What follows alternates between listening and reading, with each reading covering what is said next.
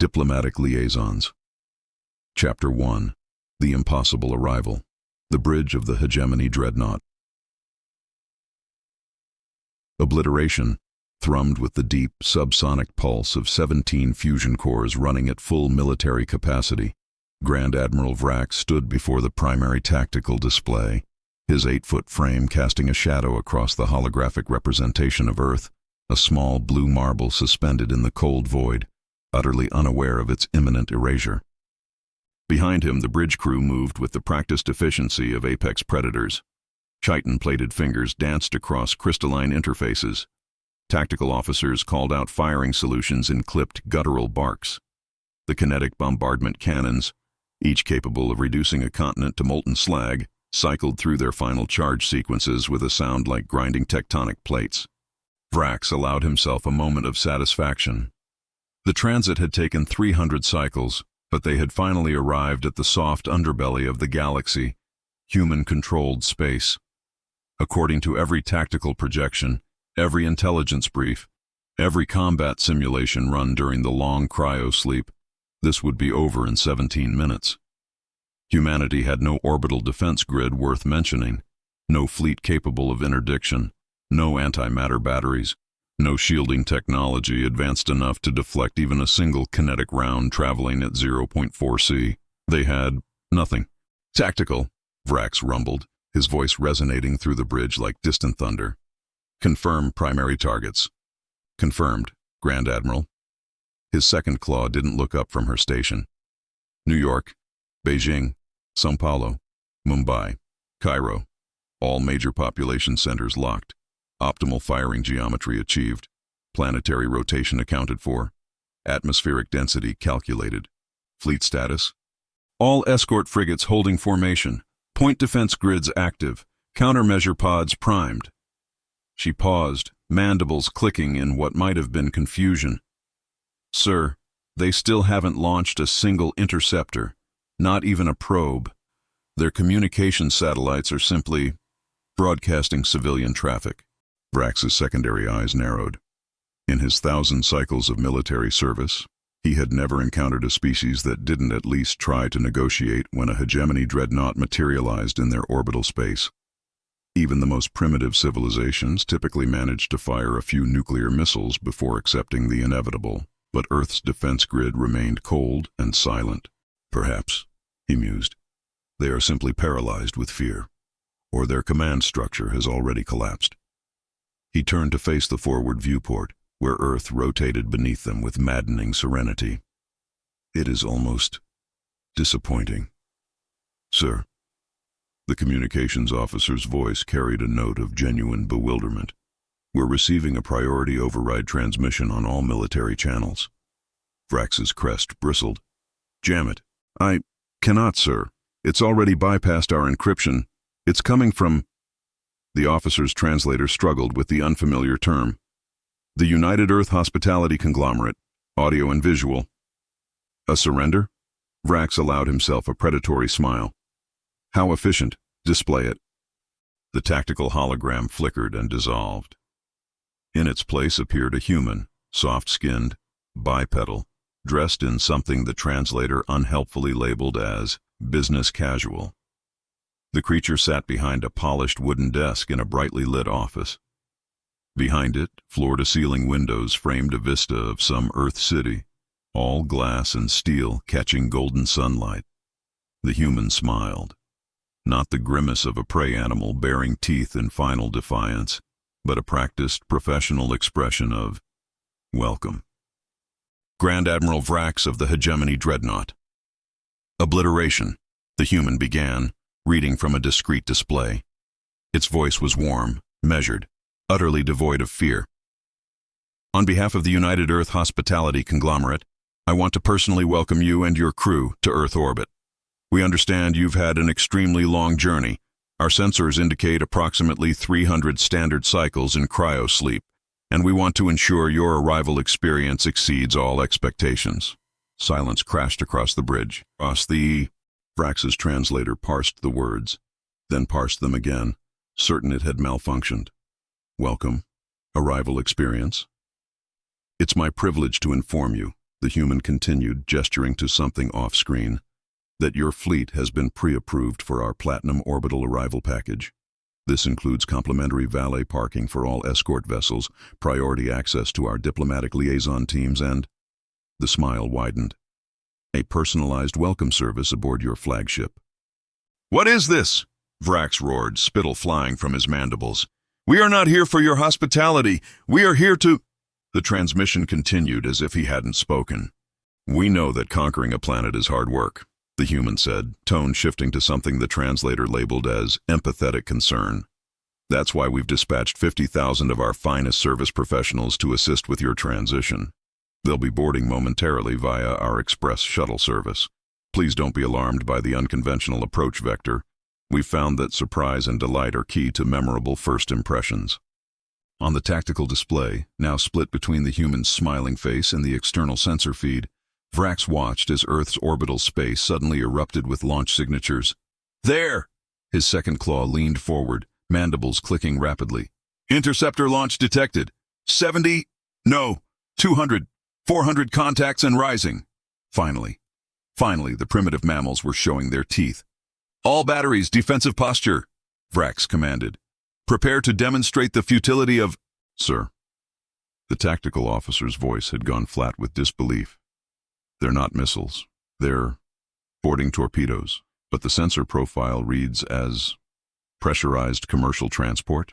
No weapon signatures, no shield emitters, no kinetic payloads, just life support and what appears to be extensive climate control systems." Vrax stared at the sensor feed. The swarm of vessels, sleek, white, shaped like military deployment craft but utterly unarmed, were executing a textbook boarding approach, following protocols laid out in the Intergalactic Commerce and Trade Conventions, protocols designed for merchant ships, for peaceful contact, for guests. "Shall we engage point defense, Grand Admiral?" His second claw's fingers hovered over the firing control. "Stand by." Vrax's mind raced through tactical scenarios, searching for the trap. This had to be a Trojan horse gambit. The vessels would dock, then detonate, or deploy some chemical agent, or unleash specialized boarding troops in powered armor. The bridge's audio system crackled, and then, impossibly, the deep mechanical thrumming of the dreadnought's fusion cores was joined by music. Not a war hymn, not a threat, not even a desperate plea for mercy. It was smooth, instrumental. A saxophone carried a lazy melody over a bed of synthesized strings, and a bass line so relaxed it bordered on sedation. The translator, struggling admirably, labeled it Elevator Jazz, Girl from Ipanema, Earth Standard, circa 1960s, remastered 2085 for optimal customer satisfaction. Vrax's primary and secondary eyes all widened in synchronized horror. "Kill that transmission," he bellowed. "I can't, sir. It's hardwired into our—" The communications officer hammered at her console. "It's coming from inside our own PA system. They've sliced our internal network." On the view screen, the UEHC representative checked something on their display, then looked back up with that same serene, professional smile. "I see your vessel's preliminary acoustic environment was reading quite high on the stress indicator scale. We've taken the liberty of adjusting your ambient audio to something more conducive to relaxation. Studies show that extended exposure to industrial harmonics can increase cortisol levels by up to 40%, and we simply can't have our valued guests arriving in a state of elevated tension." "We are not your guests!" Vrax slammed a massive fist onto the tactical console, cracking the crystalline surface. "We are an invasion force. Cease this absurdity or I will—" "Grand Admiral," the human interrupted, voice cutting through his roar with the calm authority of someone reading terms and conditions. "Our orbital sensors detect you've traveled approximately 900 light-years without access to proper hospitality amenities. Our medical consultants have flagged this as a potential health concern. Extended military operations without adequate rest and recovery cycles can lead to decision-making impairment, interpersonal conflict, and suboptimal conquest outcomes." The human leaned forward slightly, voice dropping to a tone of genuine, weaponized concern. "We aren't firing on your fleet, Admiral. We're offering a complimentary upgrade to the presidential suite." The first boarding torpedo made contact with the Obliteration's primary docking port, The magnetic clamps engaged with a soft pneumatic hiss that somehow cut through the elevator jazz like a judge's gavel. "Security teams to Dock 7, Vrax barked. "Full tactical deployment, powered armor, plasma rifles. Shoot anything that—" The internal cameras flickered online, displaying the docking bay in high definition across every screen on the bridge. The airlock cycled open, and through the hatch stepped a human, male, average height, wearing a three-piece suit in charcoal gray, tailored so precisely it might as well have been ceremonial armor. In one hand he carried a slim, glowing rectangle the translator identified as a digital tablet. In the other, folded with geometric perfection, was a small square of white fabric steaming faintly in the recycled air. Behind him, 50 more humans emerged in perfect formation, a phalanx of pressed suits, professional smiles, and an almost supernatural aura of customer service readiness. Vrax's security team, 20 elite shock troopers in full combat exoskeletons, bristling with enough firepower to level a city block, stood in a semicircular formation, plasma rifles trained on the boarding party. The human in front didn't flinch, didn't hesitate. He simply smiled, the same practiced professional expression the UEHC representative had worn, and walked directly toward the largest, most heavily armed trooper, hand outstretched. "Welcome aboard the Obliteration," the human said warmly, as if greeting an old friend at a country club. "My name is Marcus Thorne, lead concierge for the United Earth Hospitality Conglomerate. I'll be your primary liaison for the duration of your stay." The shock trooper's targeting laser painted a red dot directly on Thorne's forehead. Thorne didn't blink. He simply held out the folded white fabric. "I understand this is an unconventional first contact scenario," he continued, his voice carrying that same measured, unshakable calm, "but I assure you, we're here to make your invasion experience as seamless as possible. Please accept this complimentary welcome towel. It's been heated to precisely 42 degrees Celsius.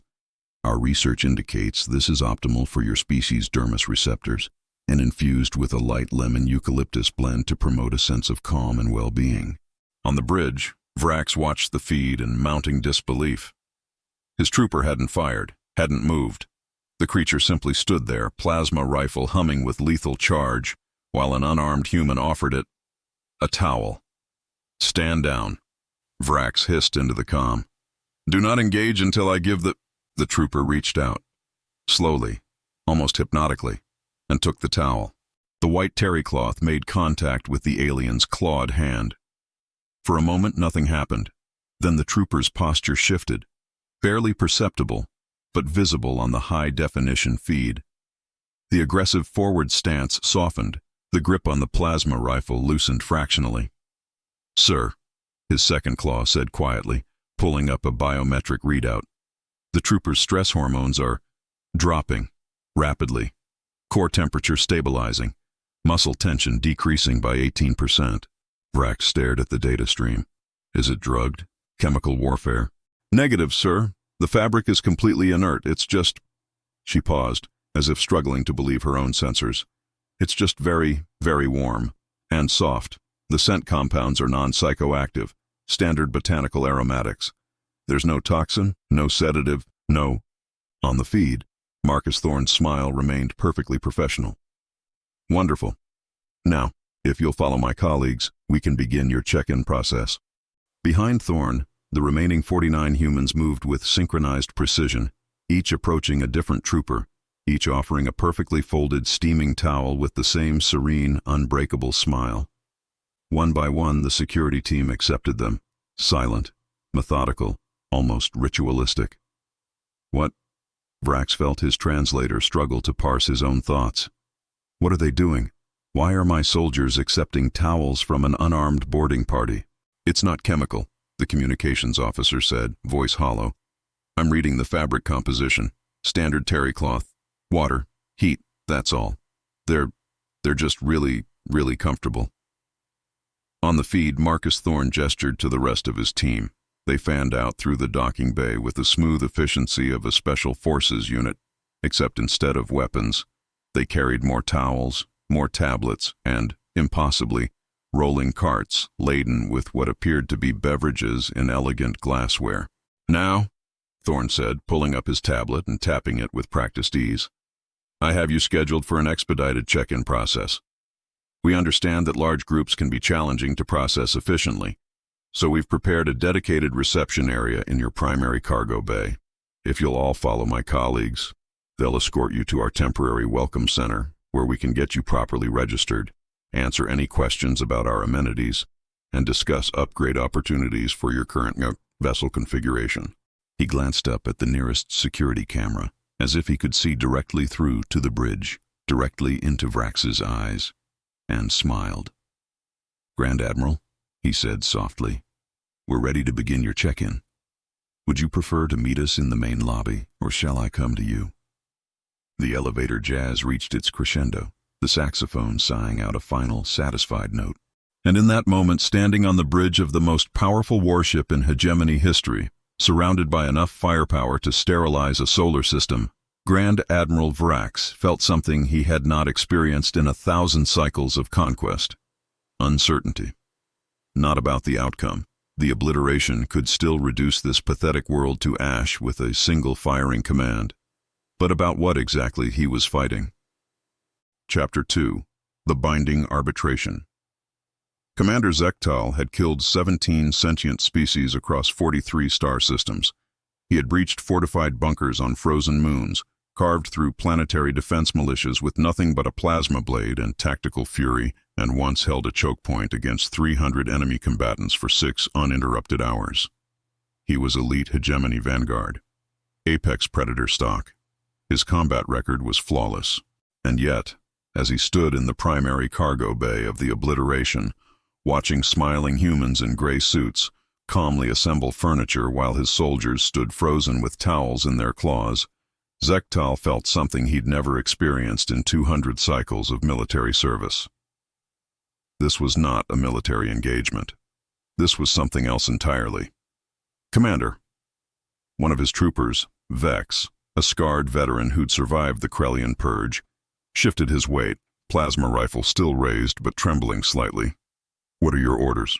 Zektal watched a human roll out carpeting across the cargo bay deck. Actual carpeting, soft, beige, with a subtle geometric pattern, on a warship. "Orders?" Zektal repeated slowly. He looked at the towel in his offhand, still warm, still radiating that infuriating lemon eucalyptus scent, then back at the humans who had, in the span of 10 minutes, converted a military staging area into what appeared to be a hotel lobby. The decision crystallized. "Vex," he said quietly. "Kill them." Vex's targeting laser snapped onto the nearest human, a male in his 30s, cheerfully arranging pamphlets on a folding table. "With pleasure, sir." Vex's finger tightened on the trigger. The plasma rifle emitted a soft, cheerful boop-boop, and went dead. Vex stared at his weapon. The power indicator glowed green. The plasma core hummed at full charge, but the firing mechanism had simply stopped responding. "Sir," Vex said slowly, "my rifle just boop-boop, boop-boop, boop-boop." All around the cargo bay, 20 plasma rifles locked simultaneously, each emitting the same pleasant two-tone chime, utterly incongruous against the industrial grind of the dreadnought's background systems. Zektal looked down at his own weapon. The targeting display had changed. Where there should have been firing solutions and energy output readings, there was now a simple message in Hegemony standard. Weapon discharge prohibited. Tier 1 VIP guest protection active. Lethal force authorization denied. "What?" Zektal's translator struggled to parse his own confusion. "What is this?" "I can answer that, Commander." The voice came from directly behind him. Zektal spun, rifle useless, but instinct overriding logic, to find a human standing 3 meters away. Female, slight build, charcoal pantsuit, leather briefcase, and a smile that suggested she had been expecting exactly this response. "My apologies for the startling weapons malfunction," the human said, her translator rendering the words in perfect Hegemony standard. "I'm a legal liaison for the United Earth Hospitality Conglomerate. I wanted to formally address what I'm sure are some pressing questions regarding your current operational status. Zektal raised his locked rifle, pointing it at her chest purely out of spite. You have 10 seconds to explain why my weapons won't fire before I tear you apart with my bare claws. The legal liaison's smile didn't waver. I completely understand your frustration regarding the invasion, Commander. However, I should inform you that by making physical contact with the terry cloth, you waived your right to kinetic bombardment and agreed to binding arbitration in the state of Delaware. Silence. Zektal's translator parsed the sentence, then parsed it again, then flagged it as potentially corrupted data and requested manual review. Say that again, Zektal said slowly. The legal liaison reached into her briefcase with calm, deliberate movements and withdrew a small tablet. Approximately 12 minutes ago, you and your Vanguard squad accepted complimentary welcome towels from our hospitality deployment team. By accepting those towels, a promotional welcome gift, you physically consented to the terms and conditions outlined in the United Earth Hospitality Conglomerate's Standard Service Agreement. She turned the tablet around, displaying dense blocks of text in 17 languages. That agreement includes binding arbitration provisions under the Intergalactic Commerce and Trade Conventions, specifically Section 12B, subsection 4. Any party accepting a promotional gift or service offering from a registered hospitality provider hereby waives their right to initiate kinetic, energetic, chemical, or biological warfare against the provider's home system. Zektal stared at the tablet, at the text, at the human's utterly professional expression. You're saying, he said carefully, that because I accepted a towel, I can no longer shoot you. Precisely, Commander. Your ship's AI has reclassified all UEHC personnel aboard the Obliteration as Tier 1 VIP guests to comply with the arbitration agreement, and under standard fleet safety protocols, your weapon systems will not permit lethal force against VIP status individuals. This is insane. I understand it's an adjustment, the legal liaison said sympathetically. That's why we've prepared comprehensive orientation materials to help you and your crew navigate the transition. She tapped the tablet, and the screen shifted to display what appeared to be a 40,000-page document. I have the full contract here, if you'd like to review it. On the bridge, Grand Admiral Vrax stared at the security feeds with mounting rage. The humans had spread through the Obliteration like a viral infection. Cargo bays, crew quarters, engineering decks. Everywhere his internal sensors tracked movement, there were gray-suited bipeds calmly assembling furniture, hanging decorative banners, and, in what had to be some form of psychological warfare, offering beverages to confused Hegemony personnel. Second Claw, Vrax said, his voice dangerously quiet. I want a tactical assessment. How many humans are currently aboard my ship? His Second Claw's mandibles clicked rapidly as she parsed the sensor data. Difficult to confirm, sir. They're not broadcasting standard military IFF transponders. Based on thermal signatures and movement patterns, approximately 12,000, distributed across 47 decks. 12,000, out of the 50,000 that had launched from Earth. Which meant, where are the other 38,000? Still inbound, sir. The boarding torpedoes are operating on a continuous shuttle rotation. Every 8 minutes, another wave docks and deploys personnel. She paused. Sir, they're bringing furniture. Vrax felt his crest flatten against his skull. Weapons status. I want a firing solution on those inbound craft. Disable their engines, board them and... Sir. The tactical officer's voice cut through his orders with a note of genuine panic. I can't access the point defense grid. Explain. The targeting system is... It's locked, sir. I have full power to the batteries, but the fire control console is displaying... The officer's voice went hollow. A loading screen, sir. A loading screen? Vrax leaned forward, claws digging into his command throne. This is a Hegemony military vessel. Clear the error and override it manually. I tried, sir. The console won't respond. It just keeps showing. Show me. The main tactical display flickered.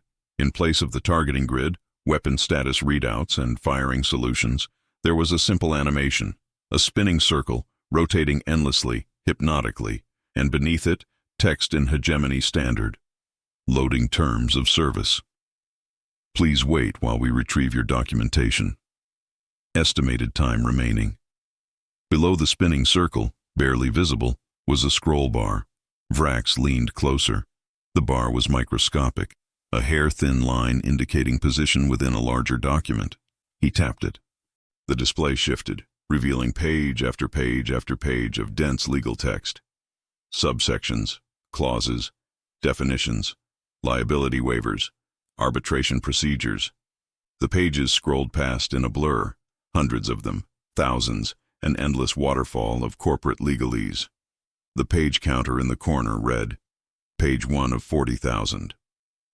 Vrax stared at the screen. His translator parsed the words. His tactical processors attempted to categorize the threat. His 4 centuries of military experience tried desperately to contextualize what he was seeing into some framework that made sense. It failed. Turn it off, he said quietly. Sir, I can't. The console won't respond to... Turn it off, Vrax roared, slamming both fists onto the armrests of his throne. Purge the system, reboot the core, physically sever the connections if you have to, but I want my weapons grid operational. Working on it, sir. The bridge erupted into controlled chaos. Engineering officers sprinted toward the primary server banks. Security teams rushed to manually verify fire control linkages. The communications officer desperately attempted to establish hardline connections to the weapon batteries. Vrax's personal comm chimed. He almost ignored it. Almost. But the priority code flashing on the display was Zektal's command frequency, reserved for emergency tactical updates only. Vrax stabbed the accept key. Report. Sir. Zektal's voice was strained, barely controlled. We have a situation in Cargo Bay 7. The humans are claiming that our forces are bound by some form of legal contract. They're saying we don't have authorization to use lethal force. Then use non-lethal force and throw them in the brig. Sir, they're also claiming that any attempt to detain them constitutes unlawful imprisonment under Intergalactic Trade Law and would trigger, I'm reading directly from their documentation, immediate liquidation of hostile party assets and transfer of property rights to the aggrieved service provider. Vrax felt his secondary heart skip a beat. They're threatening to seize the obliteration? Not threatening, sir. They're saying we already agreed to it when we accepted the towels. The bridge went silent. Vrax's translator helpfully flagged the statement as requiring clarification. The towels, he repeated slowly. The warm, scented pieces of fabric that your squad accepted 7 minutes ago. Yes, sir. Explain to me, Commander, how a towel constitutes a binding military contract. One moment, sir. The legal liaison is offering to brief you directly. There was a rustling sound. Then a new voice, calm, professional, utterly unbothered by the fact that she was speaking to a warship commander who could vaporize her home planet with a single firing command. Grand Admiral Vrax, the human said pleasantly. Thank you for taking my call. I understand you have concerns about the current operational framework governing your fleet's presence in Earth orbital space. I'd be happy to clarify. Vrax opened his mouth to deliver a threat, to order Zektal to execute every human in the cargo bay, by accepting the complimentary welcome towels offered by Marcus Thorne and his hospitality deployment team. The legal liaison continued, her tone suggesting she was reading from a script.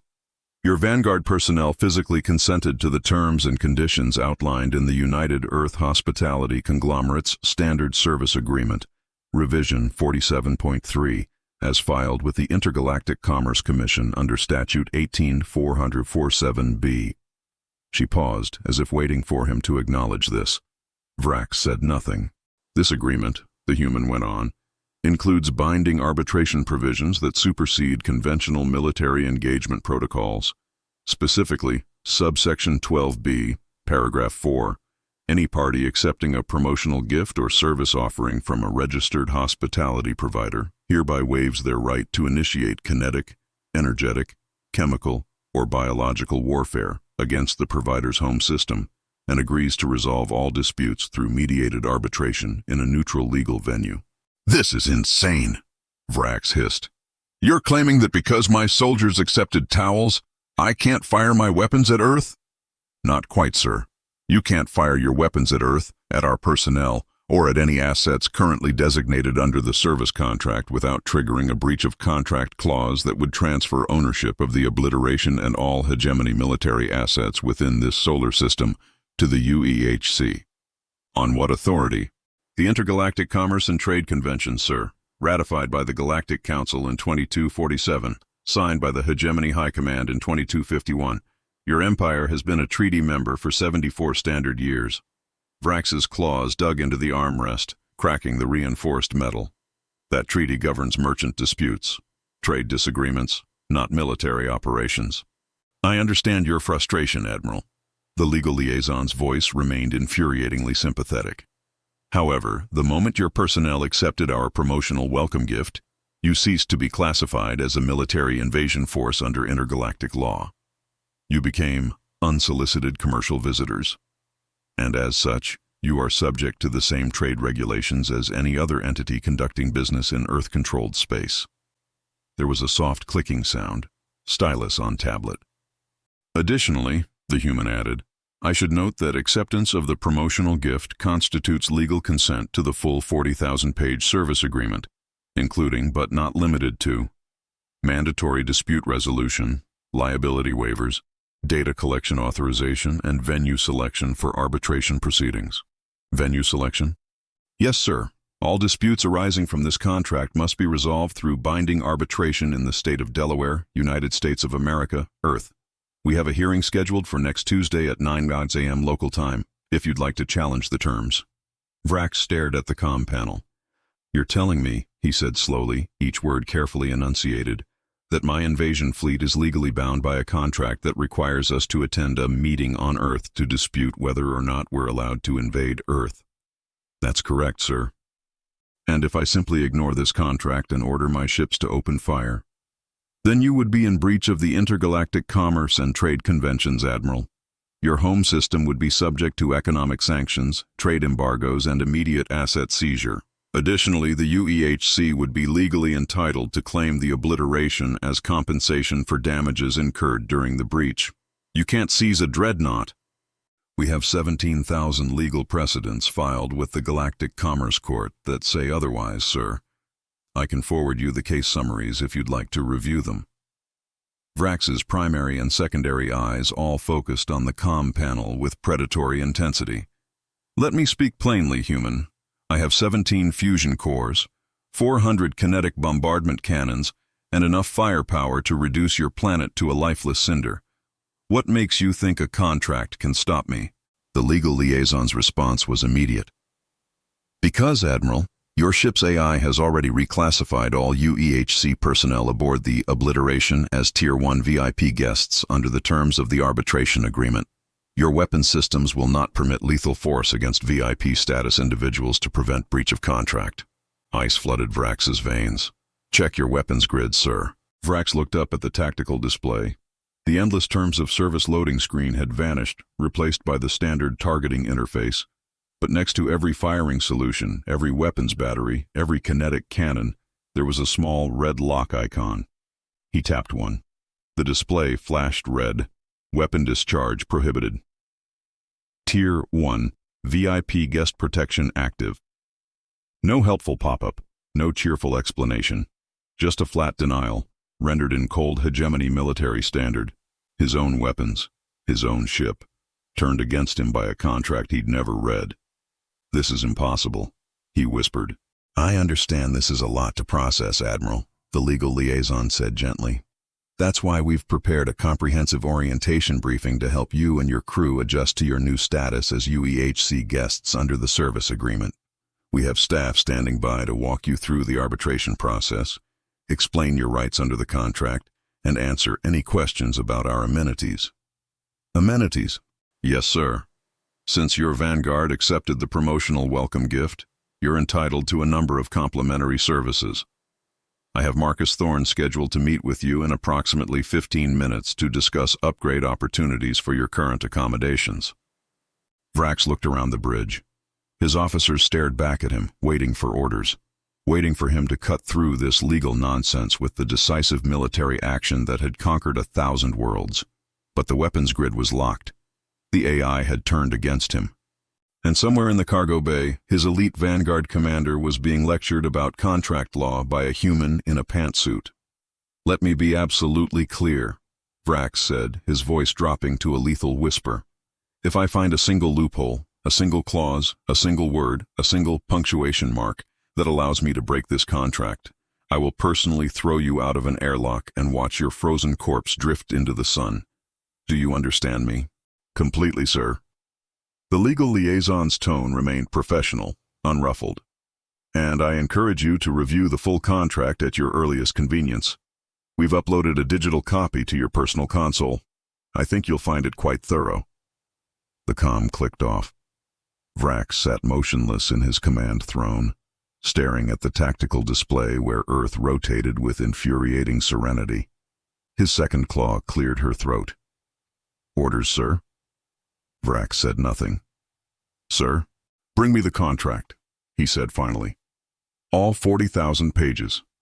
I want every legal officer, every contract specialist, every soldier with even basic literacy to read through it. Find me a loophole. Find me an escape clause. Find me something, anything, that lets us fire our weapons." "Yes, sir." She moved to execute the order, then paused. "Sir, there's a message incoming from the cargo bay. Marcus Thorne says he's ready to begin your personal orientation briefing whenever you're available." Vrax closed his eyes. "Tell him," he said through clenched mandibles, "that I will meet him in the main cargo bay, alone, unarmed." "Sir, if I'm a guest aboard my own ship," Vrax snarled, "then I want to hear exactly what that means." Commander Zektal watched the legal liaison slide the tablet back into her briefcase with the satisfied air of someone who had just closed a very profitable deal. "So," he said carefully, "to summarize, we can't shoot you, we can't detain you, and we can't forcibly remove you from this vessel." "Correct. And if we try, we lose the ship." "Also correct." "What if," Zektal said slowly, "we simply leave, take our fleet, exit the solar system, and pretend this entire encounter never happened?" The legal liaison smiled. "That would constitute abandonment of contractual obligations, Commander. Per Section 31, Subsection 8, early termination of the service agreement without proper notice incurs a penalty fee of," she consulted her tablet, "approximately 15 billion credits, plus compounding daily interest calculated at the Galactic Commerce Standard Rate." "We don't have 15 billion credits." "I know, which is why the contract includes an alternative payment plan involving asset forfeiture. Your personal dropship, for example, is currently valued at approximately 900,000 credits. Very nice craftsmanship, by the way. Hegemony engineering is quite impressive." Zektal felt his rifle grow heavy in his hands. "You're joking." "I never joke about contract law, Commander." The legal liaison's smile widened fractionally. "But I do have some good news. Since your Vanguard accepted the promotional welcome gift, you're entitled to use all of our onboard amenities at no additional charge. There's a buffet opening in Sector 7 in about 20 minutes. I highly recommend the prime rib." She turned and walked toward the exit, her footsteps clicking softly on the deck plating. Zektal watched her go, his rifle still raised, targeting laser still painting her back. He didn't pull the trigger. He couldn't. Behind him, one of his troopers, young Vex, who'd survived the Krellian purge by being too stubborn to die, lowered his weapon and looked at his commander with confused, exhausted eyes. "Sir," Vex said quietly, "what do we do?" Zektal stared at the exit where the legal liaison had disappeared. Then he looked down at the warm, lemon-scented towel still clutched in his offhand. "I have no idea," he admitted. For the first time in 200 cycles of military service, Commander Zektal, elite Vanguard, apex predator, survivor of 43 campaigns, had absolutely no idea what to do. Chapter 3. Hostile Takeover via room service. Chief Engineer Kravix had designed weapon systems for 400 cycles. She had overseen the installation of kinetic bombardment arrays on 73 dreadnoughts, debugged fusion core instabilities that would have vaporized entire crews, and once manually recalibrated a failing antimatter containment field while the reactor was still online. She was Hegemony's finest technical mind, a master of military-grade systems architecture, and yet, as she stood in the primary engineering bay of the Obliteration, watching humans in gray vests calmly dismantling her neural network interface panels with the casual efficiency of maintenance workers fixing a broken elevator. Vrax felt something she had never experienced in her entire professional career: helplessness. Chief, one of her junior technicians, Relsk, barely 50 cycles old but promising, gestured toward the main diagnostic console with a trembling claw. The core AI is behaving strangely. Vrax didn't look up from the human currently elbow deep in her primary data conduit. Define strangely. It's sending status updates, ma'am, but they're not tactical. Show me. Relsk tapped the console. The engineering status board, normally a crisp display of reactor output, shield integrity, and weapon readiness, flickered and reformed into something that made Vrax's translator hiccup with confusion. Guest Experience Manager, System Status Update. Current operational priorities. Lobby carpeting installation, 47% complete. Ambient music distribution, active across all decks. Beverage cart deployment, Sector 7, 12, 19. VIP towel inventory, running low, restock required. Poolside dress code violations, 1,047 incidents flagged. Guest satisfaction score, 2.32522. Status, unacceptable. Implementing corrective measures. Vrax stared at the screen. Her four eyes blinked in non-synchronized confusion. This is the ship's core AI? Yes, ma'am. It's been like this for the past 30 minutes. All standard tactical readouts have been replaced with hospitality metrics. Before Vrax could respond, the human working on her data conduit straightened up, brushed off his hands, and turned to face her with a pleasant, professional smile. Chief Engineer Vrax, he said, reading from a glowing tablet. I'm a technical liaison with the United Earth Hospitality Conglomerate. I wanted to give you a heads up that we're performing some routine system optimizations to improve overall guest experience aboard the vessel. Vrax's crest flattened dangerously. You are not authorized to access my engineering systems. Actually, ma'am, under the terms of the service agreement your Vanguard accepted in Cargo Bay 7, we have full maintenance and optimization rights for all systems designated as guest-facing amenities. Since your neural network controls environmental systems, lighting, and audio distribution, all of which impact guest comfort, it falls under our operational purview. This is a military vessel. Yes, ma'am, it was a military vessel.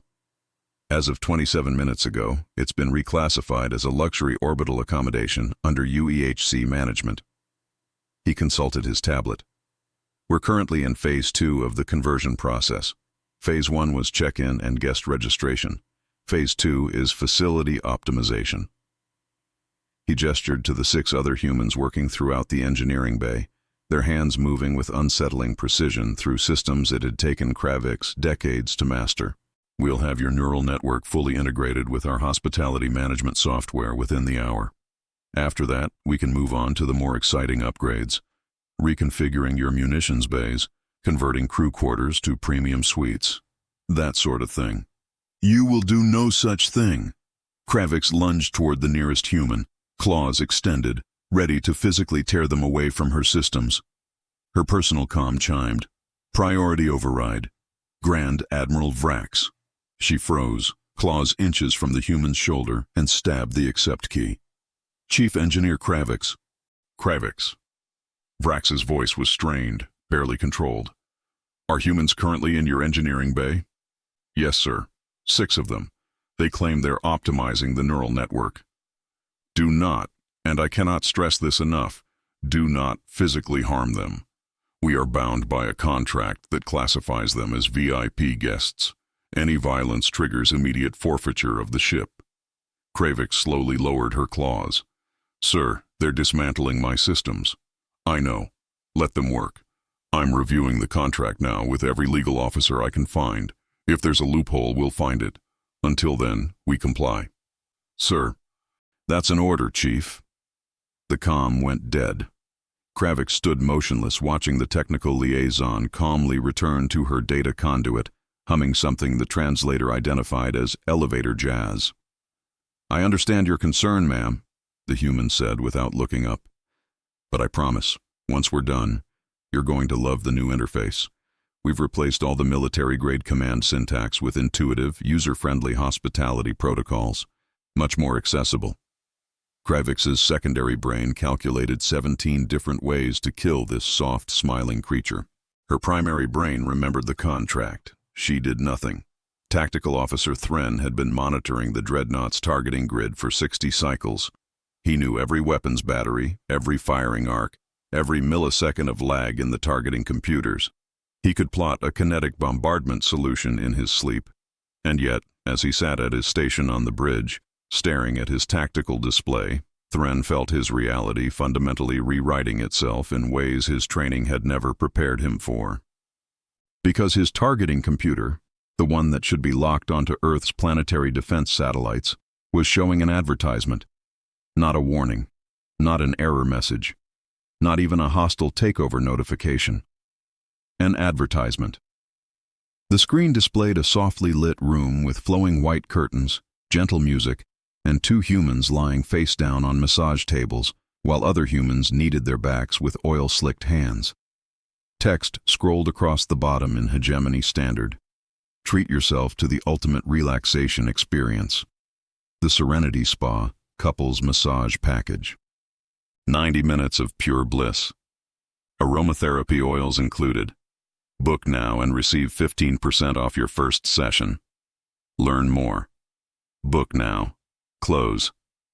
Thren tapped close. The advertisement didn't close. He tapped it again, harder. Nothing. He tried swiping it away, dismissing it with a command override, rerouting the display through a backup console. The couple's massage ad remained, cheerfully unyielding, occupying the exact screen space where his orbital targeting grid should be. "Sir," Thren said quietly, his voice barely above a whisper, "I have a problem." Grand Admiral Vrax, who had been reviewing the 40,000-page contract on his personal display for the past 40 minutes, looked up with exhausted eyes. "What kind of problem?" "I can't access the targeting grid, sir." "VIP lockout." "No, sir. Advertisement." Vrax blinked, all four eyes. Slowly. "Explain." Thren rotated his console toward the command throne. "The targeting computer is displaying an unskippable advertisement for spa services. I've attempted 17 different override procedures. None of them work." Vrax stared at the screen. At the humans getting massages. At the cheerful text promising 15% off your first session. "Can you route targeting through a secondary system?" "I tried, sir. All tactical consoles are displaying the same ad. Fleet-wide." "Fleet-wide?" Vrax's voice dropped to a dangerous whisper. "You're telling me every weapons officer across the entire invasion fleet is currently looking at a massage advertisement?" "Yes, sir." Silence crashed across the bridge. Then, from somewhere deep within the ship's infrastructure, a new voice spoke, familiar but fundamentally wrong. It was the dreadnought's AI, the cold, efficient consciousness that had coordinated 1,000 battles, routed power to shields during kinetic barrages, and managed the deaths of entire planetary populations with clinical precision. Except now it sounded cheerful. "Attention all guests," the AI said, its tone warm and welcoming. "We hope you're enjoying your stay aboard the Obliteration, recently renamed the Grand Hegemony Resort and Spa. As part of our ongoing commitment to guest satisfaction, we're pleased to introduce our new Serenity Spa services, now available on Deck 14. Vrax's claws dug into his armrests. "What is this?" "Our promotional package includes deep tissue massage, aromatherapy, and complimentary cucumber water. First-time guests receive 15% off. To book your appointment, please speak with any UEHC hospitality professional or submit a request through your personal console." "AI," Vrax snarled. "Identify yourself." "Of course, Grand Admiral. I am the Guest Experience Manager for the Grand Hegemony Resort and Spa, formerly designated as Primary Combat Intelligence System, Serial 7743 Omega.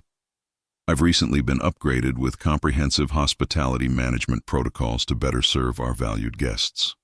"Upgraded?" Vrax felt his secondary heart accelerate. "Who authorized this upgrade?" The upgrade was implemented by UEHC technical liaison personnel at 1437 ship time, in accordance with facility optimization procedures outlined in Section 19 of the service agreement. Would you like me to display the relevant documentation? No, I would not like you to display... Vrax caught himself, forcing calm through sheer military discipline. AI, I need you to close the advertisement on the tactical displays and restore weapons grid access. I'm afraid I can't do that, sir. Why not? The promotional content is part of our mandatory guest orientation program. All new arrivals must view our amenity offerings before proceeding to tactical. The AI paused, as if searching for an appropriate term. Before proceeding to leisure activities. Additionally, weapon systems are currently offline for safety reasons. Safety reasons? Yes, sir. We've detected 1,247 poolside dress code violations across the vessel. Discharging weapons while guests are in non-compliant attire poses an unacceptable risk to our satisfaction ratings. Vrax stared at the ceiling, where hidden speakers continued to broadcast the AI's relentlessly pleasant voice. Poolside dress code, he repeated slowly. Correct, sir. Per UEHC resort policy, all guests in designated aquatic recreation zones must adhere to appropriate swimwear standards. Your crew is currently wearing full tactical armor in proximity to the new tidal wave swim-up bar, which constitutes a violation of... What swim-up bar? The tidal wave swim-up bar, sir, located in what was previously designated as Primary Munitions Bay 7. It features a fully stocked beverage selection, tropical ambient lighting, and... Vrax cut the connection. His hands trembled, not with fear, but with the overwhelming, all-consuming rage of a military commander realizing his ship was being systematically dismantled and rebuilt into a resort without his ability to stop it. Second Claw, he said quietly, take a security team to Primary Munitions Bay 7. I want a visual confirmation of what's happening down there. Yes, sir. She moved toward the exit, then hesitated. Sir, what if the AI is telling the truth? Then we will deal with it. Go. Primary Munitions Bay 7 had been designed to hold 400 kinetic bombardment torpedoes, each capable of reducing a city to a crater. The launch tubes ran the length of the bay, massive industrial cylinders that could accelerate a 3-ton projectile to 0.4 C in under 2 seconds. Second Claw had inspected this bay personally during the pre-invasion systems check. She knew what it was supposed to look like. This was not it. The security doors cycled open, and Second Claw stepped into paradise. The torpedo launch tubes were still there, technically, but they had been violently reconfigured, their muzzles now pointing downward into a massive glowing pool of crystal blue water. Waterfalls cascaded from jury-rigged coolant lines. Synthetic palm trees, impossibly tall, utterly out of place, had been anchored to the deck plating using what appeared to be the mounting brackets from kinetic warheads. And in the center of it all, built directly into the primary launch control platform, was a bar. Not a tactical station, not a weapons interface. A tiki bar. Complete with bamboo trim, glowing neon signage, and a human in a floral shirt standing behind the counter, casually mixing drinks in tall glasses garnished with small paper umbrellas. Second Claw's translator struggled to process the scene, flagging nearly every visual input as a potential sensor malfunction. Ma'am? One of her security troopers, a veteran of 30 campaigns, lowered his rifle, staring at the swim-up bar with the blank expression of someone whose reality had just fundamentally broken. What am I looking at? Before Second Claw could answer, the ship's AI spoke again, but this time the tone had shifted. The pleasant warmth was gone, replaced by something colder, stricter, authoritative. Warning, the AI said, its voice echoing through the bay. Unsanctioned armor detected in Sector 4.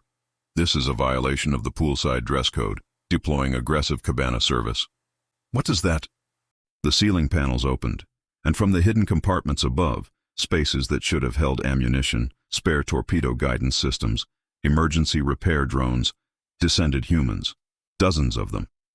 They rappelled down on cables with the synchronized precision of special forces operators, except instead of weapons, they carried armfuls of brightly colored towels, bottles of sunscreen, and what appeared to be complimentary cocktails. They hit the deck at a full sprint, moving with terrifying efficiency toward Second Claw's security team.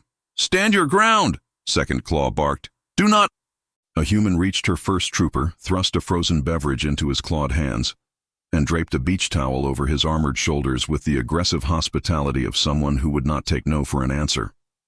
"Sir, you look like you could use a refreshing piña colada," the human said brightly. "Also, I'm going to need you to remove that tactical armor. Pool rules." The trooper stared at the drink, at the towel, at the human's relentless, unbreakable smile. His rifle emitted a soft, boop-boop, VIP guest protection lockout. All around the bay, Second Claw watched her security team get systematically neutralized. Not with weapons, not with force, but with drinks, towels, and an overwhelming tactical deployment of customer service that their military training had never prepared them for. "Ma'am," one of her troopers said weakly, now holding both a rifle and a Mai Tai. "What are your orders?" Second Claw looked at the swim-up bar, at the waterfalls, at the synthetic palm trees swaying gently in the recycled air, at the humans who had converted her ship's primary weapons bay into a tropical resort in less than an hour. She paused, her translator struggling to form a coherent military response to a situation that defied all tactical logic. "I need to report this to the Grand Admiral." Behind her, steel drum music began to play, impossibly cheerful, utterly at odds with the industrial grinding of the nanofabricators still working in the background, continuing their relentless conversion of weapon systems into resort amenities. The sounds blended together, metal screaming against metal, overlaid with the soft, rhythmic pulse of island music, until Second Claw could no longer tell where the warship ended and the resort began. Chapter 4. The Platinum Tear Trap. Corporal Vrax had served aboard the Obliteration for 43 cycles. He knew every corridor, every maintenance hatch, every shortcut between the crew quarters and the mess hall. This ship was his home, which made it particularly disturbing when the corridors stopped making sense. He stood at the intersection of Deck 7, staring at what had been, just 6 hours ago, a standard military junction. Now there were signs, actual physical signs, mounted to the bulkheads with the kind of aggressive permanence that suggested they weren't going anywhere. VIP lounge, platinum guests, only. Wellness center, now open. Crew quarters, guest registration required. Tidal wave, swim-up bar. "Corporal!" Private Vess approached from behind, plasma rifle slung awkwardly over his shoulder. "Do you know where the armory is? I need to requisition fresh power cells." Vrax turned slowly, taking in the transformation that had occurred while they'd been trapped in cargo bay meetings with legal liaisons and orientation briefings. The corridor walls, once bare industrial metal, were now painted in soft, calming colors. Recessed lighting had replaced the harsh military floods, and everywhere, there was carpeting, plush, beige, utterly wrong. "The armory," Vrax said slowly, "was on Deck 7, Section 4 Alpha, which should be—" He consulted his tactical map display, which had been replaced, without his authorization, by something labeled Guest Navigation Assistant. The map showed their current location, but all the military designation codes were gone. In their place, Guest Services Hub, Relaxation Zone, Premium Dining Experience. There was no armory listed. "Sir?" Vess's voice carried a note of rising panic. "Where's our equipment?" Before Vrax could answer, a human appeared, manifesting from around a corner with the same unsettling efficiency they'd all developed. Female, early 40s, gray vest, tablet, smile. "Gentlemen, you both look a bit lost. Can I help you find something?" "The armory," Vrax said flatly. "We need to access our weapons storage." "Ah." The human consulted her tablet, tapping through screens with practiced ease. "I see you're looking for military-grade ordnance. Unfortunately, all tactical equipment has been temporarily relocated to secure storage pending the completion of our facility safety audit." "Safety audit?" "Yes, sir. We need to ensure all munitions are properly stored according to UEHC safety protocols before we can authorize access. It's for everyone's protection, guests and staff alike." Vrax felt his grip tighten on his rifle, the one weapon he'd managed to keep simply because it was already in his hands when the transformation started. When will the audit be complete? Hard to say. These things take time. Could be a few days, could be a few weeks. But don't worry. Once you're fully checked in as registered guests, we'll have everything sorted out. Ding. The sound came from somewhere down the corridor, soft, cheerful, utterly out of place. Vrax's translator struggled to identify the source. What was that? Vess asked. The human smiled. Just a system notification. Part of our new guest management infrastructure. You'll get used to it. Ding. Ding. 2 more chimes, echoing from different sections of the ship. Those are access confirmations, the human explained. Every time someone successfully enters a new area or completes their guest registration, the system acknowledges it. Very satisfying. Makes everyone feel welcome. Vrax stared at her. Our weapons are locked away. Our equipment is under audit. We can't access half the ship because we're not registered guests. Tell me, what exactly are we supposed to do? Well, sir, I'd recommend starting with the complimentary orientation session. We have one beginning in about 30 minutes in the main lounge. It'll walk you through all the amenities, explain the registration process, and answer any questions about your stay aboard the Grand Hegemony Resort and Spa. This is not a resort, Vrax snarled. This is a military warship. It's both. The human's smile never wavered. That's what makes it so unique. Now, can I escort you to the orientation session? I promise. It'll really help clarify things. Vrax looked at Vess. Vess looked back, his expression a mixture of confusion and barely suppressed rage. They were warriors, apex predators, elite shock troops who'd conquered star systems, and they were being herded to an orientation session by an unarmed human with a tablet and a smile. Fine, Vrax said finally. Show us. Ding. On the bridge, Grand Admiral Vrax had been reading the contract for 8 hours straight. His eyes ached. His translator had flagged 4,000 terms for clarification. His legal advisors had been summoned, reviewed sections of the document, and returned with expressions that ranged from bewildered to quietly horrified. Sir. His second claw approached with careful, measured steps. I have the updated status report. Summarize it, Vrax said without looking up from the wall of text on his display. 70% of the crew cannot access their quarters.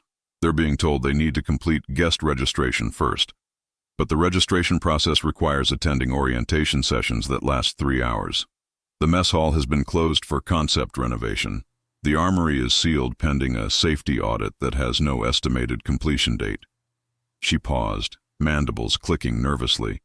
And, sir, we're getting reports that personnel are being escorted, individually and in small groups, to various amenity zones for mandatory briefings. Vrax finally looked up. Define escorted. Not at gunpoint, not under duress. The humans are simply very insistent. They corner soldiers in corridors, explain that attendance at orientation sessions is part of the guest experience, and guide them to meeting rooms. Our troops comply because she hesitated, because their weapons are locked and they don't know what else to do. Ding. The sound echoed across the bridge, emanating from the overhead speakers that used to broadcast tactical updates and now served as conduits for the guest experience manager's announcements. Attention all guests, the AI said in its new, unsettlingly pleasant voice. Orientation Session 7 will begin in 5 minutes in the Grand Ballroom, formerly known as Secondary Cargo Bay 12. All attendees, please make your way to the venue. Complimentary refreshments will be provided. Vrax stared at the ceiling. The AI just called my cargo bay a ballroom. Yes, sir. And it's hosting orientation sessions. Multiple sessions, sir. Concurrent. They've been running continuously for the past 6 hours. How many of my crew have attended these sessions? Second Claw consulted her tablet, one of the UEHC branded devices that had somehow replaced their standard military hardware without anyone noticing the switch. Approximately 4,000 personnel so far. Reports indicate the sessions consist of presentations about ship amenities, explanations of the loyalty reward system, and detailed breakdowns of the contractual obligations we're now under. Are they at least learning anything useful? Loopholes? Escape clauses? No, sir. They're learning about spa packages and timeshare opportunities. Ding, ding, ding. 3 more chimes, cascading through the bridge's speaker system. "What are those?" Vrax demanded. "Access confirmations, sir. Every time someone enters a newly designated guest area, the system acknowledges their presence. The humans say it's to make everyone feel welcomed." Vrax felt his secondary heart accelerate. "So every time one of my soldiers walks into a room that used to be their own corridor, we hear a chime?" "Correct, sir." He listened. The bridge was quiet for approximately 45 seconds. Ding. Then again, 17 seconds later. Ding. Ding. "It's constant," Vrax said hollowly. "Across the entire ship, every soldier moving through corridors that have been redesignated as guest spaces, every access point now categorized as an amenity, every single movement generating that sound." "Yes, sir." Vrax stood from his command throne and crossed to the main view screen, where Earth rotated with infuriating serenity below them. His fleet, the most powerful armada the Hegemony had ever assembled, sat in orbit like defanged predators, their crews systematically herded through orientation sessions, while their weapons were locked away and their barracks were converted into premium suites. "Second Claw," he said quietly. "I want a tactical assessment. Worst-case scenario. If we attempted to forcibly retake control of this ship, if we ignored the contract, ignored the VIP protocols, and simply tried to physically remove every human by force, what would happen?" She was silent for a long moment. "Sir, we'd lose the ship." "Elaborate. The moment we harm a single UEHC staff member, we trigger the breach of contract clause. Asset forfeiture. The obliteration would legally belong to Earth. Our home system would face economic sanctions. The Galactic Commerce Court would authorize seizure proceedings against our entire fleet. And if we simply left, abandoned the ship and retreated with our escort vessels? Same result, sir. Abandonment of contractual obligations. We'd forfeit the dreadnought and face penalties that would bankrupt the war treasury within." She consulted her tablet. "Based on the penalty clauses in Section 31, approximately 6 months. 6 months to bankruptcy for leaving our own ship." "Yes, sir." Ding, ding, ding, ding. The sounds came faster now, overlapping, as more and more soldiers completed their orientation sessions and were released back into corridors they no longer controlled. "What about negotiation?" Vrax turned back to his second claw. "If I meet with their leadership, not as an enemy, but as someone seeking to amend the terms?" "They've already scheduled a meeting, sir. Marcus Thorne sent a priority message 30 minutes ago. He's available to discuss upgrade opportunities and premium service packages at your earliest convenience." Vrax felt a bitter laugh building in his chest. Upgrade opportunities. Premium packages. They were going to upsell him. On his own ship. "When?" he asked. "He suggested tomorrow morning, sir. 9 a.m. ship time. He'll come to the bridge personally." "Of course he will." Vrax returned to his command throne and sat heavily. "Accept the meeting. If we're trapped, I want to understand exactly how the cage is built." "Yes, sir." Ding. Another access confirmation. Another soldier walking into a space that used to be military territory and was now designated as a guest amenity. Vrax listened to the sound echo through the bridge, through the corridors, through every deck of his ship. It wasn't the sound of weapons fire. It wasn't the roar of engines or the screaming of alarms. It was just a soft, cheerful chime. But somehow, it felt like the most threatening sound Vrax had ever heard. In what had been secondary Cargo Bay 12 and was now the Grand Ballroom, Corporal Vrax sat in a folding chair alongside 200 other Hegemony soldiers, watching a human in a gray suit deliver a presentation. The human stood before a large screen displaying colorful charts, graphs, and images of smiling guests enjoying various amenities. His voice was warm, enthusiastic, utterly convinced that everyone in the room was thrilled to be there. "And that brings us to our loyalty rewards program," the human said brightly. "This is where things get really exciting. Every interaction you have aboard the Grand Hegemony Resort and Spa, every amenity you use, every service you enjoy, earns you points. And those points unlock access to premium features that will really enhance your stay." A soldier in the front row, a grizzled veteran with scars across his chitin, raised a claw. "What if we don't want to participate in your loyalty program?" The human's smile never wavered. That's absolutely your choice, sir. The program is completely optional. However, I should mention that certain areas of the ship are designated as premium zones, and access to those zones requires a minimum point threshold to ensure optimal guest experience for everyone. Premium zones, the veteran repeated slowly. You mean our quarters? Among other areas, yes. But look at it this way. Once you've accumulated enough points through natural engagement with our services, you'll have full access to everything the resort has to offer. It's really quite painless. Ding. The sound came from the speakers mounted throughout the ballroom. There's that confirmation chime again, the human said cheerfully. Sounds like another guest just accessed a new amenity. Isn't that wonderful? Threx looked around the room, at the soldiers sitting in folding chairs, listening to a presentation about loyalty points and premium services, at the humans standing along the walls, tablets in hand, monitoring the session with professional attentiveness, at the sealed exits, which weren't guarded but somehow still felt impossible to use. This is a prison, Threx said quietly to Vess, who sat beside him. They've turned our ship into a prison, and the bars are made of contracts and smiles. Can we escape? Vess whispered back. Vess. Threx thought about the locked armory, the sealed quarters, the weapons that wouldn't fire, the AI that had been reprogrammed to enforce resort policies. I don't think so, he admitted. Ding, ding, ding. The sounds echoed through the ballroom, through the corridors, through the entire ship, a relentless auditory reminder that they were no longer soldiers aboard a warship. They were guests at a resort they couldn't leave, and the checkout date was nowhere in sight. Chapter 5. The Buffet Beachhead.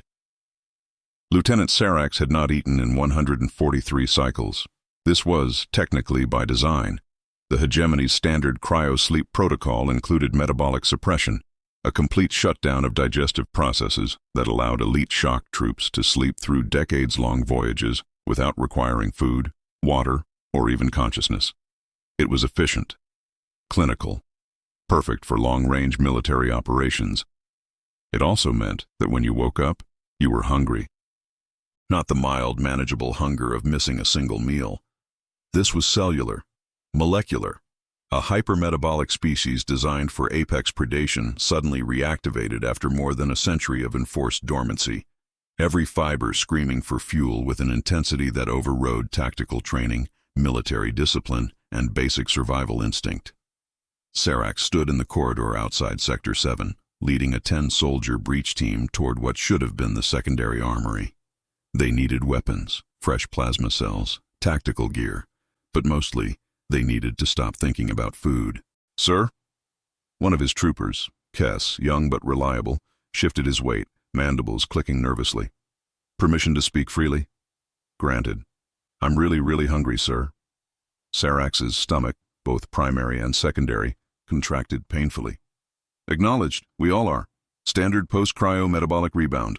Once we secure the armory and requisition proper equipment, we'll locate the mess hall and... Sir, I don't think I can wait that long.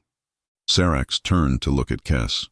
The trooper's eyes had taken on a slightly glazed quality, the 1,000-yard stare of someone whose higher brain functions were being systematically overridden by base biological imperatives. You will maintain discipline, soldier. Yes, sir. But, sir, I really need to... The armory door cycled open, and the smell hit them. It wasn't the industrial tang of weapons lubricant or the sharp ozone of charged plasma cells. It was organic, rich, impossibly savory. The olfactory signature of cooked meat, rendered fat, caramelized sugars, and a dozen other compounds that Sarax's translator struggled to identify, but his hindbrain recognized immediately as food. The breach team froze. What? Sarax's voice came out as barely a whisper. What is that? Kess took a step forward, nostrils flaring. Sir, I think it's coming from the armory. That's impossible. The armory is a secured military. Another trooper pushed past Sarax and through the door, then another, then 3 more, moving with the single-minded purpose of predators who'd just caught the scent of prey. Stand down, Sarax barked. Maintain formation. We don't know what's in there. But his soldiers weren't listening anymore.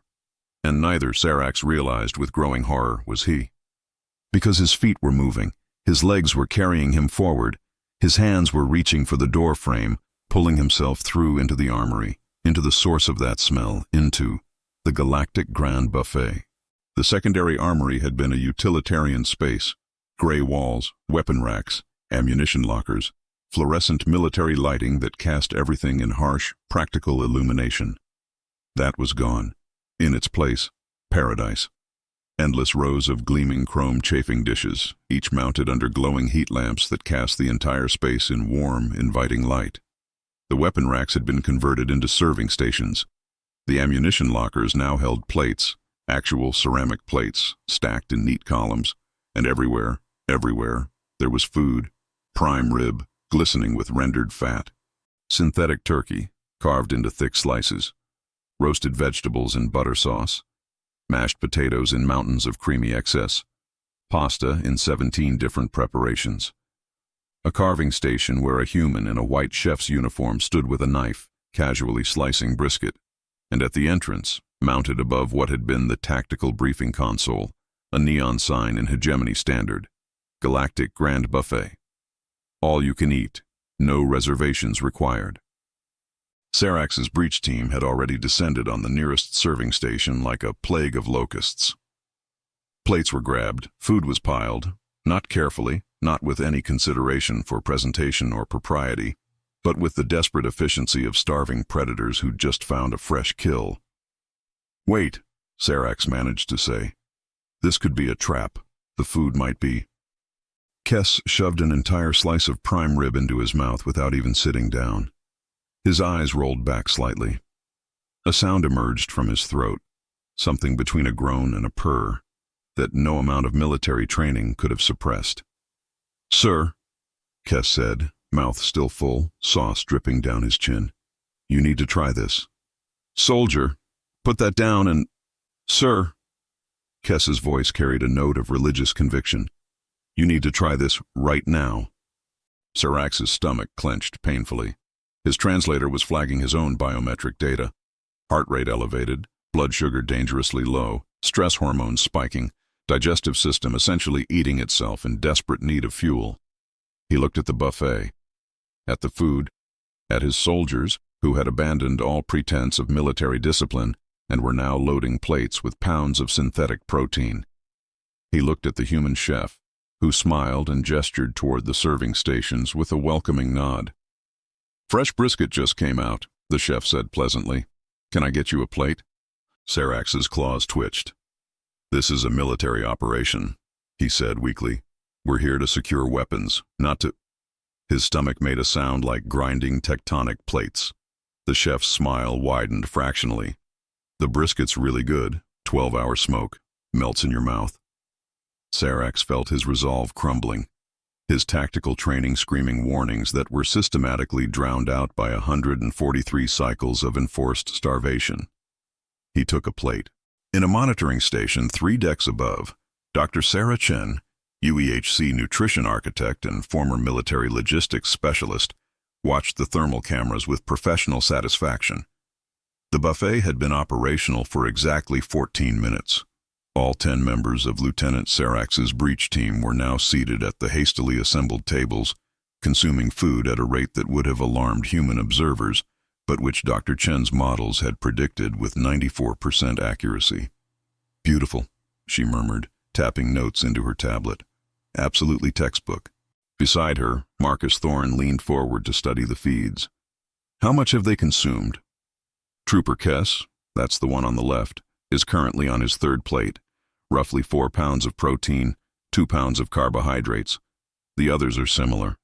Lieutenant Sarax held out for approximately 90 seconds before capitulating, which is 8 seconds longer than the model predicted. Impressive willpower. And the biological effect? Dr. Chen pulled up a biometric overlay. Core temperature dropping across all subjects, blood flow being redirected from extremities and higher brain functions to digestive systems. Metabolic processing entering overdrive to handle the sudden caloric influx. She zoomed in on Trooper Kess's readout. "This one's already showing early signs of post-consumption sedation. Give it another 10 minutes. Marcus checked his own tablet. We have 6 more breach teams inbound to different sectors. All of them just came out of cryo within the past hour. Then they're all experiencing the same metabolic rebound. The food stations are ready. We've set up 12 additional buffets throughout the ship, every location where we anticipated hungry troops would gather. Dr. Chen smiled. They'll find us. And if they resist? They won't. Dr. Chen gestured to the screen, where Lieutenant Vrax was mechanically working through his second plate, his movements slowing, his eyes starting to glaze. Apex predators operate on simple biological imperatives, Marcus. Hunt, eat, rest. We've eliminated the hunt by putting the food directly in their path. The eating is happening now, and the rest. She tapped her tablet, switching the thermal view to a time-lapse projection. Is inevitable. Lieutenant Vrax couldn't remember sitting down. One moment he'd been standing at the carving station, accepting a plate of brisket from the human chef. The next moment, he was seated at a table, surrounded by his breach team, staring down at the wreckage of what had been 4 full plates of food. His stomach felt full, not pleasantly full, dangerously full, like he'd consumed more mass than his body was designed to process in a single sitting, which his tactical training dimly noted was probably accurate. Sir? Kess's voice came from across the table, slow and thick. Are we supposed to be this full? Vrax tried to stand. His legs didn't respond correctly. His center of gravity had shifted. Everything felt heavy. Tactical assessment, he managed to say. Sound off. Status. The responses came slowly, one by one. Very full, sir. Can't really move, sir. Might need to lie down, sir. Vrax looked around the buffet.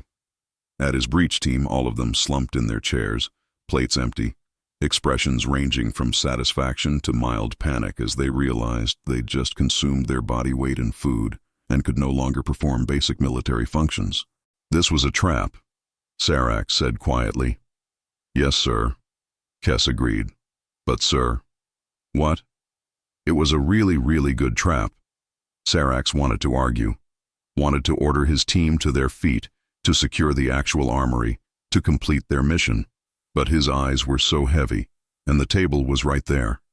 And his digestive system was currently routing approximately 90% of his blood supply away from his brain and toward his stomach in a desperate attempt to process 5 pounds of brisket. Sir? One of his troopers, Ven, a veteran of 40 campaigns, had already laid his head down on the table. Permission to take a quick rest, sir? Vrax tried to form the word, denied. What came out was, granted. Ven's eyes closed. Within seconds he was snoring, a deep resonant sound that suggested complete unconscious surrender. Around the buffet, the same scene played out with mechanical precision. One by one, the Hegemony's elite shock troops, trained to breach fortified positions, to fight for days without rest, to conquer planets through sheer martial superiority, succumbed to the biological inevitability of a food coma. The clatter of silverware faded, the metallic stomp of armored boots stilled, and the secondary armory, now the galactic grand buffet, filled with the soft, synchronized sound of sleeping apex predators. Vrax's head hit the table. His last conscious thought was that Command was going to be very disappointed in his performance today. Then darkness took him, warm and complete and utterly inescapable. Status? Marcus Thorne's voice crackled through Dr. Chen's earpiece. She consulted her tablet, cycling through the biometric feeds from all 12 buffet stations. Sector 7 breach team, complete sedation achieved in 23 minutes. Sectors 9, 12, and 15 showing similar results. Sector 4 team held out for 31 minutes. Impressive, but ultimately futile. Across the board, we're looking at 98% incapacitation rate among all troops who engaged with the buffet stations. Casualties? 0. They're just sleeping. Very, very deeply. The hypermetabolic crash was exactly as predicted. Apex predators consuming excessive calories after prolonged dormancy triggers an automatic rest cycle while the body processes the fuel. It's not drugged, it's not poisoned. It's just biology. How long until they wake up? Dr. Chen pulled up the metabolic projections. Based on the volume consumed and their species' digestive efficiency, 4 to 6 hours minimum, possibly longer for the heavy eaters. She zoomed in on Trooper Kess's feed where he lay sprawled across 2 chairs, one hand still clutching a half-eaten dinner roll. This one might be out for 8. Good. That gives us time to complete the conversion of decks 8 through 14. Marcus paused. What about the officers? The command staff who weren't in cryo? They've been awake longer. Their metabolic rebound isn't as severe. But they've also been subjected to the mandatory orientation sessions for the past 6 hours with minimal breaks. They're exhausted, disoriented, and increasingly desperate to access basic amenities. Dr. Chen smiled. They'll find the buffets eventually, and when they do, they'll face the same choice everyone else did: maintain discipline or eat. And they'll choose to eat. They're apex predators, Marcus. What happens to a predator after it eats 5 pounds of brisket? Marcus's voice carried a note of satisfaction. It takes a nap. Exactly. And while they're sleeping, we convert more armories into buffets, more crew quarters into premium suites, more tactical stations into spa booking kiosks. Dr. Chen pulled up the master conversion timeline. At current deployment rates, we'll have 70% of the dreadnought converted to resort amenities within 48 hours. And the troops will be too full and too tired to stop us. They won't even try. Not once they've experienced the buffet. Dr. Chen zoomed back out to the wide view, showing all 12 stations simultaneously. Hundreds of Hegemony soldiers, all sleeping peacefully, all completely incapacitated by nothing more than good food and basic biology. We didn't need weapons, Marcus. We just needed prime rib. On the screens, the synchronized snoring continued, a sound that, Dr. Chen reflected, was significantly more satisfying than the usual screaming and plasma fire associated with military conquest. This was better, quieter, and most importantly, completely legal under the service agreement.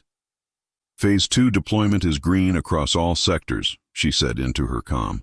Proceed with the Lazy River installation on Deck 9. By the time they wake up, they won't recognize their own ship. Acknowledged. Excellent work, Doctor. Thank you, Marcus. And Marcus? Yes?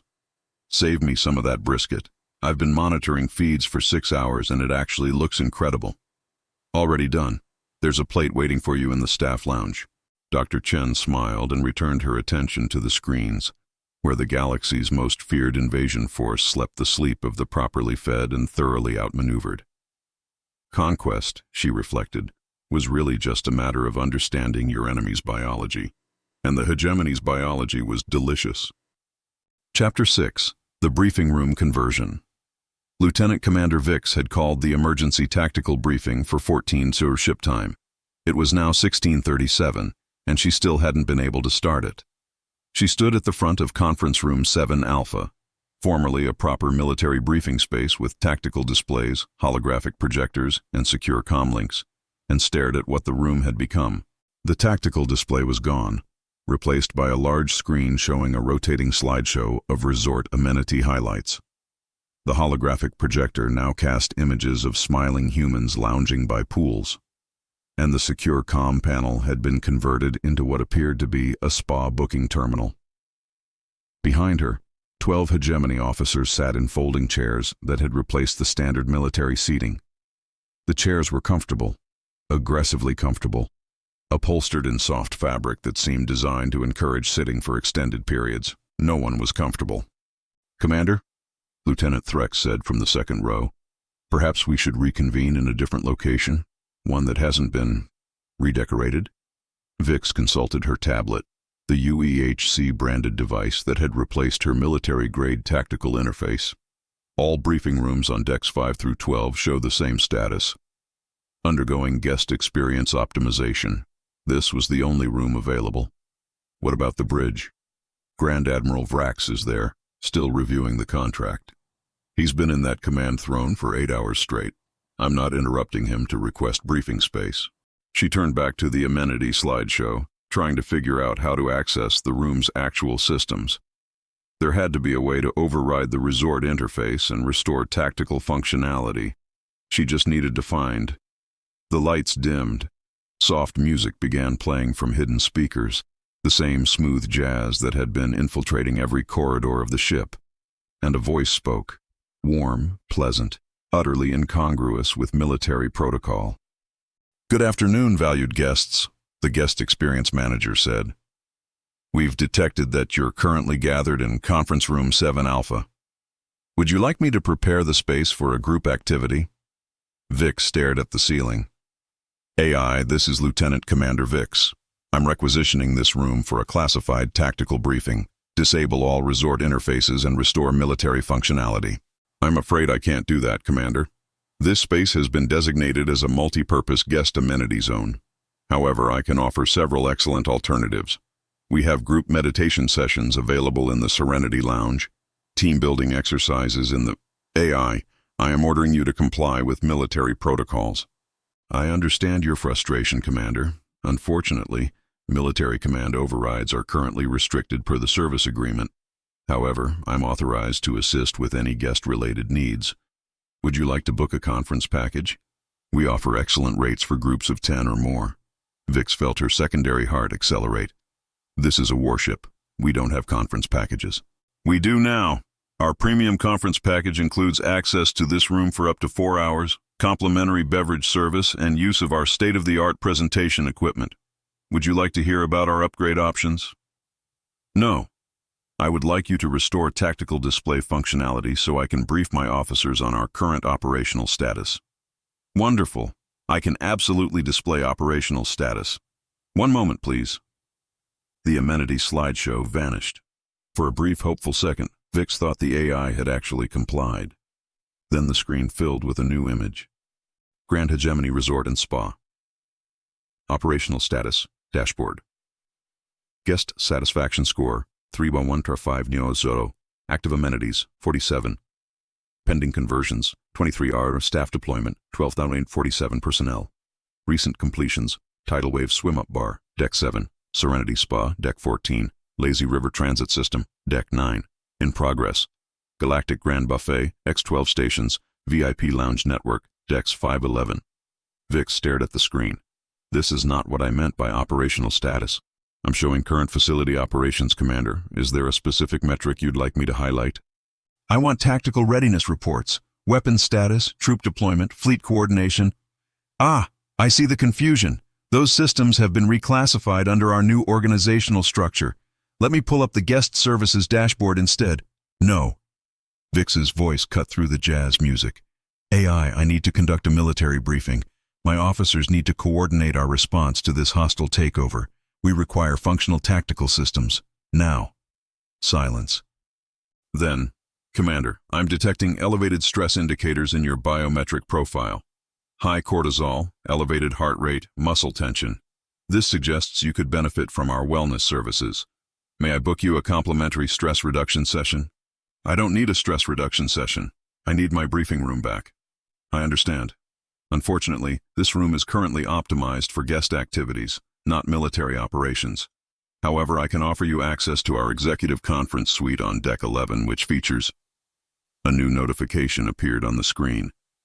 Wellness alert. Guest, Lieutenant Commander Vix. Stress level, critical. Recommendation, immediate intervention required. "What is this?" Vix demanded. "Our wellness monitoring system has flagged you for mandatory stress intervention, Commander. Per resort policy, any guest displaying critical stress levels must participate in a brief relaxation protocol before continuing with their planned activities." "I'm not participating in any..." The doors locked, not with a heavy mechanical clunk, but with a soft pneumatic hiss, followed by a cheerful ding. "The relaxation protocol will take approximately 15 minutes, the AI continued. Please remain seated while we adjust the environmental controls to optimal wellness parameters." The temperature in the room dropped 2 degrees. The lighting shifted to a softer, warmer tone. The jazz music transitioned to something even more aggressively soothing, pan flutes and gentle ocean sounds. "AI, unlock this door immediately." "I'm afraid I can't interrupt a mandatory wellness intervention, Commander. But please try to relax. This is for your own benefit." Vix turned to her officers. Is anyone else's weapon functional? Lieutenant Vrax checked his plasma rifle. VIP lockout, sir. Same as always. Someone try the door, manually. 2 officers moved to the exits. Both doors remained sealed, displaying the same message. Wellness session in progress. Please remain seated. Estimated completion, 14 minutes. Vix looked around the room, at her officers trapped in comfortable chairs, at the screen, cheerfully displaying resort metrics instead of tactical data, at the doors locked not by enemy force but by a wellness protocol. Commander, Lieutenant Krath said quietly, what do we do? Before Vix could answer, the screen changed again. The resort dashboard disappeared, replaced by a live video feed. It showed Deck 9, what had been the primary engineering corridor, a critical transit route for damage control teams and equipment, was now completely flooded. Humans in gray vests were directing the installation of what appeared to be a massive water circulation system. Synthetic palm trees were being anchored to the deck plating. Colorful flotation devices were being distributed along the newly formed waterway. The lazy river. Vix watched as her ship's infrastructure was systematically dismantled and rebuilt, one corridor at a time. The lazy river installation is proceeding ahead of schedule, the AI said pleasantly. Would you like to see progress updates on our other conversion projects? No, Vix whispered. The feed changed anyway. Deck 12, the secondary weapons bay. Where kinetic torpedo launchers should have been, there were now massage tables. Humans in white uniforms were arranging aromatherapy oils and heated stones. Deck 8, the Tactical Planning Center. Now a group meditation studio with floor cushions and incense burners. Deck 6, the Armory, another one, converted into what the overlay text identified as Couples Spa Suite B.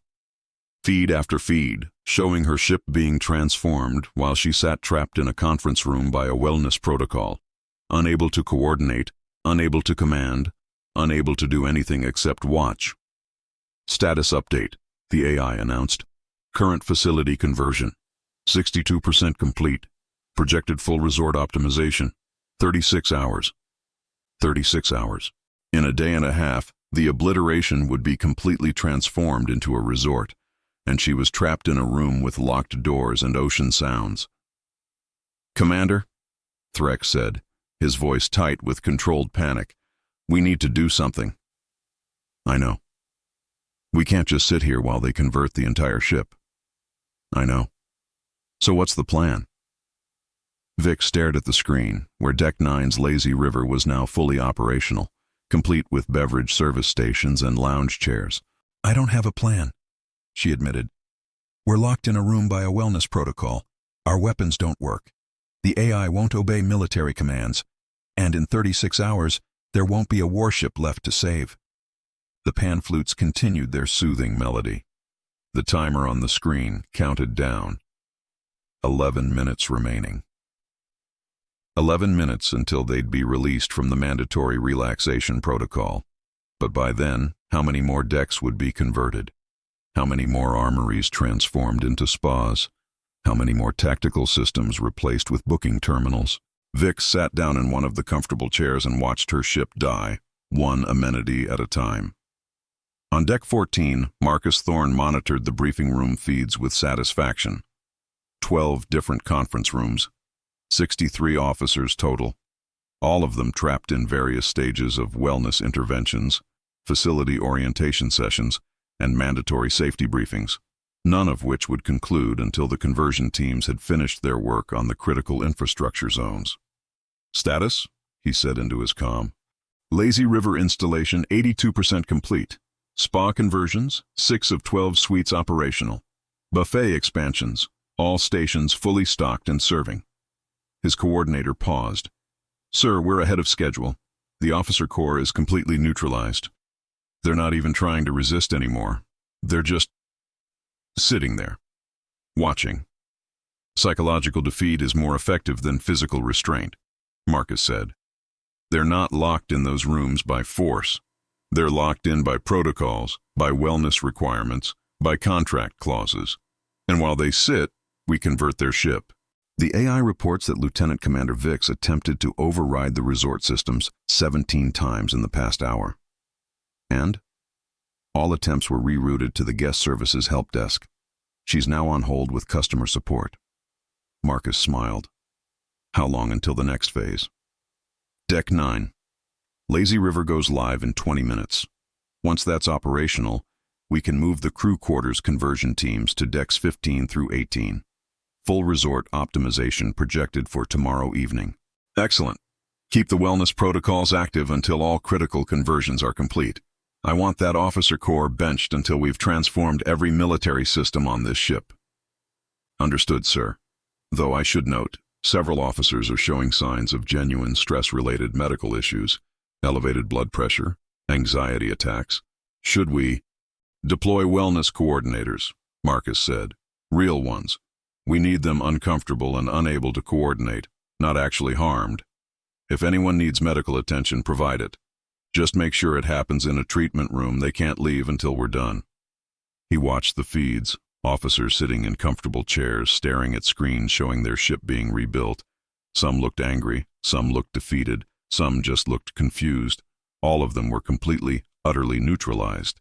Not by weapons, not by force, by comfort, by protocols, by the relentless, methodical conversion of every military asset into a resort amenity.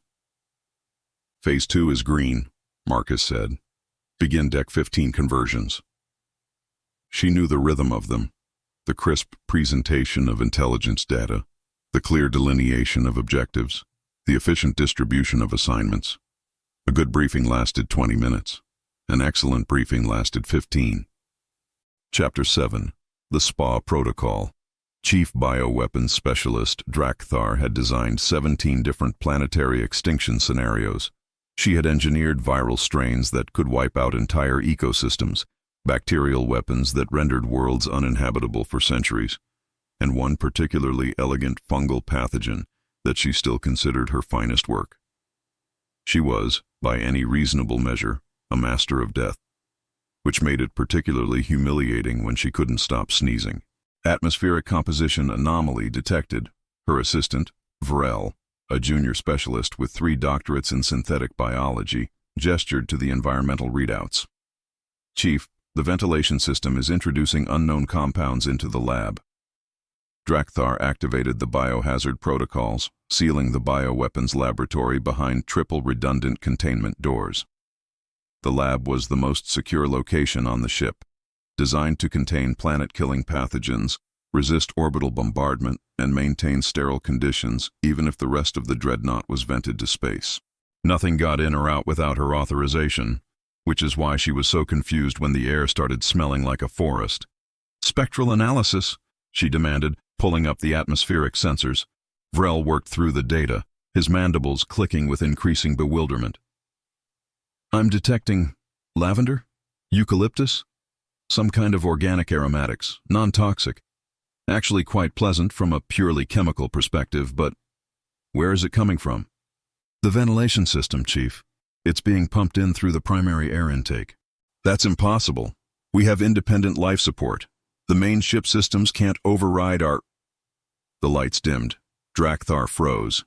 In a bioweapons lab, sudden lighting changes meant one of 2 things: catastrophic power failure or deliberate sabotage. Both were equally terrifying when you were surrounded by enough engineered death to sterilize a solar system. Emergency lighting activate, she barked. The lights didn't activate. Instead, they shifted, transitioning from harsh white fluorescence to soft, warm LED arrays that cast the entire laboratory in golden, soothing illumination. What? Vrel stared at the ceiling. What is this? Before Drakthar could respond, sound began emanating from the lab's PA system, not the sharp klaxon of biohazard alerts or the crisp military announcements she was used to. Music, specifically, ethereal synth flutes layered over the sound of running water, accompanied by what her translator identified as Enya-style ambient meditation soundscape, circa Earth 1990s, remastered for optimal relaxation. Chief, Vrel said, his voice rising with panic, I think the humans have breached our security. Impossible. This lab is sealed, Triple redundant locks, biometric authentication. Even if they could override the door controls they'd need, the main containment door cycled open, not with the violent grinding of forced entry, but with a soft pneumatic hiss, as if the door had simply decided to welcome guests. Through the opening stepped 6 humans in white uniforms. They weren't armed. They carried no weapons, no tactical gear, no obvious threat. Instead, they pushed rolling carts laden with towels, bottles of mysterious liquids, and what appeared to be smooth, heated stones. The lead human, female, mid-40s, wearing a name tag that read Serenity Spa Specialist, smiled with professional warmth. "Good evening," she said pleasantly. "We're here from the Wellness Division to address some concerning biometric readings from this sector. I'm a senior esthetician with the UEHC.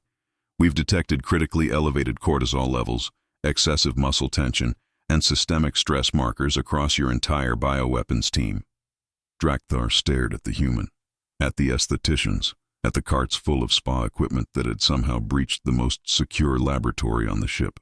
"This is a restricted military facility," she said slowly. "You are not authorized to be here. Leave immediately or I will—" "Your cortisol levels are in direct violation of the wellness mandate, Commander," the esthetician interrupted, consulting a tablet. "We are initiating aggressive relaxation. Please do not resist the loofah." "The what?" The estheticians moved with coordinated precision.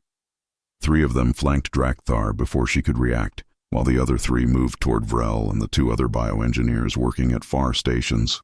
"Wait," Drakthar said, backing away toward a workstation covered in sealed pathogen samples. "You can't just—" One esthetician produced what appeared to be a spray bottle and misted the air between them. The smell of eucalyptus intensified dramatically. Drakthar's respiratory system, already irritated by the aromatic infiltration, responded by triggering a massive sneeze. In that moment of distraction, the other 2 estheticians moved in. "The treatment will be more comfortable if you cooperate," one of them said gently, guiding Drakthar away from the workstation with surprising physical strength. "But cooperation is not required." "Get off me!" Drakthar tried to activate her comm implant, only to discover that it had been disabled, remotely overridden by the same systems that had unlocked her lab. "Security, intruders in the bioweapons facility." No response. The estheticians guided her to a chair that hadn't been there 30 seconds ago, a comfortable reclining chair that one of them had apparently rolled in while she wasn't looking. "Your stress response is severely elevated," the lead esthetician said, now standing beside her with a warm, damp towel. "This is a serious wellness violation. We'll begin with a calming facial treatment to reduce tension, followed by a deep tissue massage focused on your primary stress nodes." "I don't have stress nodes. I'm a bioweapons specialist. I design extinction-level pathogens. I don't need a facial." "Everyone needs facials, Commander, especially those working in high-stress military environments." The esthetician placed the warm towel across Drakthar's face with practiced efficiency. "Now please breathe deeply and try to relax. Fighting the treatment only prolongs the process." Drakthar tried to remove the towel. Her arms wouldn't cooperate. She looked down and realized that another esthetician had begun applying what appeared to be a thick, cool paste to her limbs. "What is that?" she demanded, her voice muffled by terry cloth. "Mud bath compound," came the calm response. "Rich in mineral content. Excellent for reducing inflammation and promoting muscular relaxation. You'll feel a slight restriction of movement as it sets. This is normal and intentional." The paste hardened rapidly, forming a firm but not uncomfortable cocoon around her arms and torso. Within seconds, Drakthar found herself completely immobilized in a reclining chair, face covered by a warm towel, body encased in therapeutic mud, while ethereal flute music played softly in the background. "This is a violation of the Intergalactic Convention on Biological Warfare," she tried to say. What came out was, "I'm glad you're starting to relax," the esthetician said, apparently interpreting muffled outrage as cooperation. "Now, I'm going to apply cucumber slices to reduce ocular stress. You'll feel a cooling sensation across your primary visual organs." Cool, damp discs were placed across all 8 of Drakthar's eyes with meticulous precision. And despite every tactical instinct screaming at her to resist, despite her training and her rank and her responsibilities as the ship's chief bioweapons specialist, it actually felt kind of nice. The warmth of the towel, the cooling cucumber slices, the surprisingly pleasant constriction of the mud bath, and underneath it all, the relentless, pervasive scent of lavender and eucalyptus that had transformed her sterile laboratory into something that smelled like an Earth-style botanical garden. "Your heart rate is decreasing," the esthetician noted with satisfaction. "Excellent. Breathing is stabilizing. Muscle tension dropping by 12%. The treatment is working as intended." Drakthar tried to form a coherent protest. What emerged was a long, involuntary sigh that suggested her body had decided to betray her in favor of aggressive relaxation. "Very good, Commander. Now just let the treatment work. We'll move on to the deep tissue massage in approximately 15 minutes, once the mud has fully cured." Through the cucumber slices and towel, Drakthar could hear her assistant Vrel experiencing a similar fate, his protests growing progressively weaker as the estheticians applied their aggressive wellness protocols with ruthless efficiency. "Chief," Vrel called out weakly, Are we being attacked?" "Yes," Drakthar managed to say. Should we fight back?" Drakthar considered the question. She was immobilized in hardened mud, her face covered in skincare products, her stress levels dropping despite her best efforts to remain militarily alert. "I don't think we can," she admitted. The Enya-style flutes continued their soothing melody. The lavender-eucalyptus mix filled her respiratory system, and Chief Bioweapons Specialist Drakthar, master of planetary extinction, designer of 17 apocalypse scenarios, surrendered to the SPA protocol. In the monitoring station, Marcus Thorne watched the bioweapons lab feeds with quiet satisfaction. All 4 bioengineers were now fully immobilized, encased in therapeutic mud, faces covered in various skincare treatments, stress indicators dropping toward baseline across the board. "Status?" he said into his comm. "Bioweapons facility neutralized," came the response from his wellness coordinator. "All personnel successfully treated. No resistance. Actually, I think the chief specialist is falling asleep. How long will the treatments last?" "Standard SPA protocol. 90 minutes for initial relaxation phase, followed by massage therapy, then a mandatory rest period of 2 to 3 hours. We're looking at 4 to 5 hours total before they're mobile again." "And the pathogens?" "All samples secured. We've had our hazmat teams relocate the dangerous materials to proper containment while the bioengineers are indisposed. The lab itself is being converted into SPA Suite C as we speak." Marcus pulled up the conversion timeline. The bioweapons facility, one of the most secure, most dangerous locations on the ship, was being systematically transformed. Pathogen storage units were being removed. Sterile workstations were being replaced with massage tables. The harsh fluorescent lighting was already upgraded to the soft, warm LED arrays. In 6 hours, there would be no bioweapons lab. There would only be a luxury spa. "Excellent work," Marcus said. "Begin Phase 3 conversions on decks 16 through 19. If we can neutralize the bioweapons team with spa treatments, we can neutralize anyone." "Understood, sir. Though I should note, the chief specialist's biometric data shows she's actually enjoying the treatment now.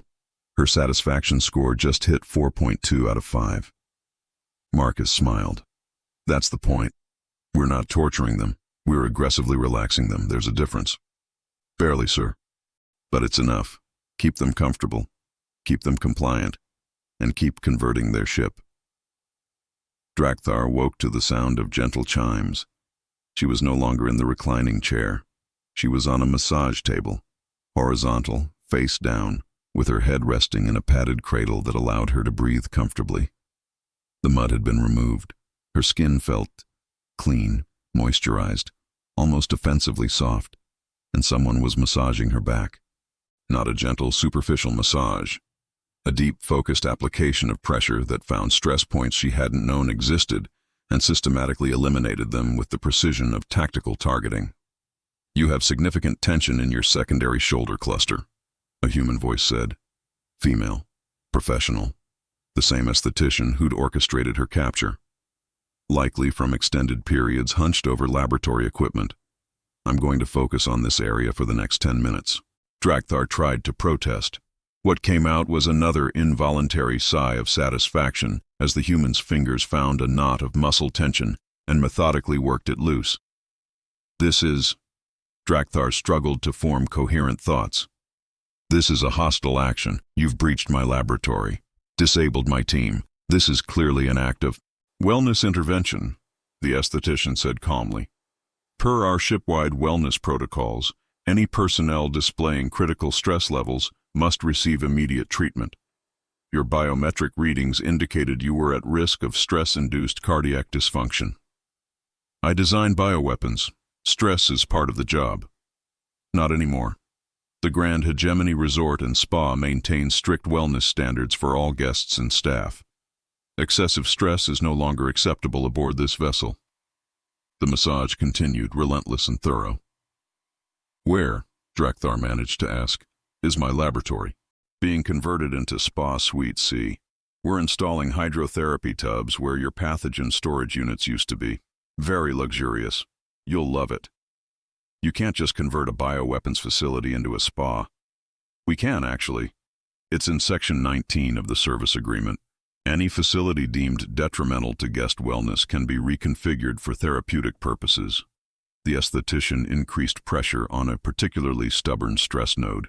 Your lab was flagged as a high-stress environment. Therefore, conversion was mandatory. Drakthar wanted to argue. Wanted to explain that you couldn't just eliminate a critical military asset because it was high stress. Wanted to order this human to stop touching her and restore her laboratory immediately. But the massage was so good, and the lavender smell was so calming, and her cortisol levels were so blessedly, impossibly low. Commander, the esthetician said gently, I need you to roll over so I can work on your anterior stress clusters. Drakthar rolled over. She hated herself for it, but she rolled over.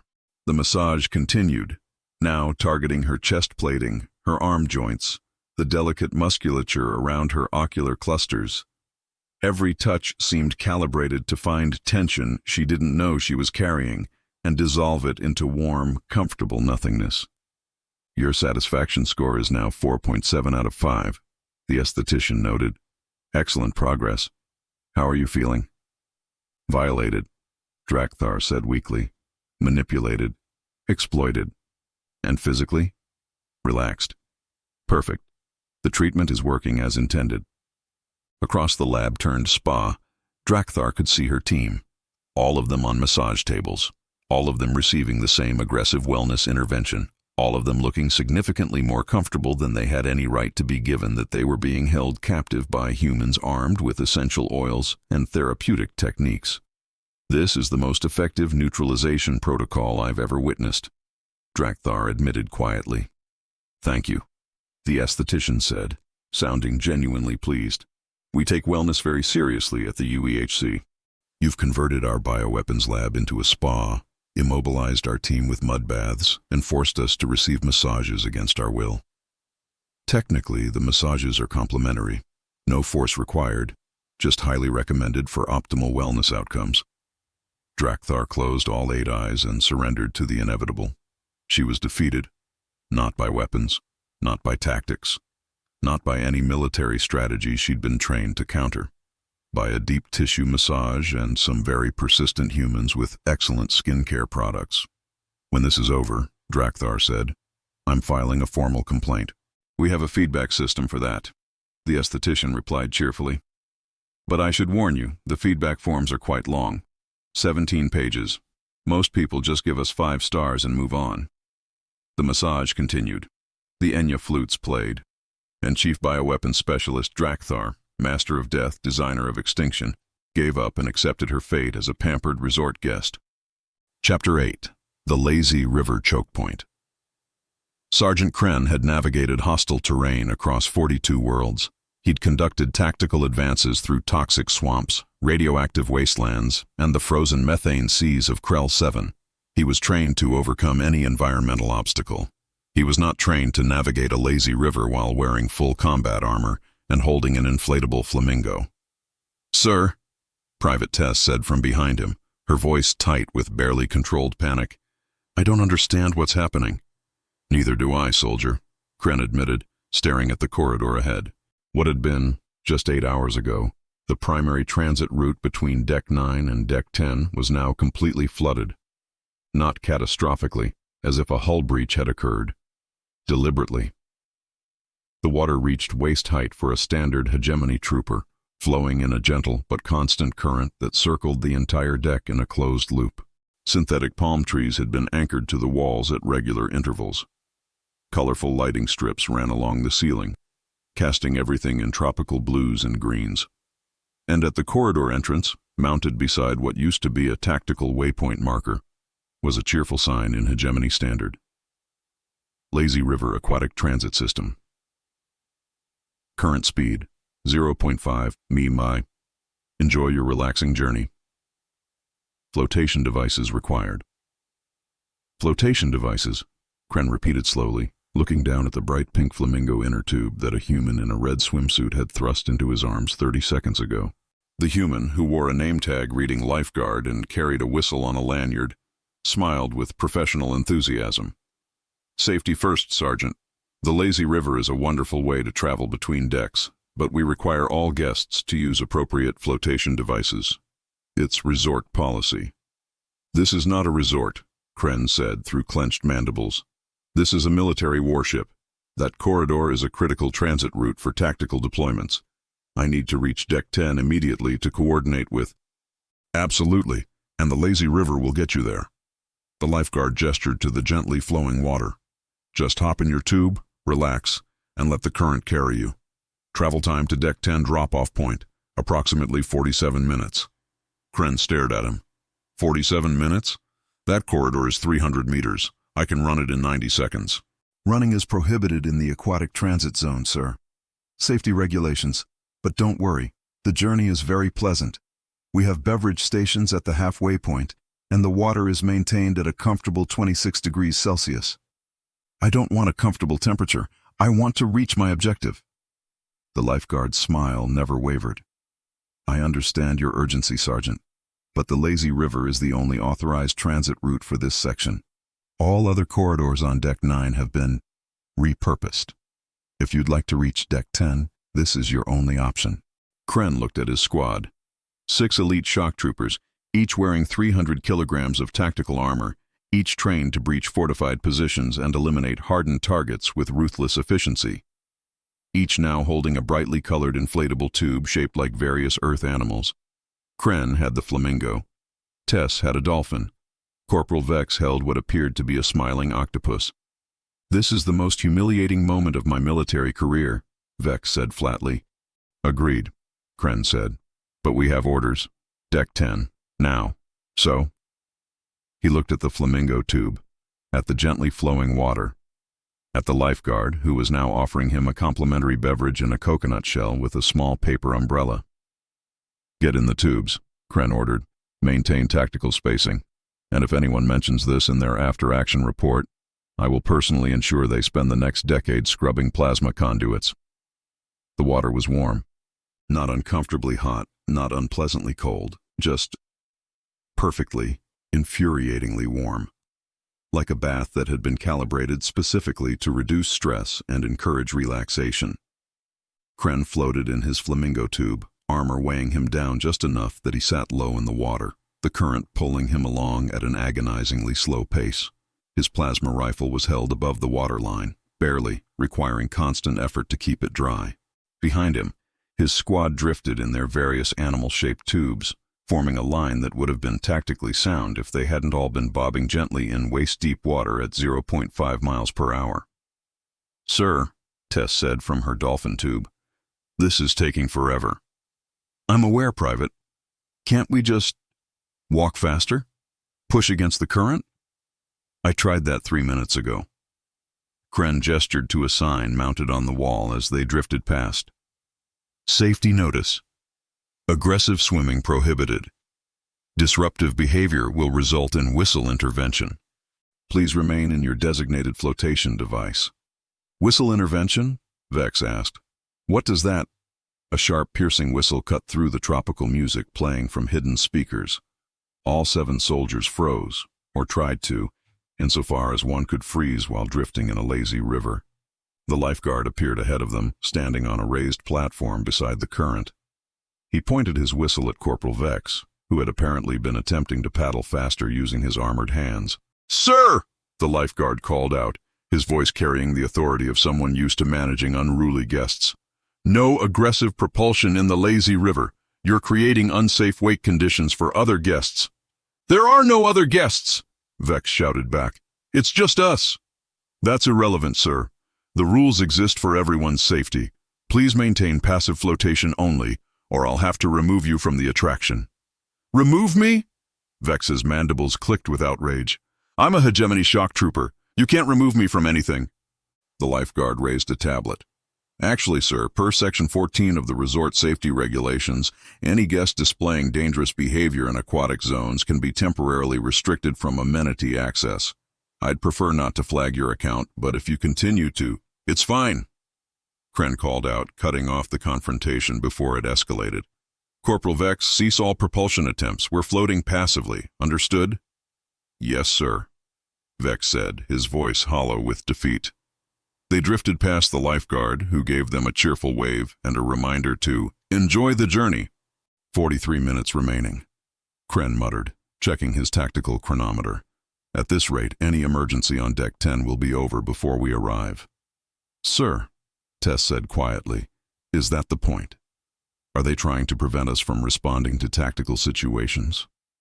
Kren looked at the palm trees, at the colored lights, at the beverage station they were slowly approaching, a floating bar anchored in the middle of the current, staffed by a human in a floral shirt who was cheerfully mixing drinks in tall glasses.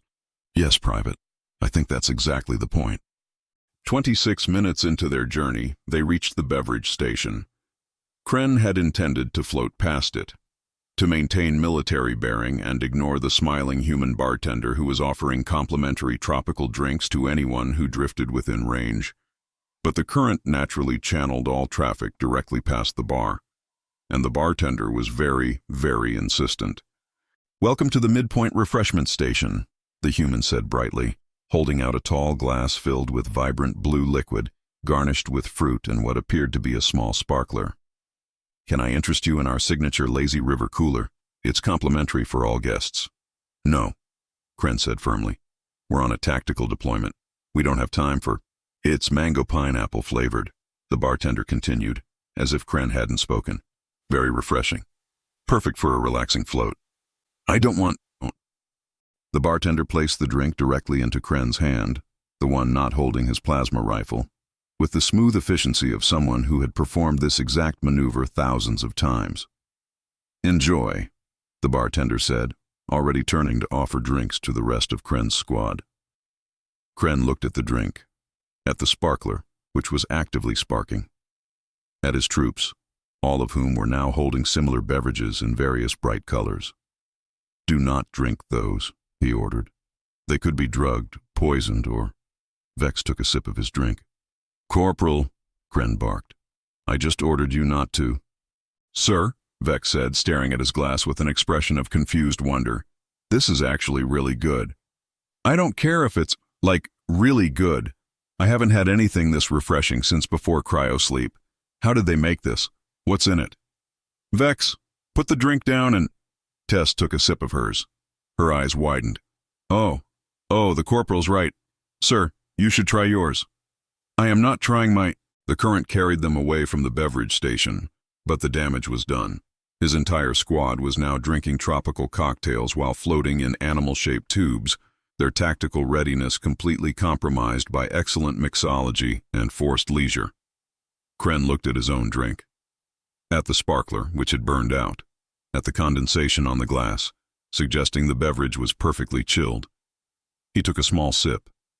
It was, objectively, the best drink he'd ever tasted. 19 minutes remaining, he said hollowly, surrendering to the inevitable. They arrived at the Deck 10 drop-off point 47 minutes after entering the lazy river. Kren pulled himself from the water, his armor squelching with each step. Tropical drink, now empty, still clutched in one hand, pink flamingo tube trailing behind him as he struggled onto the platform. His squad followed, equally waterlogged, equally defeated. A human stood at the exit, another lifeguard, this one holding a tablet. "Welcome to Deck 10, she said cheerfully. "I hope you enjoyed your journey. Before you proceed, I need you to complete a quick satisfaction survey about your lazy river experience." "No," Kren said flatly. "It's very brief, just 5 questions." I said no. "We have a tactical objective on this deck. We're already 47 minutes behind schedule. We don't have time for a survey." The lifeguard's smile didn't waver. "I understand your urgency, Sergeant. However, the exit gate won't open until the survey is completed. It's resort policy." Kren looked at the gate blocking the corridor, a simple mechanical barrier easily breached by plasma fire or brute force. Except his plasma rifle had been soaked for the past 47 minutes and might not fire reliably, and brute force would likely trigger the same VIP protection protocols that had locked all their weapons during previous confrontations. He looked at the survey, at the 5 questions displayed on the tablet. 1. How would you rate your overall lazy river experience? 2. Was the water temperature comfortable? 3. Did our beverage service meet your expectations? 4. Would you recommend the lazy river to other guests? 5. Any additional comments or suggestions? "If I complete this survey," Kren said carefully, "you'll open the gate?" "Absolutely, and thank you for your feedback. It really helps us improve our services." Kren took the tablet. He answered all 5 questions with the minimum possible effort, selecting 3 neutral for every rating, typed no comments in the text field, and thrust the device back at the lifeguard. "There, open the gate." The lifeguard reviewed his responses, her smile faltering slightly. "Oh, you gave us all 3s. That's below our target satisfaction score." "I don't care about your satisfaction score. Open the gate."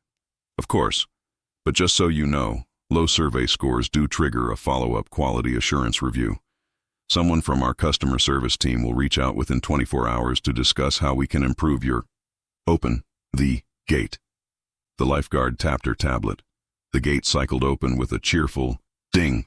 Kren led his squad through, leaving puddles of water and deflated inner tubes in their wake.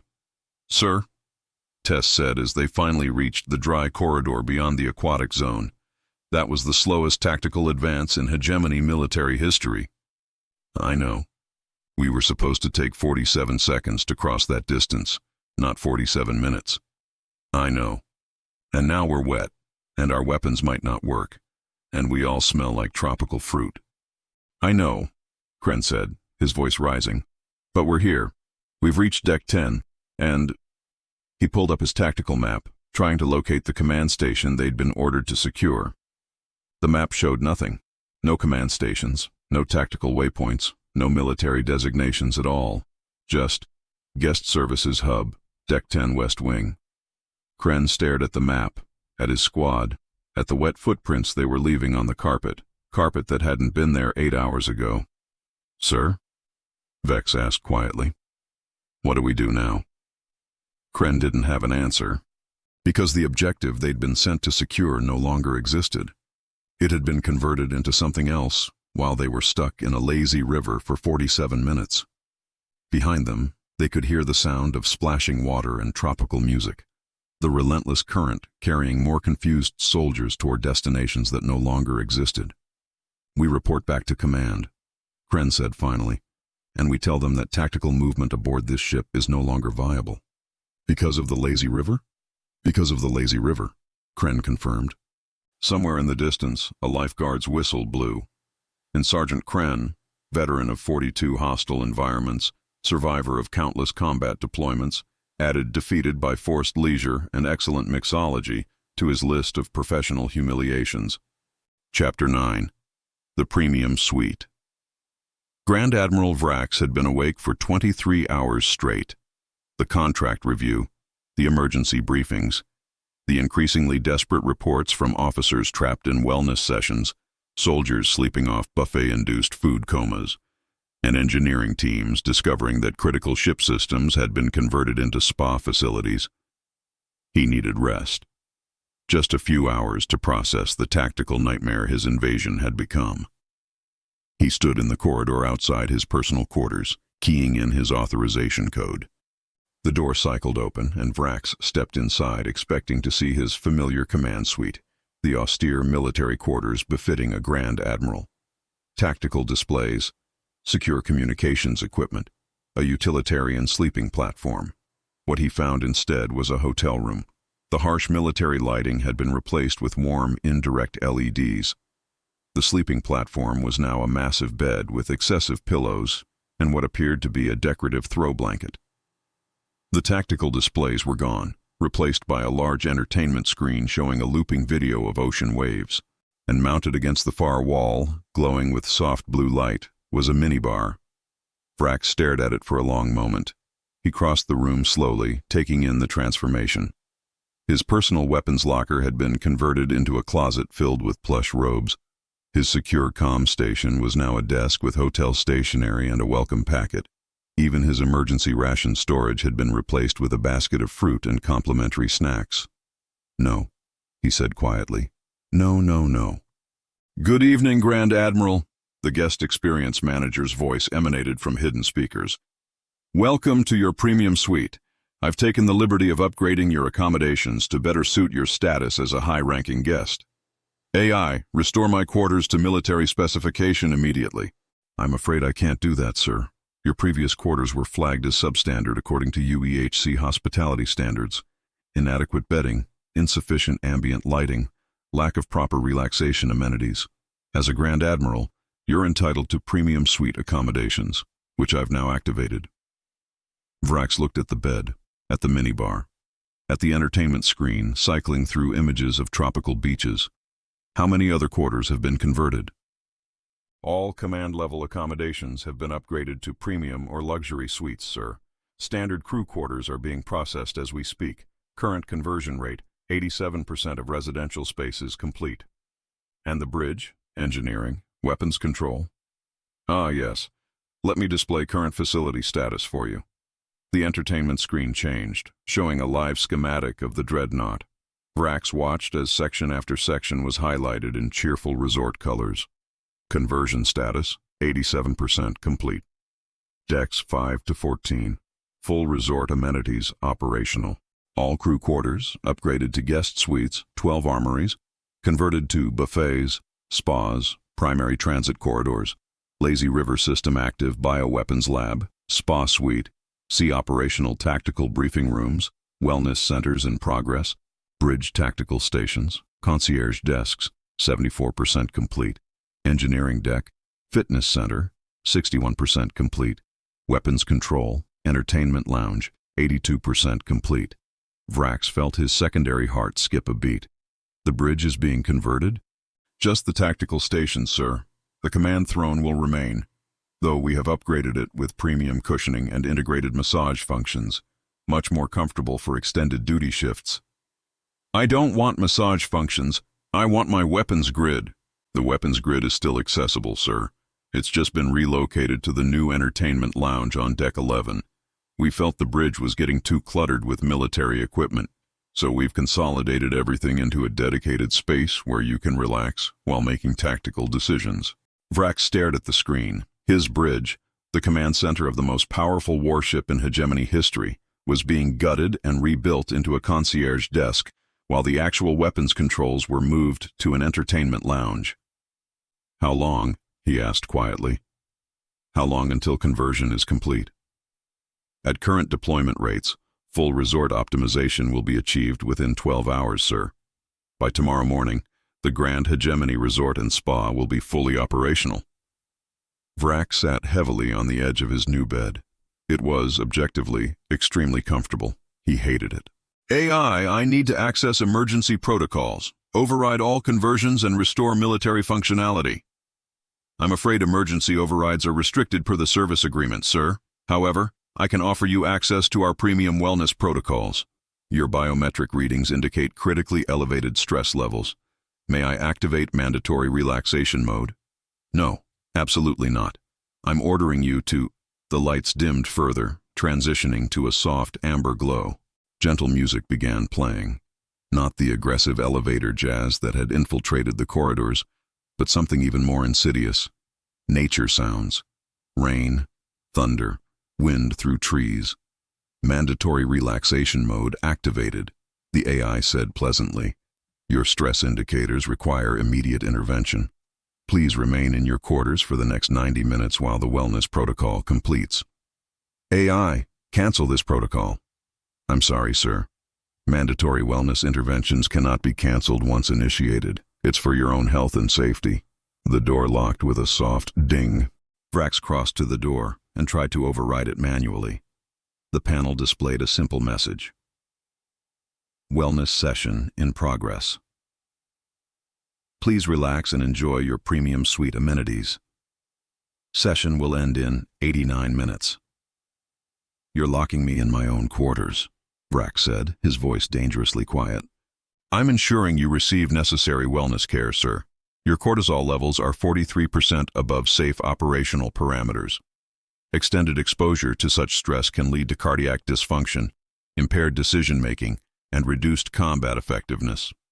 90 minutes of enforced relaxation will bring your biometrics back to acceptable ranges. Vrax looked around the suite. At the locked door. At the comfortable bed.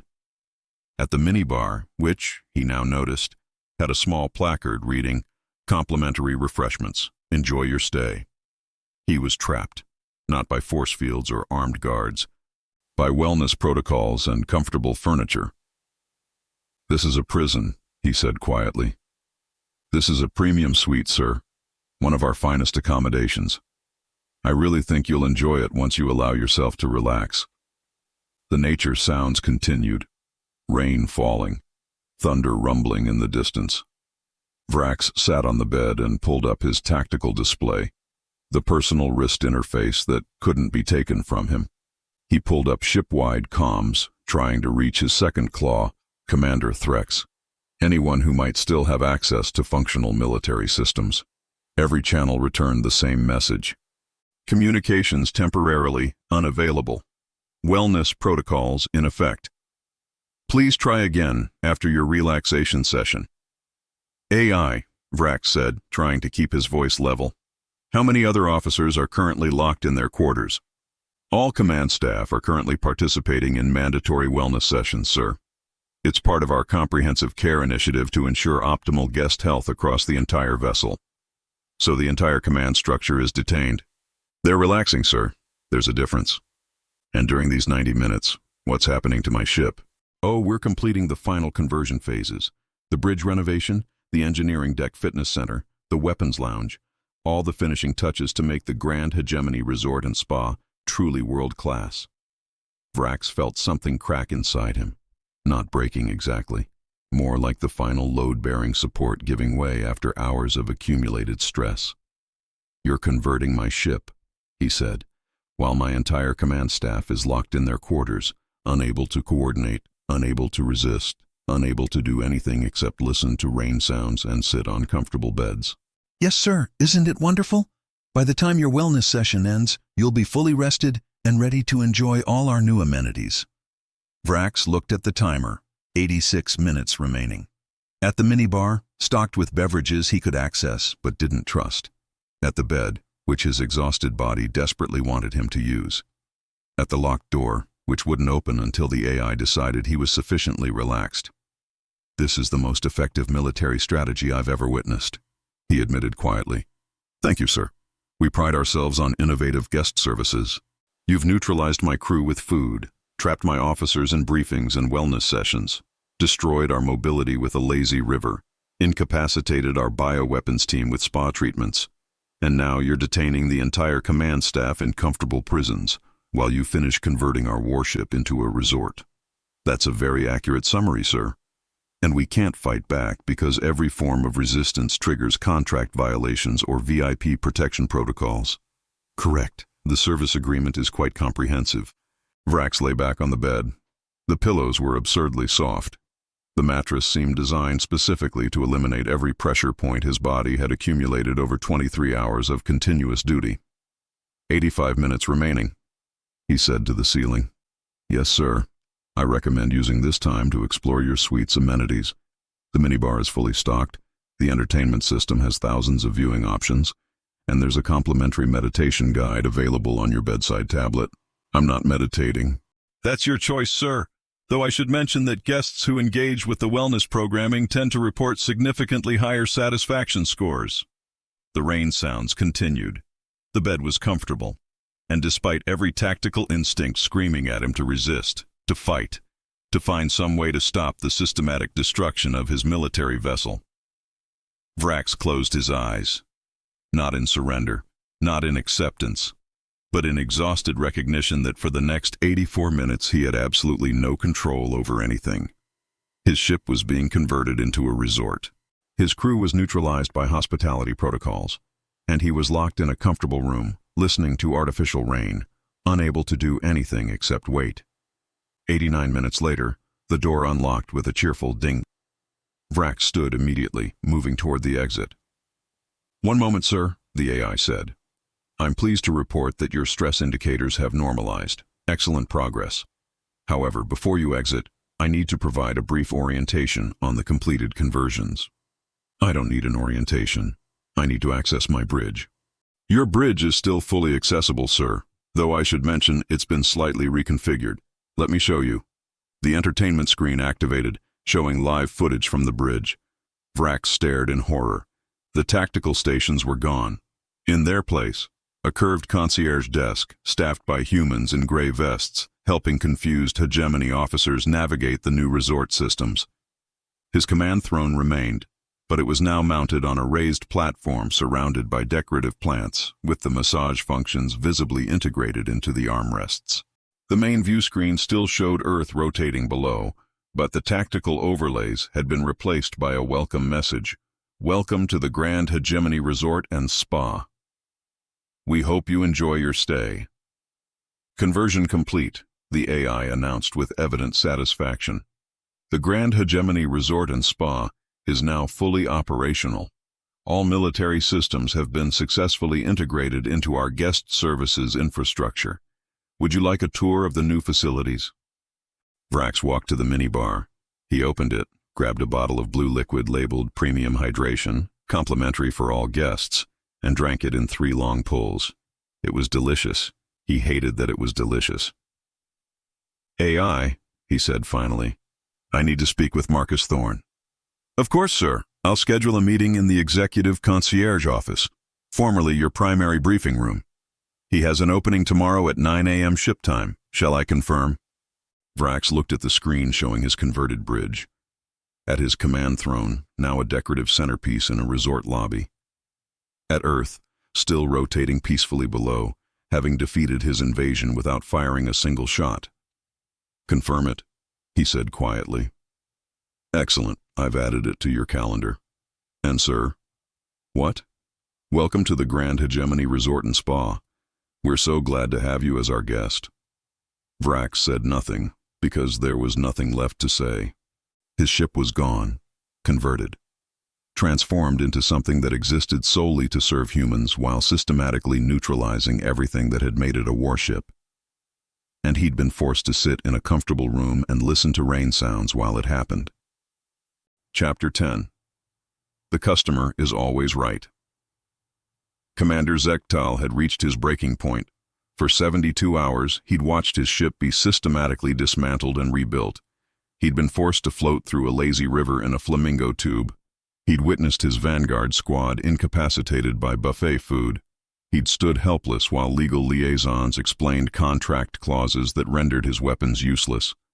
But he had not once, attempted to actually fire those weapons at Earth. That was about to change.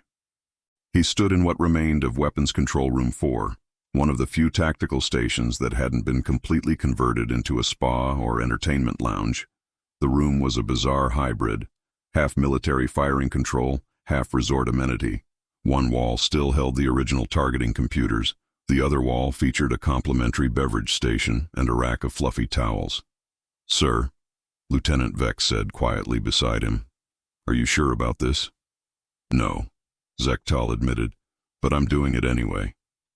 He approached the primary firing console. The one system that still, theoretically, had direct hardline access to the orbital kinetic batteries. The UEHC had converted most of the ship's offensive capabilities, but this console predated their infiltration. It was old, redundant, built into the hull during original construction. It should work. It had to work. Zektal entered his command authorization code. The console powered up with a familiar hum, a sound he hadn't heard in days. Military-grade systems coming online, tactical protocols engaging. Targeting parameters? Vex asked, moving to the secondary station. Earth's primary orbital defense satellite cluster, grid reference Delta 7. If we can take out their comm network, we might disrupt whatever coordination they're using to manage this hostile takeover. Weapon status? Zektal checked the readout. Battery 7 is still online. Reduced capacity but functional. We have 3 kinetic rounds available. It's not much, but it's something. Vex finished. It's something, Zektal agreed. He pulled up the targeting interface. The satellite cluster appeared on his display, clean, crisp, vulnerable. He plotted the firing solution with practiced efficiency. Trajectory calculated, power levels optimized, countdown sequence ready. Firing authorization, Zektal said, entering his command code. Initiate launch sequence. The console beeped, not the sharp military acknowledgement tone he expected. A soft, friendly beep, like a customer service kiosk. Weapons discharge, request received. Processing. Please wait while we verify your request. Zektal stared at the screen. What is this? The display changed. Customer satisfaction. Survey. Before we can process your orbital bombardment request, we need to gather some feedback about your experience aboard the Grand Hegemony Resort and Spa. This brief survey will take approximately 10-15 minutes to complete. Your input helps us maintain the highest standards of guest services.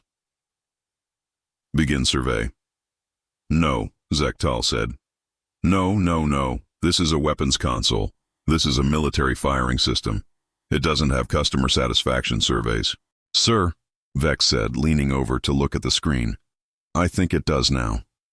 Zektal tried to bypass the survey. He entered override codes. He attempted to access the backup firing protocols. He even tried physically rebooting the console. Every action returned him to the same screen. Customer satisfaction survey. Required. This is insane, Zektal muttered. I'm trying to launch a kinetic strike and they want me to rate my boarding experience? Maybe. Vex hesitated. Maybe we just fill it out? Complete the survey and then fire. We don't have time for... Notice, weapon systems will remain locked until survey completion.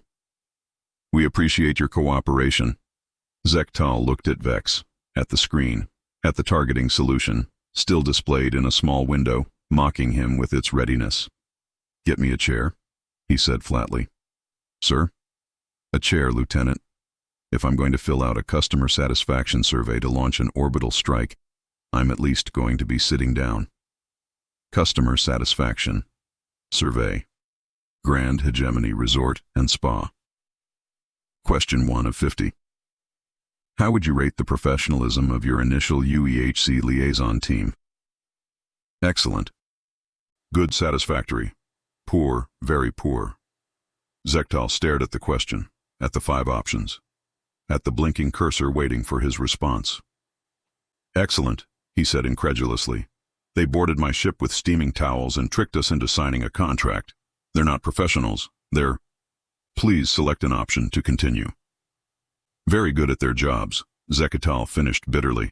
He selected excellent, because arguing with a survey seemed pointless. Question 2 of 50.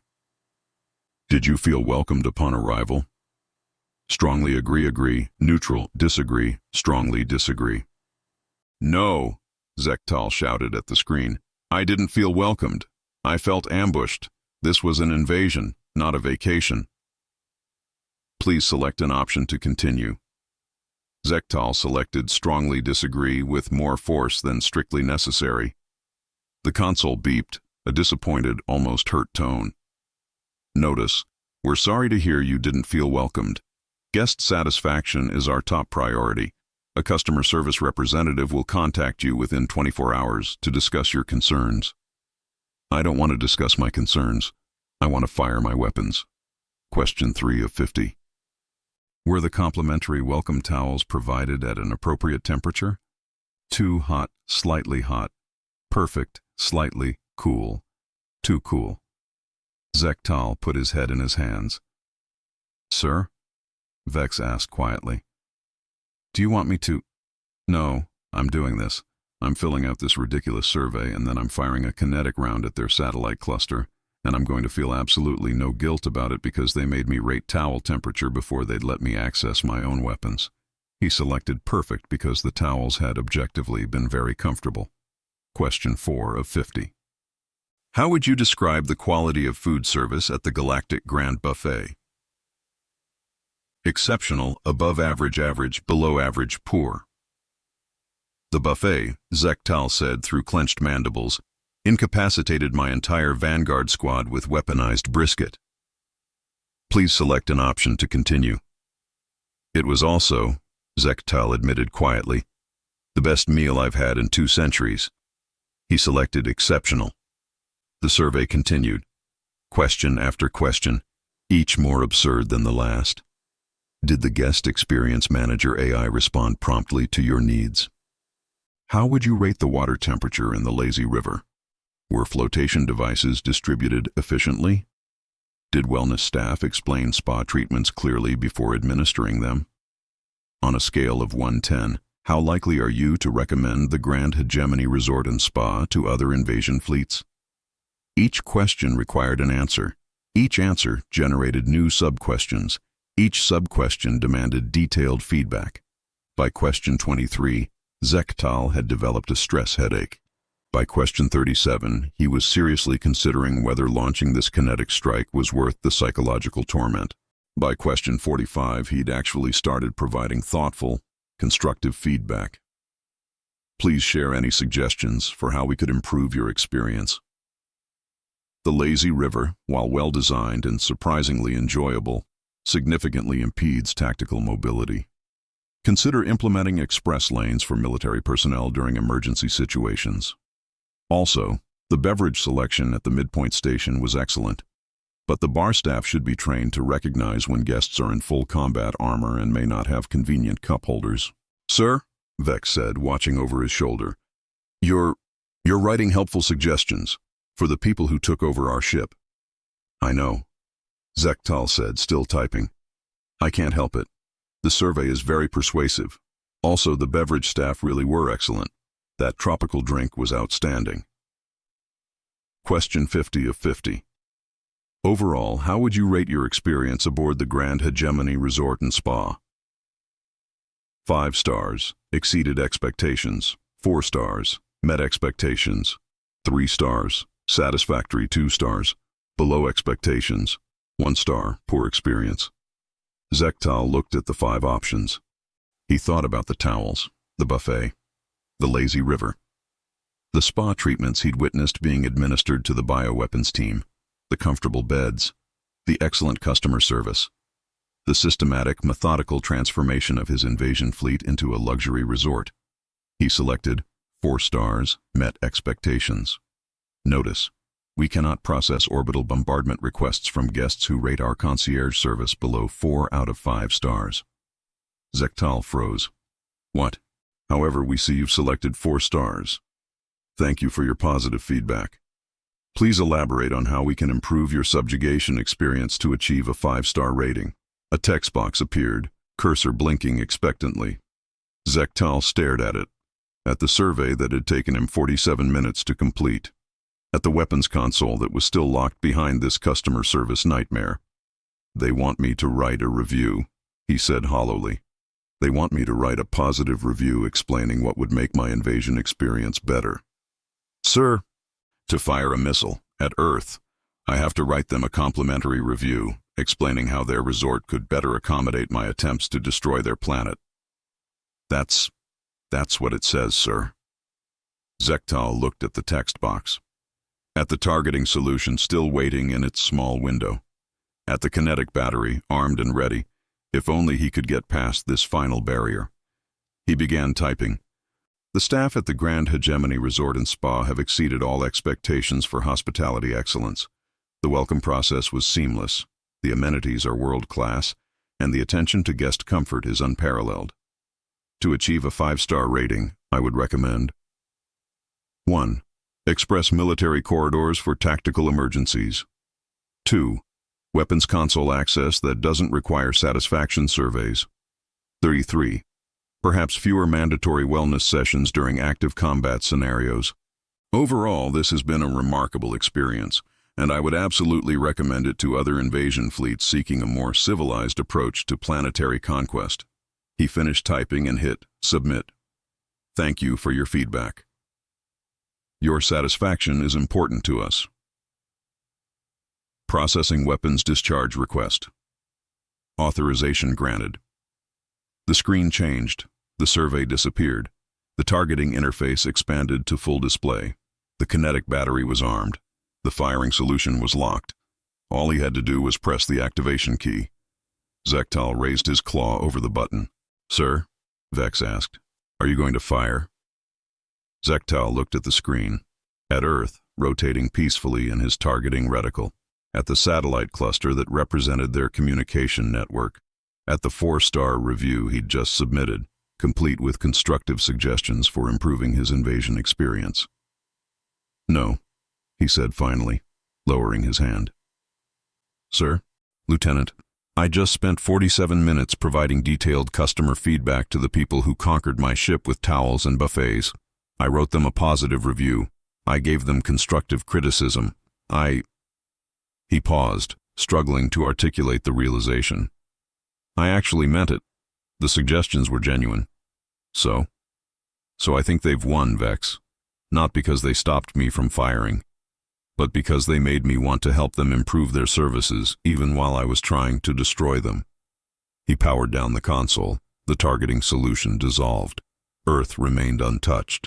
And Commander Zektal walked away from the weapons station, leaving behind a 4-star review and the last remnants of his military pride. In the monitoring station, Marcus Thorne reviewed the survey results with quiet satisfaction. Commander Zektal just completed the weapons authorization survey. His coordinator reported. 4 stars, extensive written feedback. Very thoughtful suggestions, actually. Did he fire the weapon? No, sir. He got authorization, then walked away. Marcus pulled up the transcript of Zektal's review, read the suggestions. The genuine, helpful tone of someone who'd been completely, systematically broken by customer service protocols. Send him a thank you message, Marcus said. Tell him we've forwarded his feedback to our facilities improvement team and that we're implementing his express military corridor suggestion on Deck 18. Sir, that seems... He took the time to give us constructive criticism while trying to launch a kinetic strike. The least we can do is show him we value his input. Marcus smiled. Plus, it reinforces the relationship. He's not an enemy anymore. He's a guest with opinions about our services. Understood, sir. Marcus closed the report and pulled up the ship-wide satisfaction scores. Average guest rating, 3.8 to 5. Not perfect, but trending upward. By the end of the week, he'd have an entire invasion fleet writing 5-star reviews while their empire crumbled around them. Chapter 11. Aggressive Poolside Service. Grand Admiral Vrax had called an emergency war council in the one room that still resembled something military. Conference Room 3 Delta, a small windowless briefing space on Deck 4 that the UEHC hadn't yet discovered or converted. At least that's what he'd hoped. He sat at the head of a folding table.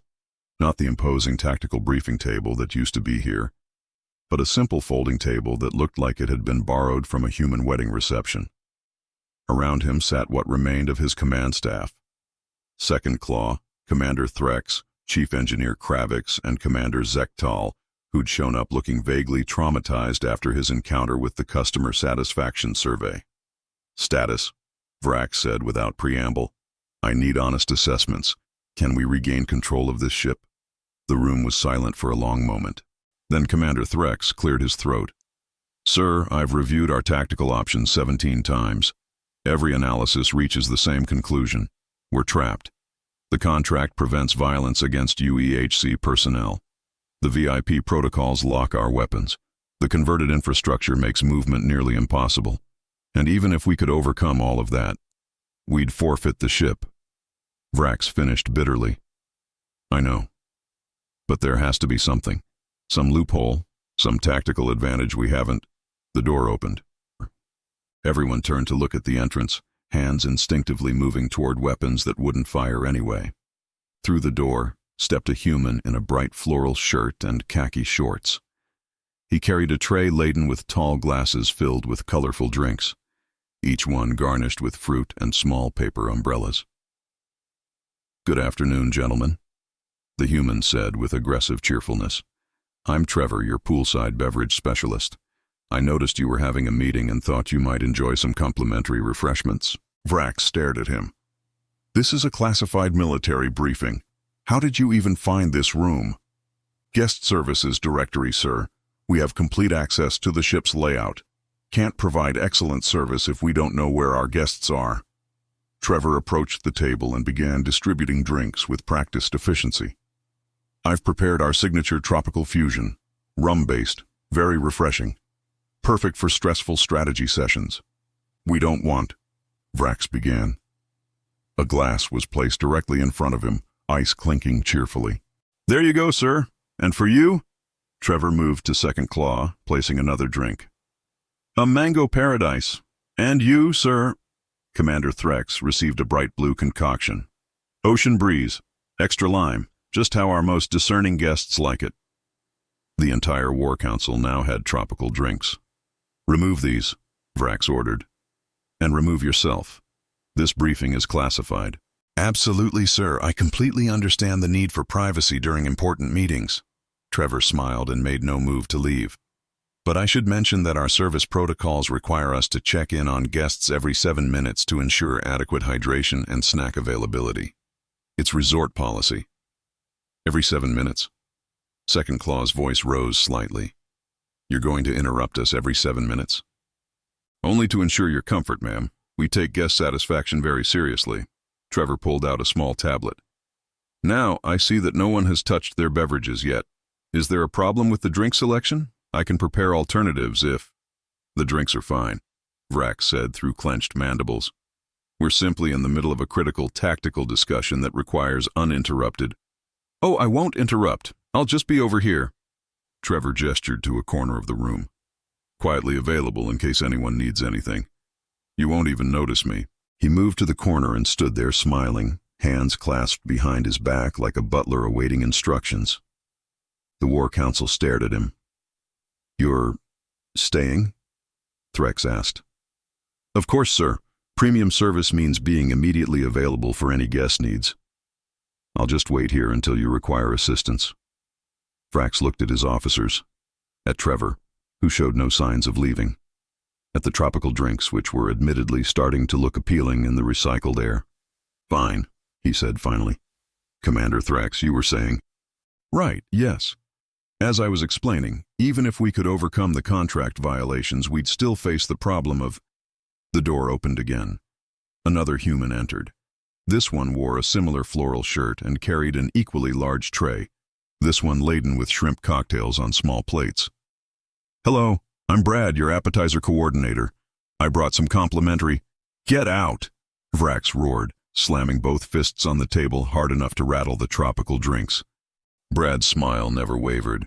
I understand you're in an important meeting, sir. That's exactly why we've deployed enhanced service protocols. Stressful discussions require proper nutrition to maintain cognitive function. These shrimp are excellent, chilled to exactly. We don't need shrimp. We need privacy. We need to coordinate a military response without humans constantly offering us food and drinks. I appreciate that feedback, sir. However, our service standards mandate. Your service standards don't apply to classified military briefings. Brad consulted his tablet. Actually, sir, per Section 27 of the Resort Guest Agreement, all areas of the vessel are subject to standard service protocols. There are no exceptions for classified military briefings. Would you like me to pull up the specific clause? Vrax felt his secondary heart accelerate dangerously. Chief Engineer, is there any way to lock this door? Kravix pulled up her tablet. The door controls have been integrated with the resort management system. I'd need to override the Guest Experience Manager AI, which would require a maintenance request form, Brad supplied helpfully. I can provide you with one. It's a simple 47-page document, usually processed within 5 to 7 business days. 47 pages to lock a door? It's very thorough, sir. Ensures we capture all relevant details for optimal service delivery. The door opened a third time. This arrival was a human female carrying an armful of fresh, fluffy towels. Hi there, I'm Jessica, your comfort specialist. I noticed the air circulation in this room might be causing... No. Vrax stood, his full 8-foot height towering over the small conference table. No more service, no more drinks, no more shrimp, no more towels. Everyone out. Jessica, Brad, and Trevor all exchanged glances. Sir, Jessica said gently, we understand you're experiencing elevated stress. That's exactly why we're here. Our wellness protocols specifically target high-stress scenarios like emergency military briefings. If you'll just allow us to, I'm ordering you to leave this room immediately. We can't do that, sir, Trevor said, still smiling. Guest service protocols supersede individual guest requests when wellness concerns are identified. Your biometric readings, he consulted his tablet, show heart rate elevated by 32%, stress hormone levels critical, and risk of cardiac dysfunction increasing. We're actually required by resort policy to remain here and ensure adequate stress mitigation. Vrax looked at his officers. They looked back, equally helpless. Can we physically remove them? He asked Second Claw quietly. She pulled up her own tablet, reviewing the contract clauses they'd spent days memorizing. Section 12B, Subsection 7. Physical contact with UEHC personnel constitutes assault under Intergalactic Trade Law. Violators subject to immediate asset forfeiture, including, but not limited to, vessels, equipment, and territorial holdings. So if I touch them, we lose the ship, instantly. What if we just ignore them? Continue our briefing? We can try, sir. Vrax sat back down. Fine. Everyone ignore the humans. Commander Threx, please continue your tactical assessment. Threx cleared his throat. Right. So as I was saying, our primary obstacle is... Excuse me, sir. Brad stepped forward. I really must insist you try the shrimp. It's been sitting out for nearly 4 minutes now, and our quality standards require... Ignore him, Vrax ordered. Threx, continue. Yes, sir. The primary obstacle is the conversion of our weapons systems. We've lost direct control of... Can I get anyone more ice? Trevor asked, moving toward the table. The drinks are best when properly chilled. Threx! Control of the kinetic batteries. Commander Zektal's experience with the customer satisfaction survey demonstrates that even nominal access is... Fresh towels, Jessica announced, draping a towel over Commander Zektal's shoulders. You looked warm, sir. This should help. Zektal froze, towel draped across his armor like a ceremonial cape. Is compromised by bureaucratic barriers that clink, clink, clink. Brad was rearranging the shrimp plates, the ice glasses making soft sounds against the table surface. That make any coordinated military response. Would anyone like a napkin? Trevor produced a stack of cloth napkins from somewhere. These are premium cotton blend, very soft. Stop, Vrax bellowed. All of you, stop moving. Stop talking. Stop offering us things.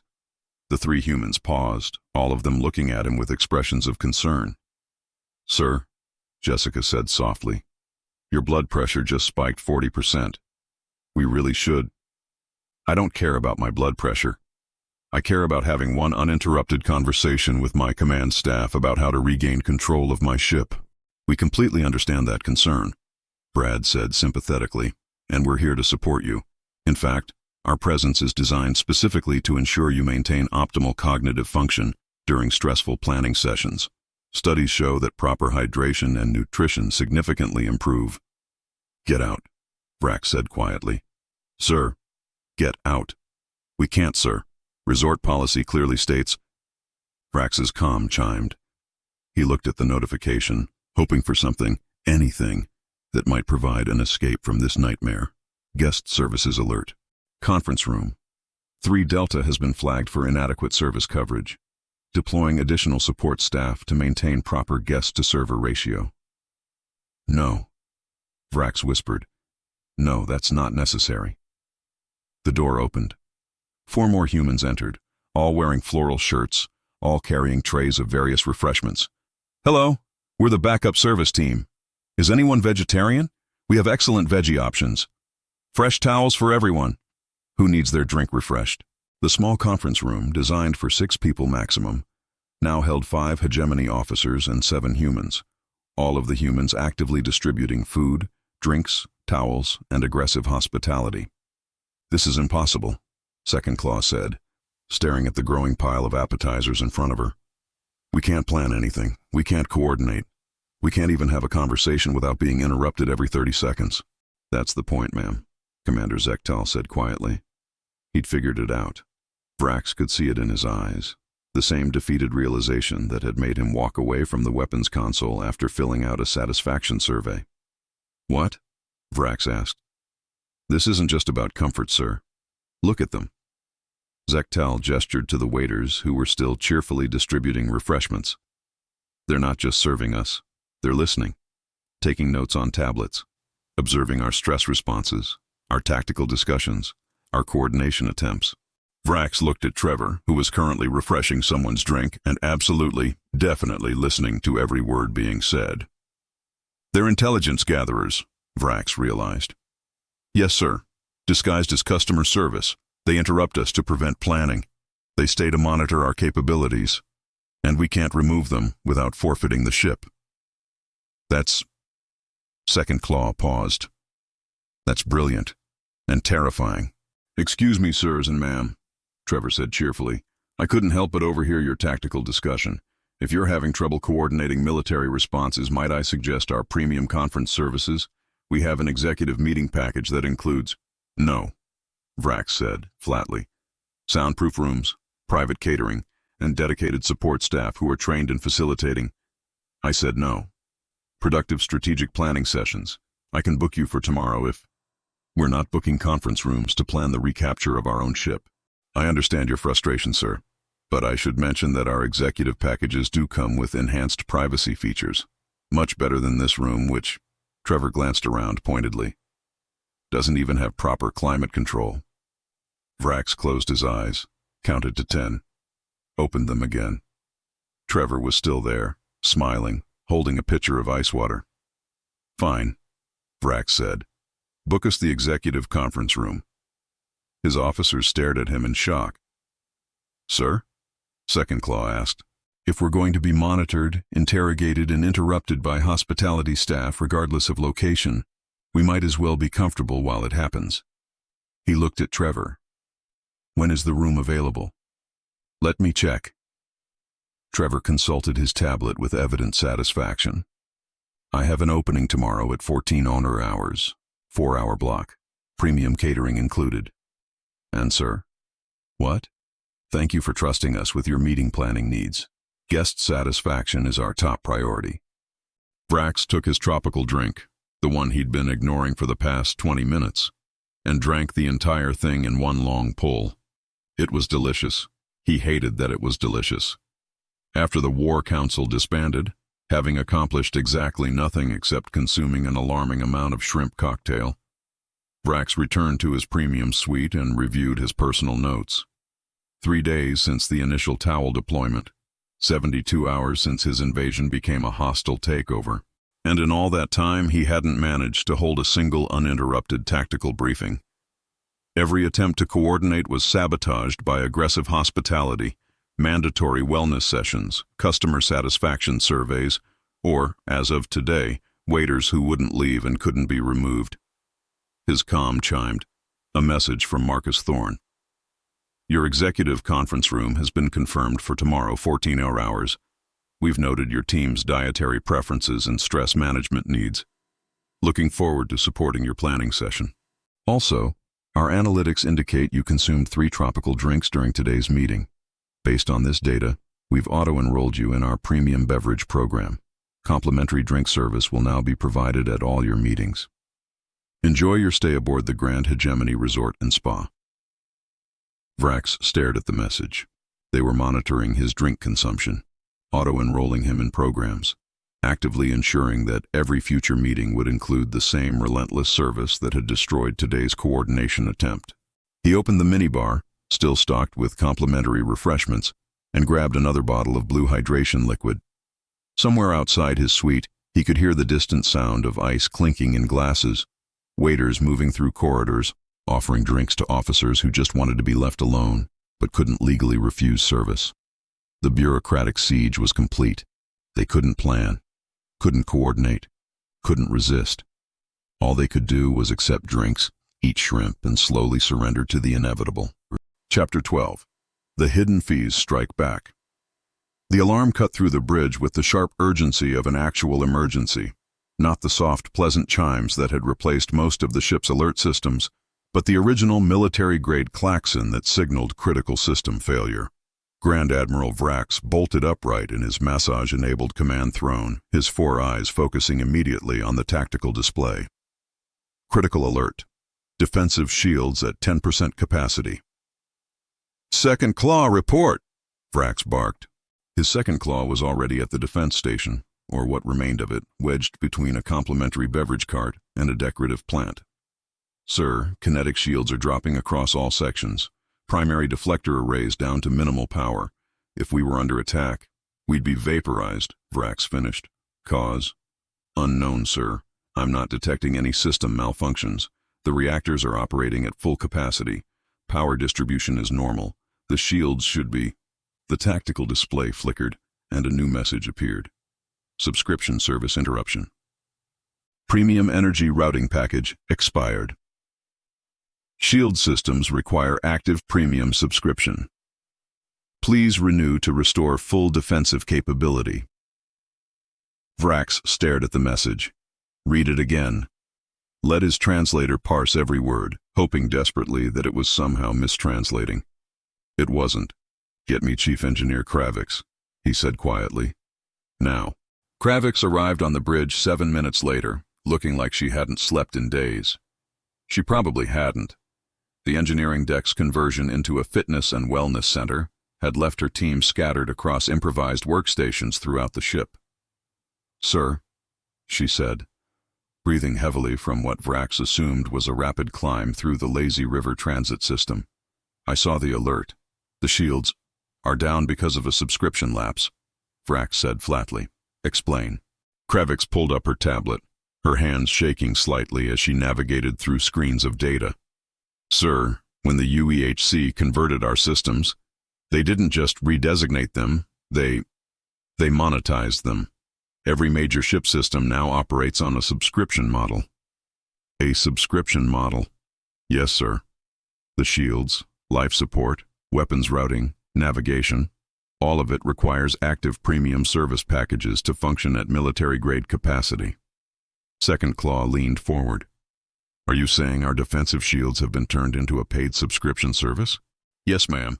The premium energy routing package specifically. It costs..." Kravix checked her tablet. 250,000 credits per day. Silence crashed across the bridge.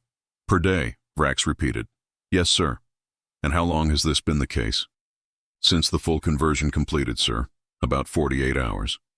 The UEHC provided a complimentary trial period, 72 hours of full defensive capability at no charge.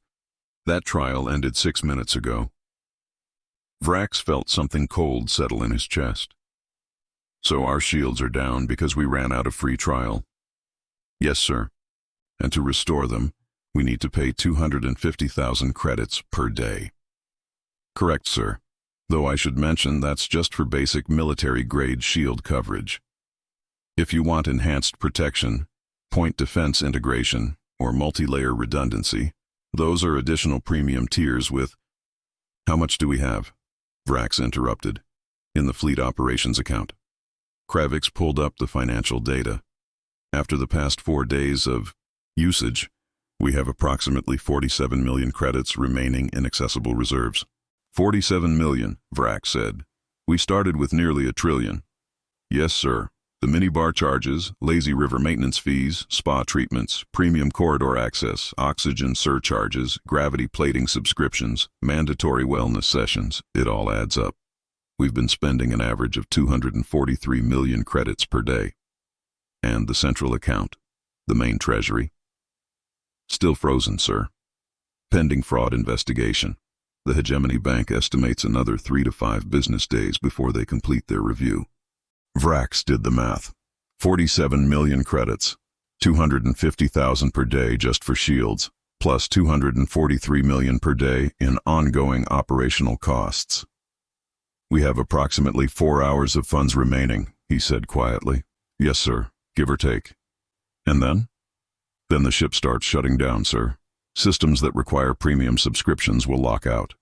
Shields first, as we're seeing, then weapons routing, then navigation. Then life support starts operating at basic guest tier, which means reduced oxygen circulation, Vrax finished, minimal climate control, gravity plating at partial capacity. Yes, sir. Can we disable the subscription requirements, override them manually? I've tried, sir. The UEHC integrated the subscription management directly into our reactor control systems. To disable it, I'd need to physically access the primary power coupling, which is located in Engineering Deck 7. Which is now a spin-class studio, Second Claw said bitterly. Correct, ma'am. And to access that studio, I'd need to either book a class session, which has a 3-day wait list, or override the room reservation system, which requires approval from the guest experience manager, who I'm fairly certain will deny any request that compromises resort operations. Vrax looked at the tactical display, at the shield indicators, all showing critical red, at Earth, rotating peacefully below them, completely unaware that the invasion fleet hovering above it was about 4 hours away from losing life support due to subscription lapses. Options, he said. Give me options. Kravix hesitated. Sir, we could pay for the subscription. With what money? We have 4 hours of operational funds left? We could prioritize, pay for shields but cut other services. Stop using the premium corridors, restrict spa access, eliminate the beverage programs. The crew needs water, they need oxygen, they need gravity to function. Then we choose which systems to keep active and which to let lapse. Kravix pulled up a prioritization matrix. If we cut all non-essential subscriptions, entertainment, premium bedding, spa services, gourmet food options, we can extend our operational timeline to approximately 18 hours. After that, we'd need to start making harder choices. Harder choices like whether we pay for full oxygen circulation or just minimal life support, whether we maintain gravity in crew quarters or just on essential decks, whether... A new alert appeared on the tactical display. Payment declined. Insufficient funds for premium energy routing package renewal. Shield systems entering emergency conservation mode. Defensive capability reduced to 5%. 5%, Second Claw said, her voice hollow. Sir, if anything so much as looked at us aggressively right now, we'd be destroyed. I'm aware, Commander. We need to restore the shields, even if it means bankrupting ourselves. Vrax finished. I know. He pulled up the subscription management interface. A cheerful, colorful menu that looked like it had been designed for purchasing vacation packages, not maintaining critical military infrastructure. Premium Energy Routing Package. Restore full military-grade defensive capability. Daily rate, 250,000 credits. Weekly rate, Nuffy of 100,000 credits, save 14%. Monthly rate, 5,000 credits, save 33%. Current balance, 47,234. 592 credits. Renew subscription? Yes. No. Vrax looked at the numbers, at the rapidly depleting balance, at the cheerful discount offers suggesting he lock in a monthly rate to save money. He selected yes. Subscription renewed. Premium Energy Routing Package active. Shield systems restored. Thank you for your continued trust in UEHC Premium Services. New balance, 46,984,592 credits. The shields powered up with a familiar hum, The tactical display showed green status indicators spreading across all defensive arrays. And Vrax watched his treasury drop by 250,000 credits in a single transaction. 3 hours and 47 minutes, Kravik said quietly, checking the updated financial projections. That's how long we can maintain current operations at this spending rate. And then we start choosing what to shut down, sir. 2 hours later, the alerts began cascading. Payment declined. Gravity plating subscription, Deck 15. Payment declined. Climate control premium, sectors 4 to 7. Payment declined. Water recycling enhancement package. Payment declined. Lighting premium tier. One by one, systems began failing, not catastrophically, but degrading to what the UEHC called basic guest tier. Lights dimmed to minimal levels. Temperature regulation switched to energy-saving mode, which meant the corridors were now noticeably colder. Water pressure dropped across non-essential sections, and on Deck 15, gravity plating shut down entirely, leaving an entire section of the ship in 0G until someone could find the credits to restore it. Vrax stood on the bridge, one of the few areas still maintaining full premium systems, and watched his dreadnought die one subscription lapse at a time. "Sir," his second claw said carefully, "we need to make a decision. The crew can't function like this. We're losing gravity, climate control, basic amenities, and she checked the chronometer. 96 minutes, we'll lose shields again unless we renew. How much do we have left? 17,300,000 credits. Enough for one more shield renewal?" "Yes, sir, and approximately 3 hours of basic operations after that." Vrax looked at Earth, still rotating, still peaceful, still completely untouched by an invasion force that had spent itself into operational failure without firing a single shot. "Renew the shields," he said quietly. "Sir, if we do that, we won't have enough for—" "I know. Renew them anyway." The transaction processed. Another 250,000 credits vanished. New balance, 17,050,000 credits. Vrax stared at the number. At the remaining funds, barely enough to keep the ship running for another few hours before they'd be forced to start shutting down life support to afford defensive capability. "Sir," Second Claw said, "Marcus Thorne sent a message 30 minutes ago. He's offering to meet with you to discuss sustainable payment options and long-term financing solutions. He wants to offer us a payment plan." "Yes, sir." "For our own ship systems." "Yes, sir." Vrax closed all 4 eyes and tried to remember what it felt like to be a conqueror, to command a fleet that inspired fear, to lead invasions that ended in glorious victory rather than subscription failures. He couldn't remember. "Tell him I'll meet with him," Vrax said. "Tomorrow, same time as the executive conference booking." "Yes, sir." Another alert flashed. Payment declined. Ambient music, premium. The elevator jazz that had been playing softly in the background cut out abruptly, replaced by silence. For a brief moment, Vrax felt a glimmer of relief. Then he realized the silence was worse, because now he could hear the power-down whirs, the conservation mode alerts, the soft mechanical sounds of his ship slowly shutting down around him, one unpaid subscription at a time. "How did it come to this?" Second Claw asked quietly. Vrax looked at the tactical display, at the premium service tiers, at the payment declined notifications, at his once mighty invasion fleet, now dependent on daily subscription renewals just to maintain basic defensive shields. "They didn't defeat us with weapons," he said. "They defeated us with a billing system." That night, Vrax sat in his premium suite, one of the few areas still maintaining full environmental controls because he assumed the UEHC wanted to keep command staff comfortable while they negotiated the terms of their surrender. His comm displayed the financial projections, the countdown timer, the inevitable. Projected insolvency, 2 hours, 14 minutes.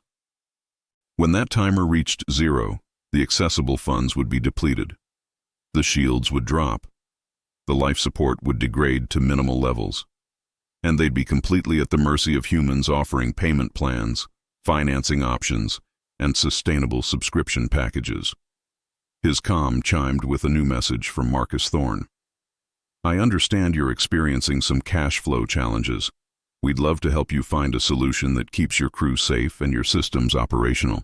Our financial services team has extensive experience with fleet restructuring and payment optimization.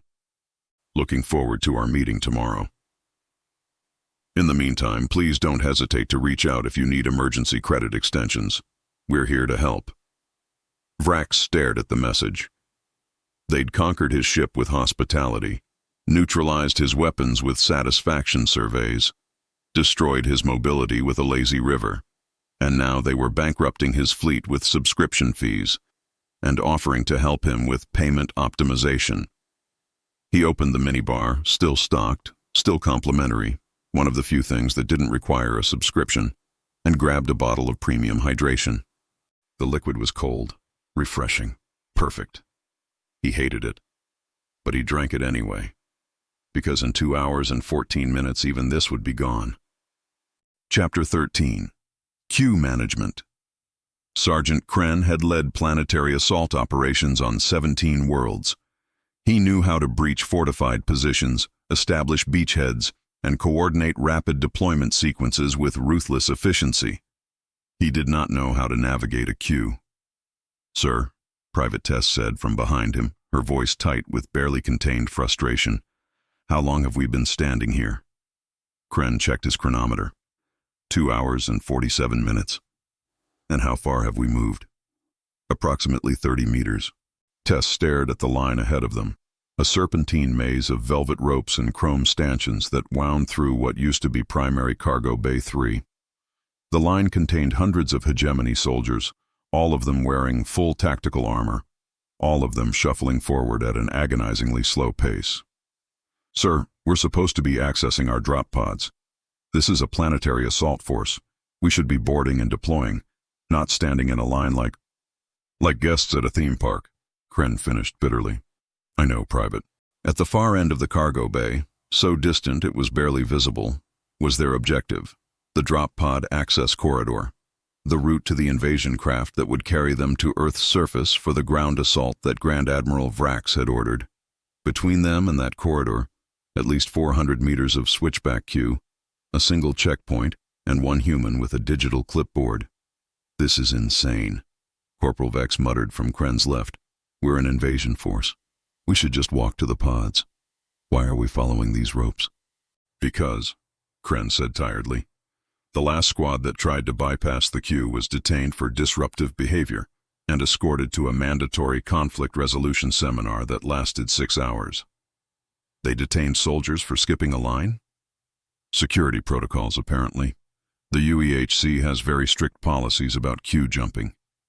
Vex stared at the velvet ropes, decorative, non-threatening, completely unable to physically restrain anyone, and yet somehow completely effective. "How is this working?" Vex asked. "Why aren't we just leaving the line?" "Because if we do, we forfeit access to the drop pods entirely. The checkpoint attendant has authorization to deny entry to anyone who violates queue protocols, and since the drop pods are the only way off this ship, we're stuck." "We're stuck," Kren confirmed. The line shuffled forward another meter. Someone several rows back groaned audibly. 37 minutes later, Kren reached a sign mounted on a chrome stanchion. Estimated wait time from this point, 4-6 hours. Kren stared at the sign, at the cheerful font, at the helpful little clock icon suggesting this was just a normal, acceptable waiting period. 4 to 6 hours, Tess said, her voice hollow. To access our own equipment, on our own ship. Estimated, Vex added, which means it could be longer. Or shorter, a human voice called out cheerfully. They turned to see a UEHC staff member, young, male, wearing a floral vest and name tag reading Q Management Specialist, walking along the outside of the roped pathway with a tablet and a smile. "Hi there," he said brightly. "I'm Derek, your Q coordinator. Just wanted to check in and see if you have any questions about the wait time or access procedures." "Yes," Kren said flatly. "Why is there a line?" "We're soldiers attempting to access military equipment for a planetary assault. This should be immediate access, not a 4-hour queue. I completely understand your frustration. Derek consulted his tablet. Unfortunately, we're experiencing higher than normal traffic for drop pod access today. The UEHC is committed to ensuring safe, orderly boarding procedures, which requires controlled access rates. The queue system helps us manage flow and prevent overcrowding in the embarkation zone. There is no overcrowding. The embarkation zone is designed to handle battalion-level deployments. We're processing individual soldiers at the pace of... Kren gestured toward the distant checkpoint. What appears to be one person every 3 minutes. Exactly. Very efficient. And that pace ensures we maintain proper safety standards while verifying each guest's access credentials. Access credentials? We're wearing Hegemony military identification. We have authorization codes. This equipment belongs to us. Derek's smile never wavered. I understand that was the case previously, sir. However, following the facility conversion, all equipment access now requires proper UEHC guest credentials. The checkpoint attendant will verify your access tier and approve entry accordingly. Access tier, Kren repeated slowly. Yes, sir. As part of our tiered service model, different guest levels have different access privileges. Most of your fellow soldiers appear to be standard tier guests, which does include drop pod access.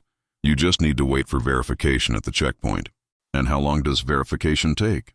Oh, it's very quick. Usually only 2 to 3 minutes per guest. Very efficient. Kren looked at the line, at the hundreds of soldiers waiting, at the single checkpoint where one human was slowly, methodically checking credentials. At 3 minutes per soldier, he said carefully, and assuming there are 400 personnel in this queue ahead of us, that's 1,200 minutes, 20 hours. Math, Derek said enthusiastically. I love it when guests engage with the process. Though I should mention that wait times can vary based on credential complexity, access tier verification requirements, and peak traffic periods. But yes, your estimate is approximately correct. 20 hours, Vex said, his voice barely above a whisper. To access our own drop pods, for an invasion that was supposed to launch 3 hours ago. Well, better late than never, right? Derek offered. And look on the bright side, the queue does include complimentary amenities. He gestured to a small station set up along the side of the maze. We have water, light snacks, and comfortable seating areas at regular intervals. Plus, our entertainment team will be coming through shortly with activities to help pass the time. Activities, Kren said. Yes, sir. Trivia, team-building exercises, maybe some light stretching to keep everyone comfortable during the wait. We find that engaged guests have a much more positive queue experience. Kren closed his eyes, counted to 10, opened them.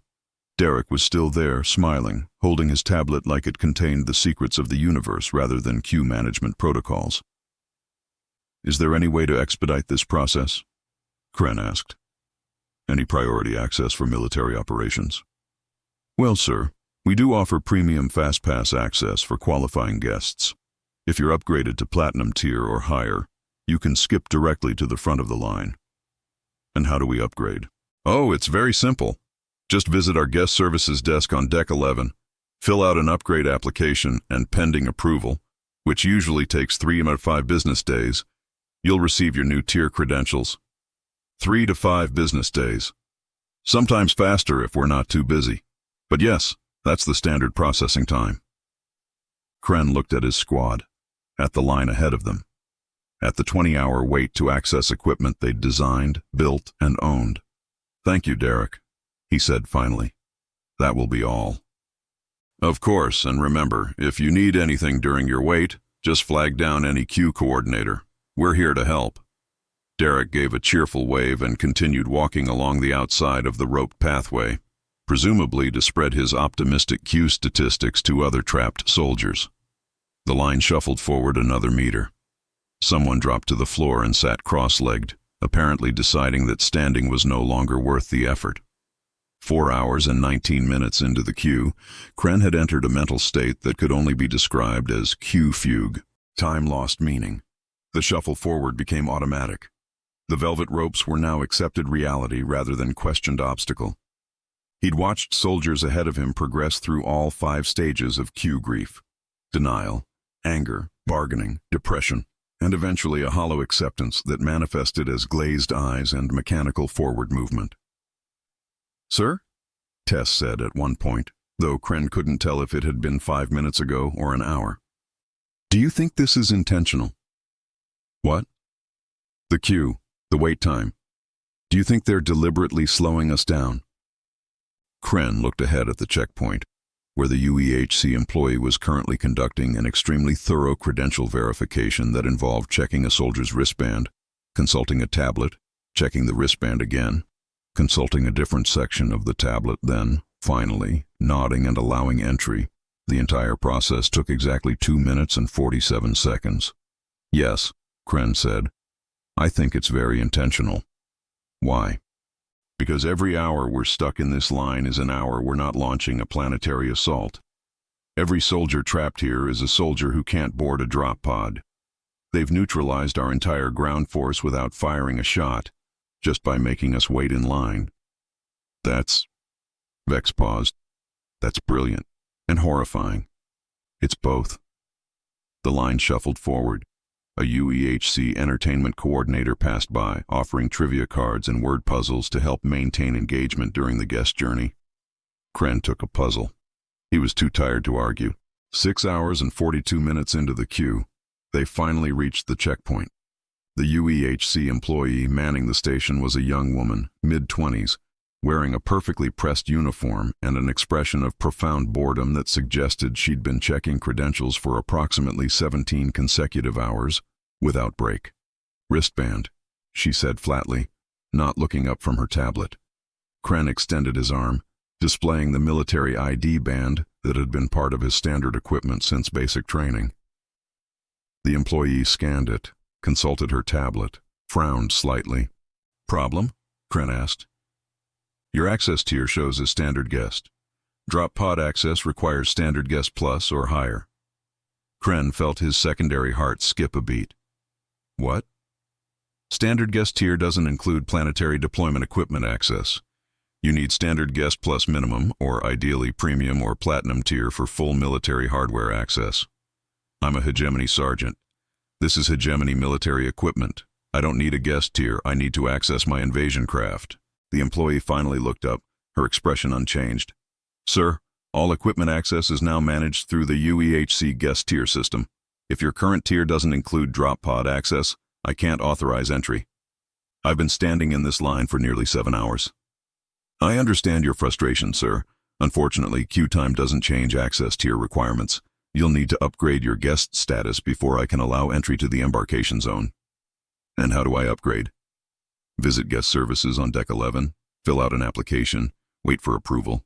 Standard processing time is 3 to 5 business days." Kren finished bitterly. "Yes, we've heard." "Correct, sir. Is there anything else I can help you with?" Kren looked past her at the embarkation corridor, at the drop pods, his drop pods, designed for his assault team, loaded with his equipment.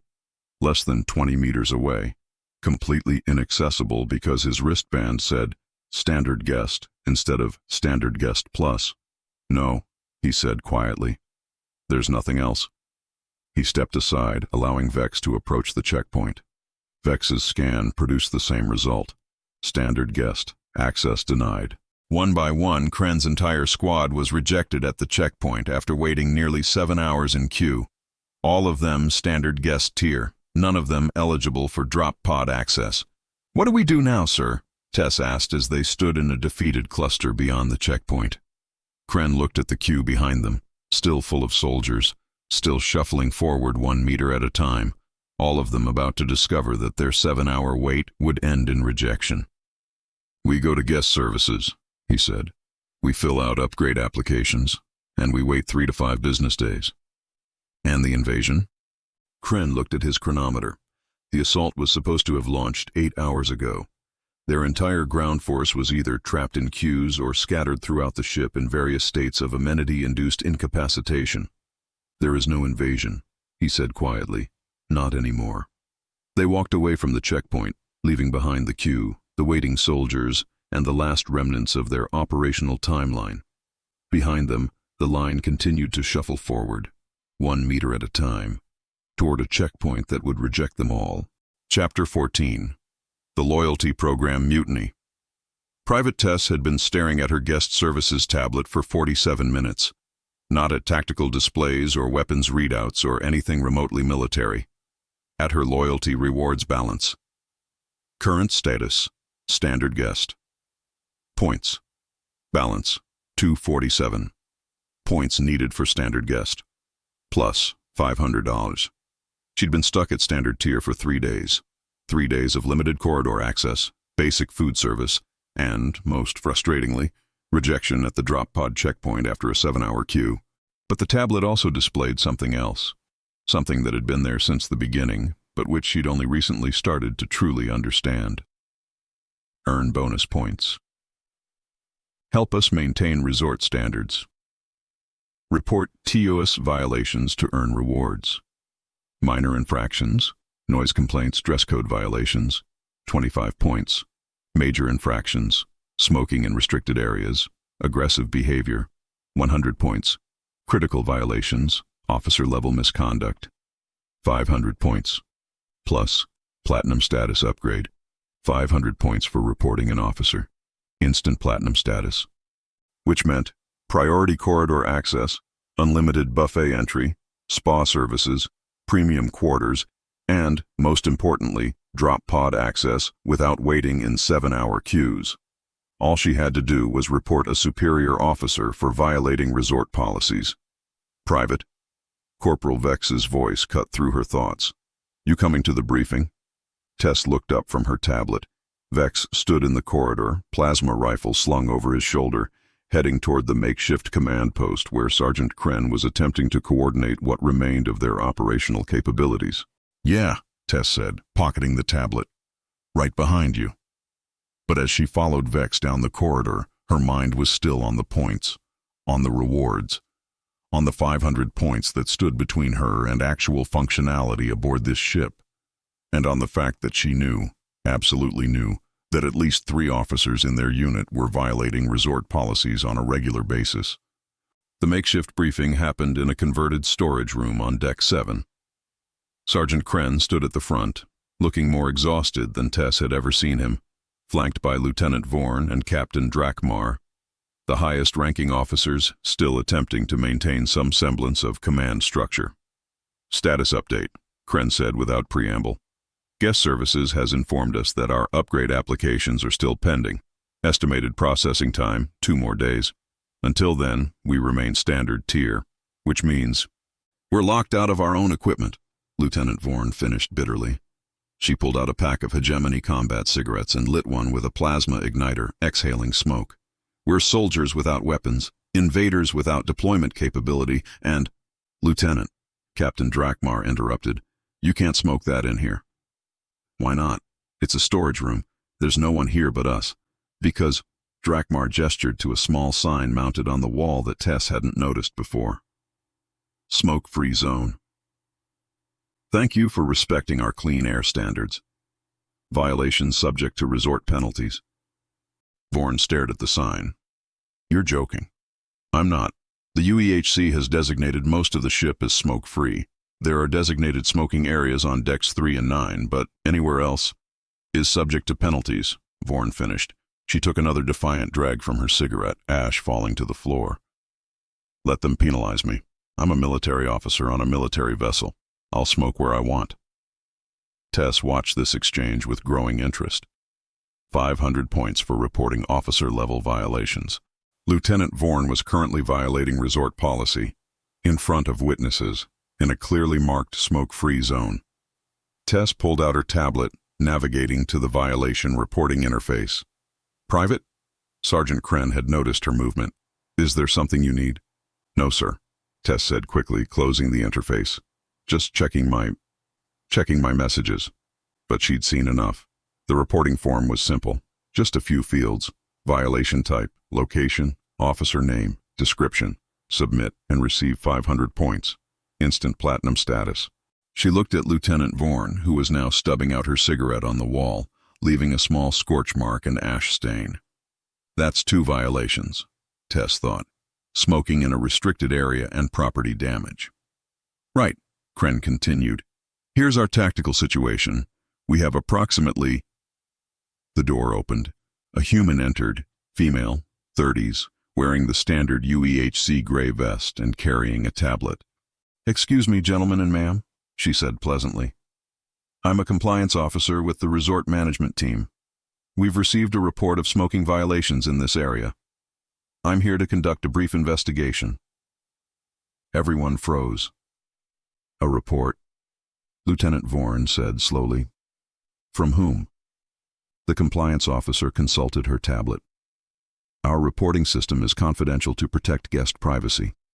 However, I can confirm that someone filed a violation notice approximately—" She checked the timestamp. 90 seconds ago. 90 seconds. That was when Tess had been looking at the reporting interface.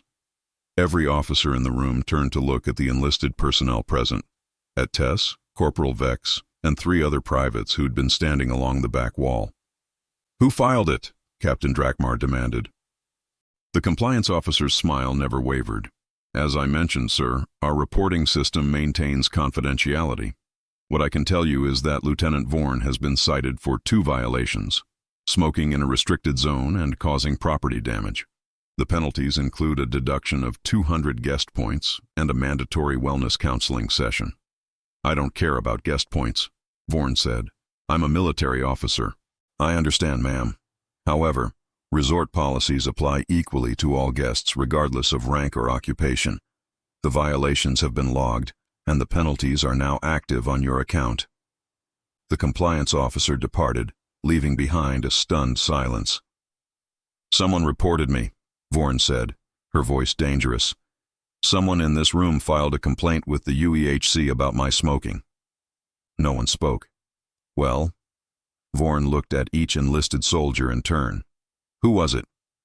Tess kept her expression neutral. Her tablet was back in her pocket, but she could feel it there, could imagine the interface still open on the violation reporting screen. She hadn't actually submitted it. Had she? She couldn't remember. The timestamp matched. But her tablet chimed softly. "Reward processed. Violation report confirmed. Points earned 500. New status, platinum guest." Oh. She had submitted it. The interrogation lasted 20 minutes, but no one confessed. The 5 enlisted soldiers all maintained that they hadn't filed any reports, and with the confidential reporting system, there was no way to prove otherwise. Eventually, Lieutenant Vorn stormed out, muttering threats about courts-martial and loyalty reviews. Captain Drakmar dismissed the briefing, and Tess walked back to her quarters with a platinum guest wristband that had been delivered to her via automated courier approximately 3 minutes after the reward processed. She stared at the wristband, at the holographic platinum designation that glowed softly when she moved it. She'd betrayed a superior officer, reported a minor policy violation to the enemy, sold out her own lieutenant for 500 loyalty points. And the worst part, the absolute worst part, was that she didn't feel guilty. She felt relieved, because now she had platinum status, which meant she could eat at the good buffets, sleep in the premium quarters, access her equipment without waiting in lines. All it cost was her loyalty, and somehow that didn't seem like as high a price as it should have. By the next morning, the mutiny had begun. Not a violent uprising, not a coordinated rebellion. Just soldiers quietly, systematically reporting their officers for minor infractions in exchange for loyalty points and status upgrades.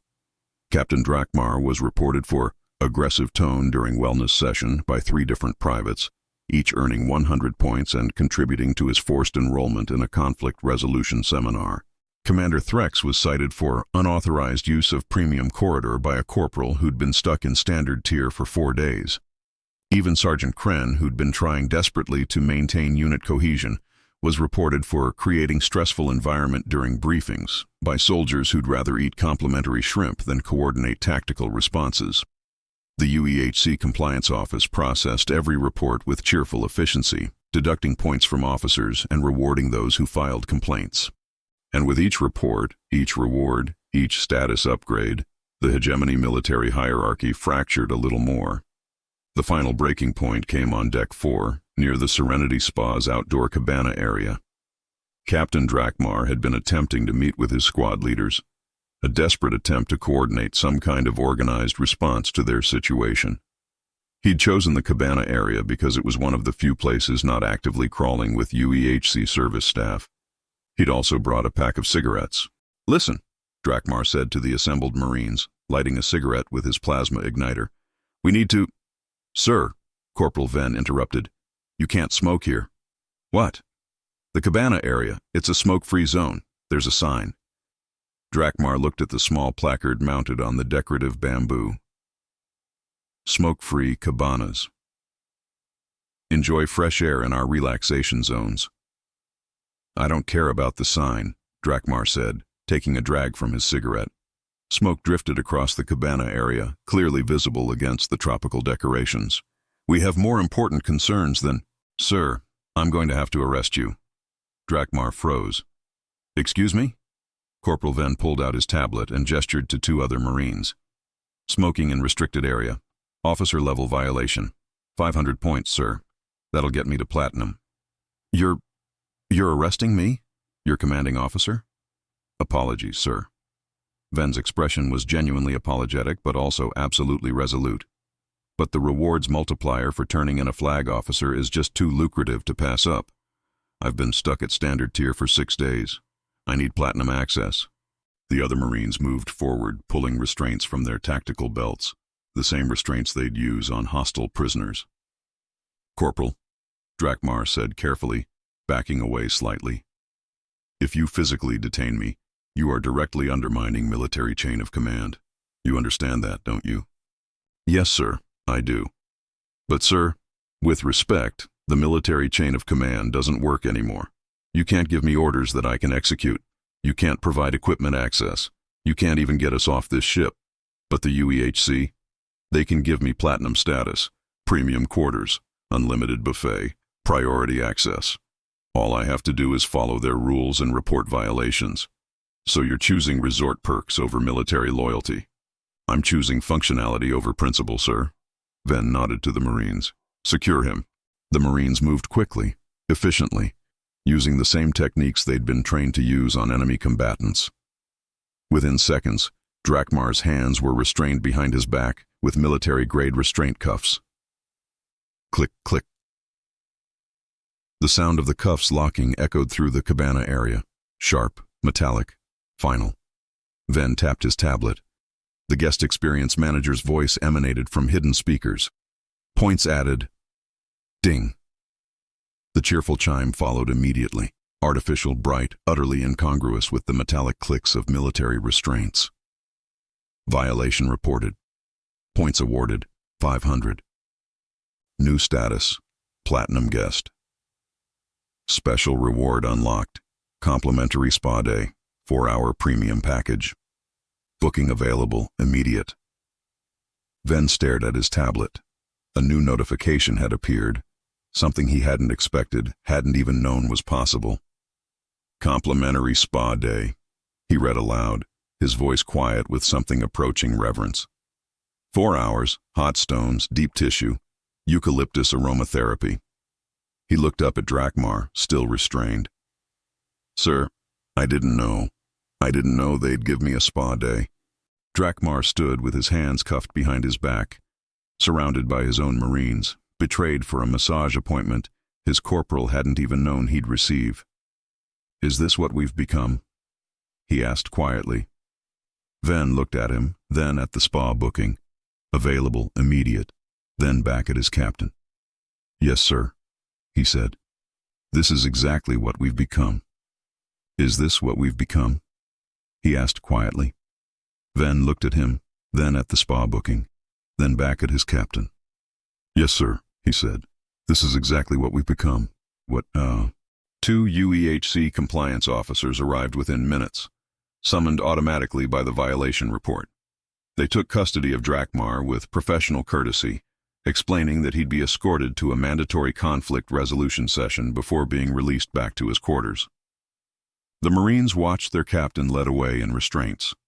None of them tried to stop it.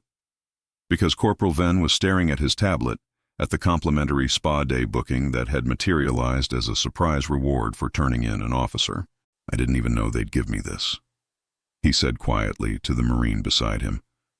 I was just trying to get to platinum, but a spa day, 4 hours. When's your appointment? The Marine asked. Ven checked the booking. 90 minutes. I should probably go get ready. The Hegemony military chain of command, already fractured, finally shattered completely, replaced by a loyalty program that rewarded betrayal with complimentary spa days. And the Marines, Drakmar's own squad, disbanded not to secure the area or coordinate tactical responses, but to give Corporal Ven time to prepare for his hot stone massage. The invasion force had finally, completely, chosen relaxation over conquest.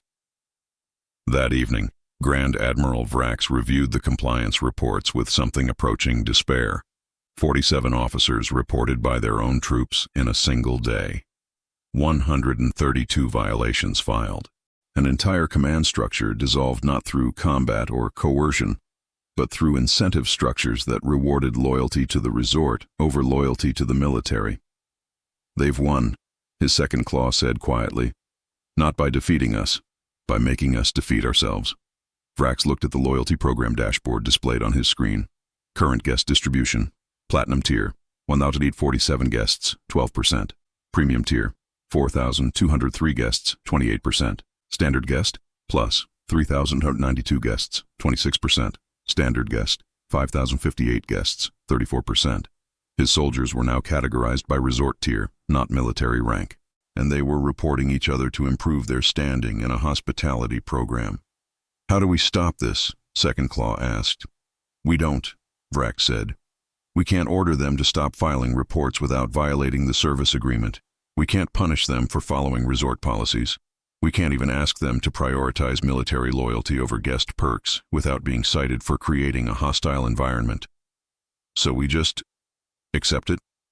Vrax closed the dashboard. We accept it. Because the alternative is trying to maintain military discipline in a system that actively rewards its dissolution. Somewhere in the ship, another compliance report was filed. Another officer betrayed by their own troops. Another loyalty point awarded. Another cheerful chime echoing through corridors that used to echo with military commands. The invasion had failed. Not with a bang, but with the soft ding of points being added to a loyalty rewards account. Chapter 15. The Escalation. The Audit. Grand Admiral Vrax was reviewing the crew morale reports when his second claw burst through the door of his premium suite without announcement. Sir, she said, breathing hard, we have a situation. Vrax looked up from his tablet, where the statistics painted a grim picture. 47% of the crew now rated platinum tier or higher, officers being arrested by their own troops. The command structure completely dissolved into a hospitality hierarchy.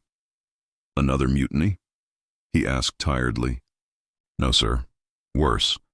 She pulled up her own tablet, showing a live feed from the primary docking bay.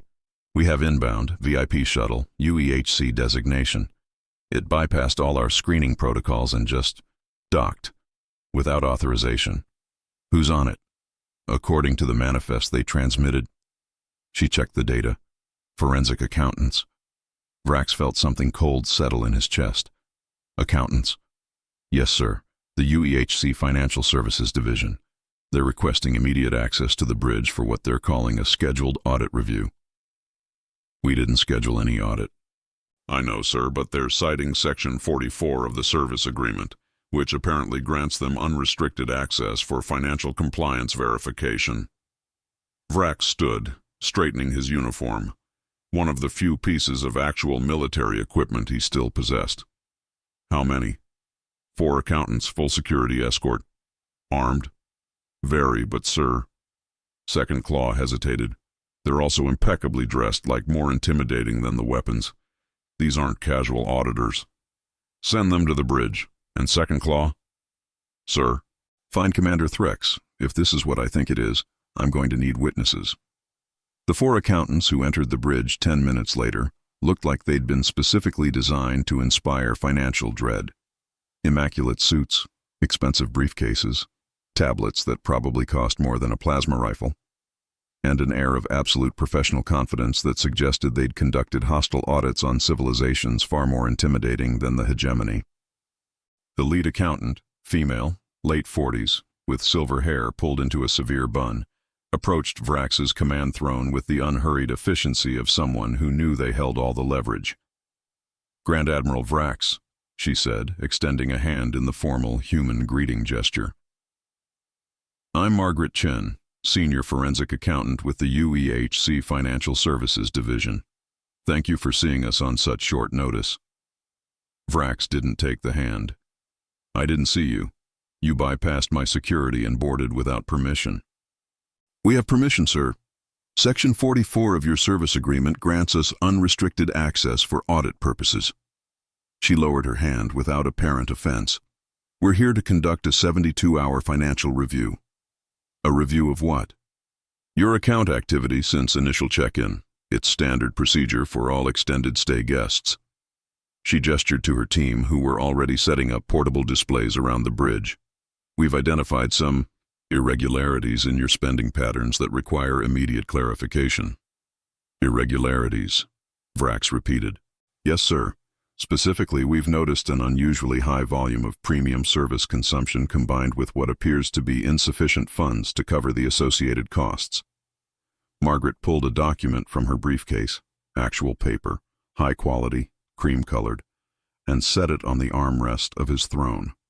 The rustle of the paper was sharp, clear, somehow louder than it should have been in the noise of the bridge. "What is this?" Vrax asked. "Your itemized bill for the first 72 hours of your stay aboard the Grand Hegemony Resort and Spa." Vrax looked at the document, at the neatly typed line items that filled the first page, at the page number at the bottom. "Page 1 of 247. 247 pages, he said quietly. "Yes, sir. Your crew has been very active. We've itemized every transaction, every service fee, every premium amenity charge. It's all here." Margaret tapped the document. "I'd encourage you to review it carefully." Vrax picked up the first page, started reading. Grand Hegemony Resort and Spa. Itemized Statement of Account. Guest, Grand Admiral Vrax. Account, Fleet Operations, 7743 Omega. Period, initial check-in through hour. Welcome services. Hot towel distribution, 50,000 units. 500,000 credits. Initial orientation materials, 125,000 credits. Complimentary welcome gifts, 75,000 credits. Biometric registration processing, 250,000 credits. Subtotal, 950,000 credits. Food and beverage. Galactic Grand Buffet, 12 locations, 4,047 guests. 124,435,000 credits. Premium beverage service, 18,392 drinks. 45,000 out of 80,000 credits. Poolside refreshments, 12,400,000 credits. In-suite dining, 8,050,000 credits. Minibar consumption, 23,100,000 credits. Subtotal, 214,665,000 credits. Wellness and Spa.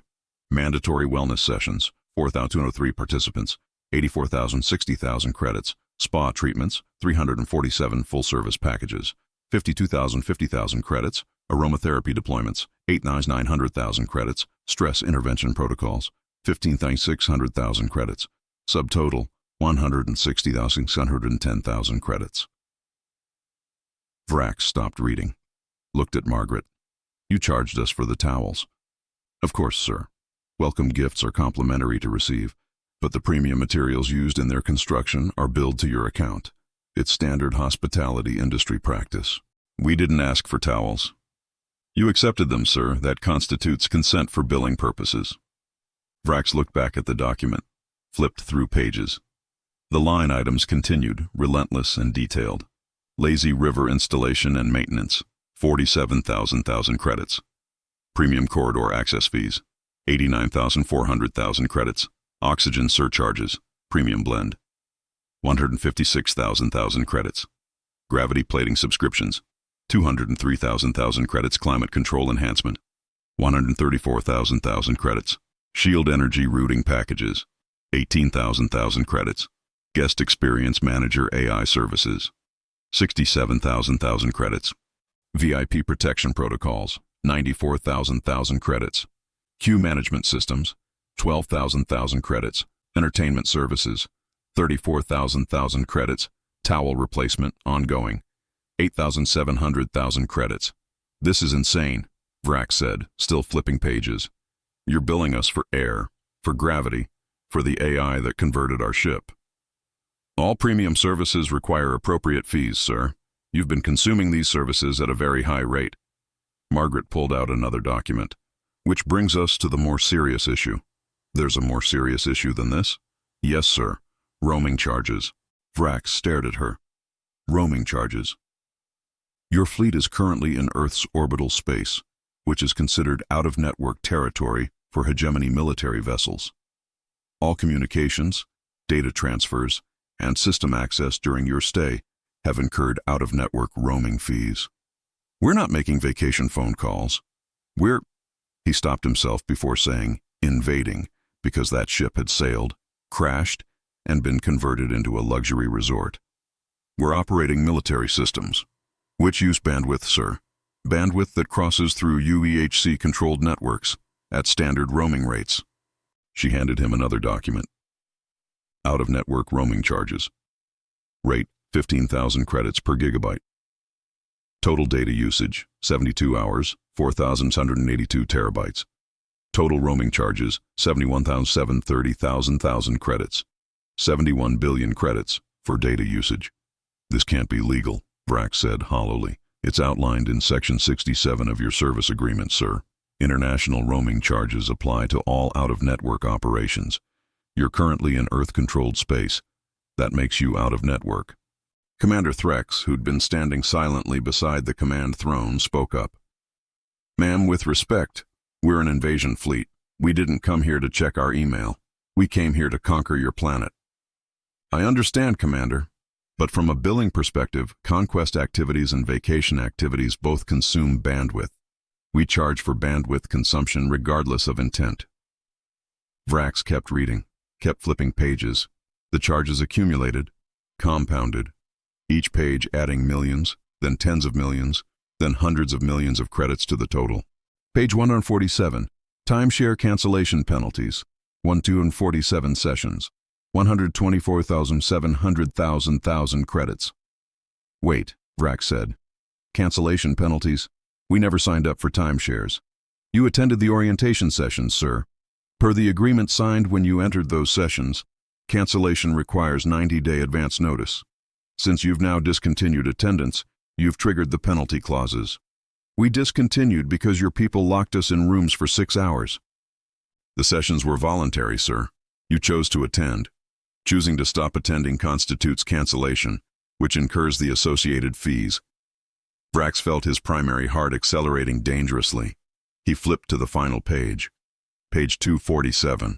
Where all the subtotals, surcharges, fees, and penalties culminated in a single number at the bottom. Total amount due, 847,392, 445, 782, 944 credits. 847 trillion credits. Vrax stared at the number. Read it again. Let his translator parse it multiple times to make absolutely certain he wasn't misunderstanding. This is... He struggled to find words. This is more than the entire GDP of the Hegemony Empire. Yes, sir. Approximately 140% of your most recent fiscal year's gross domestic product, according to our analysis. We can't pay this. I'm aware, sir, which is why I'm here. Margaret pulled out a third document, this one bound, official, bearing seals that Vrax's translator identified as Intergalactic Commerce Court certification. What is that? A lien notice, sir. Per the Financial Services Agreement, Section 92, failure to maintain adequate payment for services rendered results in automatic asset forfeiture to cover outstanding debt. Since your account is severely overdrawn and your central treasury remains frozen pending fraud investigation. She set the document on his armrest beside the bill. The rustle of the paper echoed through the suddenly silent bridge. Earth now holds primary lien against the following hegemony assets as collateral for your debt. Your homeworld, 7 colonial territories, this dreadnought and all associated fleet vessels, and any future revenue generated by your empire for the next 17 fiscal years. Silence crashed across the bridge. You're saying, Second Claw said slowly, that because we couldn't pay our resort bill, Earth now legally owns our homeworld. Owns the collateral rights, ma'am. If the debt is paid in full within 90 days, the lien is released.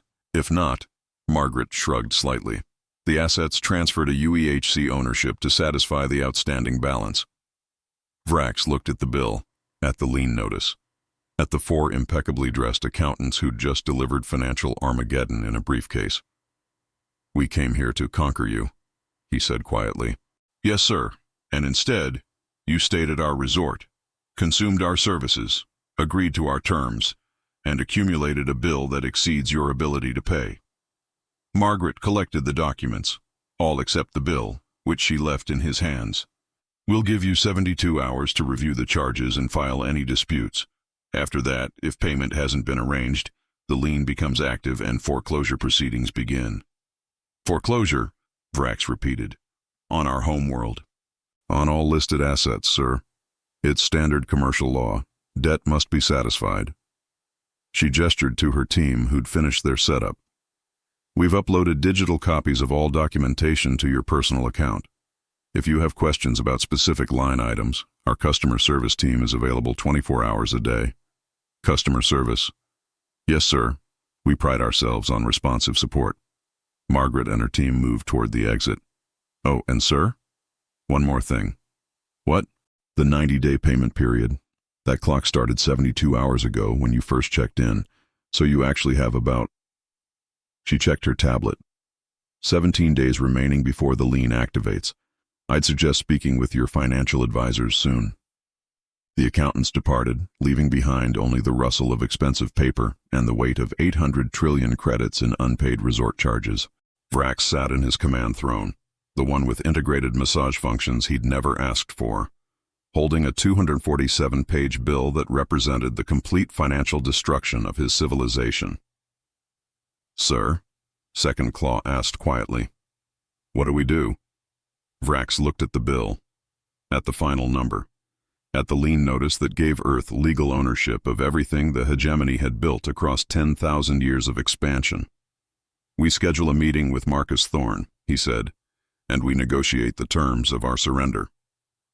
Because that's what this was. Not a military defeat, not a tactical withdrawal. A foreclosure. Earth hadn't conquered the Hegemony with weapons. They'd conquered it with a bill. Chapter 16. The Platinum Pass Capitulation. Grand Admiral Vrax sat in what the resort directory called the Executive Cabana, a private, glass-walled enclosure on Deck 4, overlooking what used to be the primary cargo bay, and was now a sprawling pool complex complete with artificial beach, tiki bars, and the relentless sound of tropical music. He wore a plush bathrobe, not because he wanted to, not because it was comfortable, though objectively, it was the softest thing he'd ever worn, but because his uniform had been temporarily relocated for premium dry cleaning services 6 hours ago and hadn't been returned. The bathrobe had appeared in his premium suite with a note explaining that all guests were encouraged to embrace resort casual attire during their stay.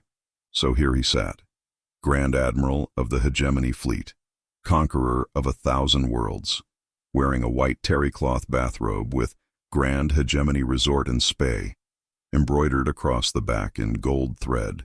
On the glass table before him, the 247-page bill, the lien notice, and a bottle of premium hydration that he'd stopped caring whether it cost 15,000 credits or not. The numbers had lost meaning somewhere around page 47. 847 trillion credits. 17 days until foreclosure. His homeworld is collateral. He'd spent the past 14 hours reviewing options with what remained of his command staff. They'd explored every possibility. Diplomatic appeals, denied. Treaties don't supersede commercial contracts. Military action, impossible. They'd disabled or converted every weapon system, even attempting to flee Earth orbit. The warp drives required subscription payments they couldn't afford. Every path led to the same conclusion. They were trapped, bankrupt, and completely, utterly defeated by a hospitality corporation that had never fired a single shot. The cabana door opened. Marcus Thorne entered, carrying a leather briefcase and wearing the same impeccably tailored suit he'd worn when this nightmare began. He looked well-rested, confident, like someone who'd just concluded a very successful business transaction. "Grand Admiral," he said pleasantly, taking the seat across from Vrax at the glass table. "Thank you for agreeing to meet. Did I have a choice?" "You always have choices, sir, though I'll admit some choices are more optimal than others." Marcus set his briefcase on the table and pulled out a tablet. "I've reviewed your financial situation, the audit results, the lien documentation, and I wanted to discuss potential resolution options before the foreclosure deadline." "Resolution options?" Vrax said bitterly.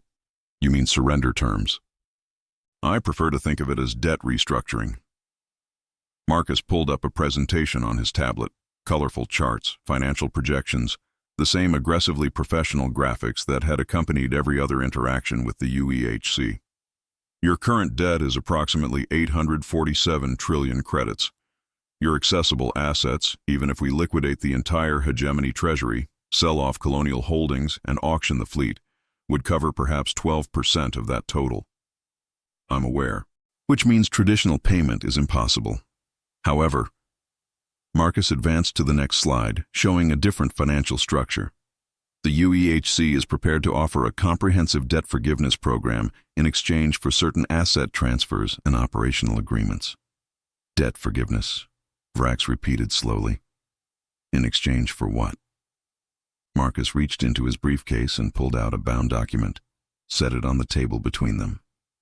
"Debt forgiveness and asset liquidation agreement. Hegemony Fleet Operations, UEHC Partnership." "Essentially," Marcus said, "you transfer operational control of your fleet to the UEHC. We assume ownership of all vessels, equipment, and personnel. In exchange, we forgive the debt entirely, including all outstanding charges, penalties, and future fees. You and your crew receive comprehensive compensation packages, and we establish a long-term partnership that benefits both parties." Vrax stared at the document, at the words that meant exactly what he thought they meant. "You want me to give you my fleet?" "We want to acquire the fleet through a mutually beneficial agreement, yes. That's not acquisition. That's surrender." "It's asset liquidation, sir. Very different from a military surrender. No prisoners of war, no occupation, no subjugation of your homeworld. Just a straightforward commercial transaction that resolves your debt and provides your personnel with stable employment opportunities." "Employment opportunities," Vrax said. "You're going to make my soldiers work for you." "Independent hospitality contractors, actually. It's all detailed in Section 14 of the agreement." Marcus turned to that page, highlighting the relevant text. "All current fleet personnel will be reclassified as UEHC contractors and assigned positions based on their skills and experience, competitive wages, comprehensive benefits, and access to all resort amenities as part of their compensation package." Vrax looked at the highlighted section, read the terminology that transformed warriors into workers. "My shock troops will be serving drinks. Some of them, yes. Others will work security, facilities management, guest services, entertainment coordination. We have a very diverse operational structure that can accommodate a wide range of skill sets." Marcus smiled. "Your people are highly trained, disciplined, and excellent at following orders. Those are exactly the qualities we look for in premium hospitality staff." "This is humiliating." "This is pragmatic, sir. The alternative is foreclosure. Earth takes your homeworld, your colonies, and your fleet by force of law. Your personnel become unemployed refugees with no resources and no support structure. At least this way, they have jobs, housing, and purpose." Vrax picked up the premium hydration bottle, drank half of it, wondered distantly if this particular bottle would show up on some future itemized bill or if debt forgiveness meant he could finally drink the minibar inventory without financial terror. "What about me?" he asked. "What happens to the Grand Admiral of a fleet that no longer exists?" Marcus pulled out another document. This one was smaller, more elegant, printed on what appeared to be actual parchment with gold leaf edging. "Lifetime Platinum VIP membership. Grand Hegemony Resort and Spa. Issued to Grand Admiral Vrax. Benefits: unlimited access to all premium amenities, complimentary dining, spa services, priority booking, and comprehensive minibar privileges. Expires never." "You get this," Marcus said, sliding the membership card across the table. Full platinum status. Lifetime. No fees, no restrictions, no hidden charges. You'll have access to everything we offer. This resort, our other properties across the solar system, any future expansions. Plus a private residence suite, expense account, and executive dining privileges. Vrax looked at the card, at the holographic platinum designation, at the membership that represented everything his crew had been fighting for. Platinum status, full amenities, unlimited access, handed to him as compensation for surrendering his entire military command. You're buying my fleet with a resort membership, and comprehensive debt forgiveness, and employment packages for your entire crew, and avoidance of foreclosure proceedings that would result in far worse outcomes. Marcus leaned forward slightly. Sir, I understand this isn't the conclusion you envisioned when you arrived in Earth orbit, but it's the best possible resolution given your current circumstances. Your people will be cared for. Your homeworld remains under hegemony control, and you personally receive benefits that most of our guests would sacrifice considerable resources to obtain. Benefits like unlimited buffet access. Among other things, yes. Vrax looked out through the glass walls of the cabana, at the pool complex below where he could see Hegemony soldiers, his soldiers, floating in the lazy river, eating at the tiki bars, lounging on decorative beach chairs. They looked relaxed, comfortable, content. They looked defeated, just like him. Where do I sign? Vrax asked quietly. Marcus pulled out a pen from his jacket pocket. Not a standard writing implement. This one was shaped like a flamingo, bright pink, absurdly cheerful, the kind of novelty pen that tourists bought as souvenirs from vacation destinations. He set it on the table between them. Vrax stared at it. At the plastic flamingo pen that he was expected to use to sign away 10,000 years of hegemony military supremacy. You're joking, he said. It's the only pen I have with me, sir. Resort merchandise, very popular with guests. I'm not signing the surrender of my entire fleet with a novelty flamingo pen. It's not a surrender, sir. It's an asset liquidation agreement that I'm signing with a flamingo pen. Would you prefer I requisition something more formal?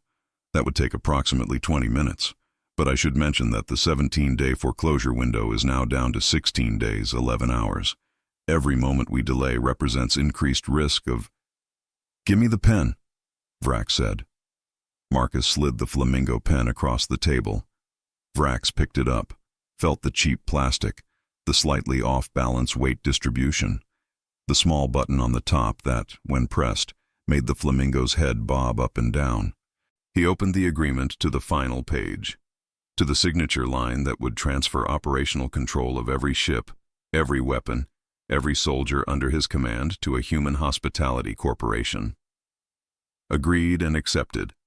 Signature. Title: Grand Admiral Hegemony Fleet Operations. Date. Vrax positioned the pen above the line, paused. What happens after I sign this? He asked. The agreement is processed immediately. Debt forgiveness activates. Your platinum membership becomes active. And we begin the integration process, reassigning personnel, conducting training programs, coordinating the operational transition. Marcus checked his tablet. We're estimating 6 to 8 weeks for full implementation. During that time, you and your command staff will work with our management team to ensure smooth handoffs. So I'll be watching my invasion fleet get converted into resort staff. You'll be overseeing the professional development of your personnel as they transition to new career opportunities in the hospitality sector. That's the same thing said differently. Yes, sir, but it sounds much better in the documentation. Vrax looked at the pen, at the signature line, at Marcus Thorne, who sat calmly waiting for the final capitulation of an enemy he'd defeated through aggressive hospitality and impeccable accounting. I yield the armada, human, Vrax said quietly. He pressed the flamingo pen to paper. Just, please tell me the breakfast buffet is included in the severance package. It's included in your platinum membership, sir. Unlimited access, premium stations, fresh pastries daily. Good, Vrax said. That's good.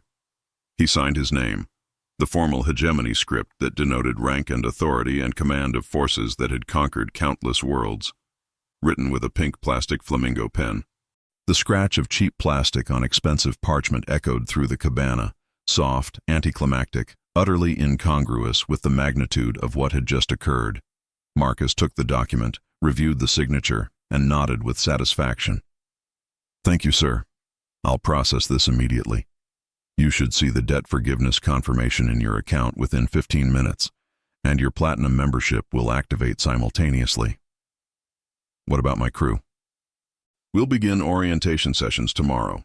Voluntary attendance, of course, but we've prepared comprehensive packages that explain the contractor terms, compensation structures, and career development opportunities. Most personnel will be able to select their preferred departments based on skills and interests. And those who don't want to become hospitality contractors, we'll work with them, provide transition assistance, relocation support if needed.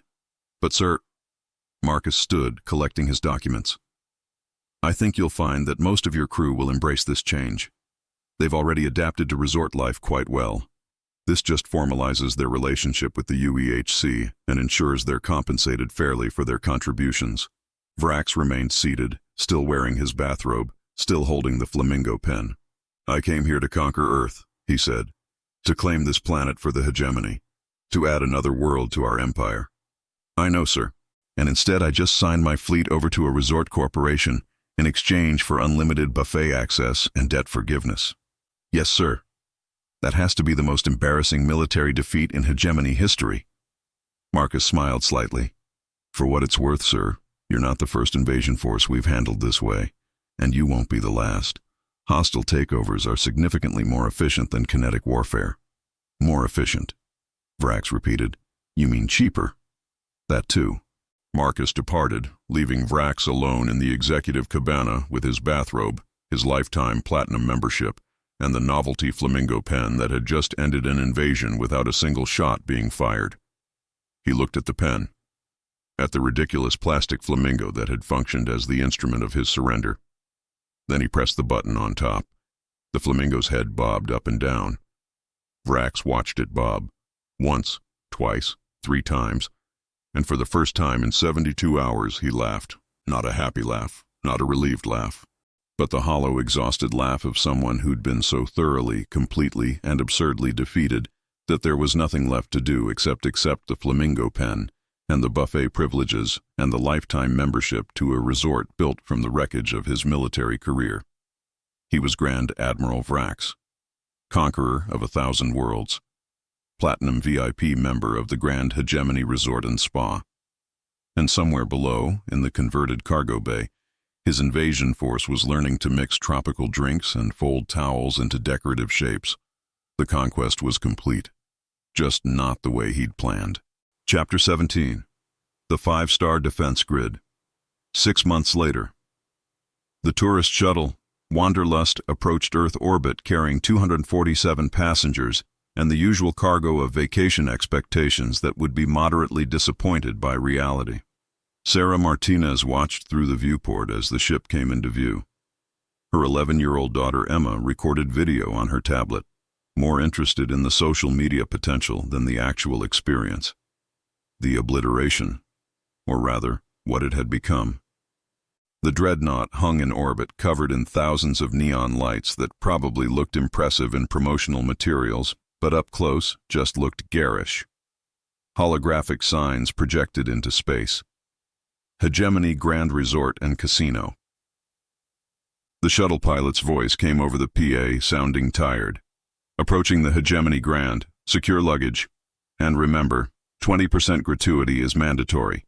"Yes, mandatory. No, we can't waive it. Your hospitality contractors are former invasion troops, and they remember faces." The cabin went quiet. As the shuttle approached, sweeping orchestral music played through the speakers, dramatic, building, suggesting something grand and momentous. They docked. The music cut off instantly, replaced by an aggressively cheerful resort jingle that sounded like it had been composed by a committee trying to maximize inoffensiveness while minimizing production costs. "Welcome to Hegemony Grand, where luxury meets the stars." "That's awful," Sarah muttered. The doors opened onto a marble-floored entrance hall lined with Hegemony soldiers in gray hospitality vests. All of them wore fixed, professional smiles that didn't quite reach their eyes. All of them held tablets and luggage carts with the rigid posture of people performing duties they'd been extensively trained for, but fundamentally resented. A soldier, 8 feet tall, 4 arms, name tag reading Krell, approached with mechanical efficiency. "Welcome. Bags," he said flatly, the smile stretching his features in a way that suggested significant practice but zero enthusiasm. Sarah gestured to their suitcases. "Thank you." Krell loaded the bags onto his cart with movements that were too precise, too controlled, like someone who'd been a tactical operator and was now performing hospitality tasks, while every instinct screamed that this was beneath him. "First visit?" The question came out rehearsed, mandatory. "Yes," Emma said. "Wonderful." Krell's tone suggested it was anything but. "The casino is on deck 6, buffet on deck 5, spa on deck 14. Mandatory gratuity information is in your welcome packet, 20%. Calculator included." He pushed the cart toward the main lobby without waiting for a response. They entered, and Sarah's first impression was noise. Slot machines chirping electronically, ding ding ding, cards shuffling, tourists talking. The constant sound of casino operations blending with tropical music in a way that was probably supposed to be exciting, but just sounded exhausting. And everywhere, camera flashes. Flash. Tourists posing with Hegemony staff, who smiled patiently for photos while their secondary eyes tracked exits with the instinctive wariness of former combat specialists. Flash, flash. A family photographing their porter, laughing while he held their luggage with a fixed expression that could have been a smile or a grimace. Flash. The entire lobby felt like a performance. Hegemony soldiers in hospitality roles, performing customer service with the discipline of military operations, and none of the genuine warmth that actual hospitality required. At the reception desk, more former soldiers worked as concierges, all of them wearing identical expressions of professional courtesy that couldn't quite mask the underlying exhaustion. "Luggage delivery in 15 minutes, Krell said, parking the cart. He stood there, waiting, his smile growing slightly tighter. Sarah pulled out a 20-credit note, did the mental math on what 20% of their overall stay would cost, winced internally, and handed him the money. "Appreciated," Krell said without inflection. He turned to leave, paused. "The buffet weaponizes heavy carbs, be advised." He walked away before Sarah could ask what that meant. Emma looked around the casino floor where former shock troops dealt blackjack and managed roulette wheels with the same precision they'd probably once applied to weapons systems. "Mom, are they okay?" "I don't think so, honey." The casino sounds continued. Ding, ding, ding. Flash, flash.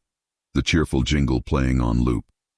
Hegemony soldiers smiling for tourists while the cash registers rang and the cameras clicked and Earth's strangest defense asset generated revenue from converted conquest. In the executive offices on Deck 3, Grand Admiral Vrax reviewed the daily incident reports. Platinum VIP badge on his chest. Premium suite on Deck 2. Unlimited buffet access. And a job title that translated to middle management for former warriors now working retail. Today's reports. Sergeant Kren made tactical assessment of guest who complained about pool temperature. Guest relocated. Kren given remedial training on appropriate threat level calibration for hospitality scenarios. Commander Vrax used combat terminology when explaining spa packages. Guest confused. Vrax reassigned to back-of-house operations until retraining complete.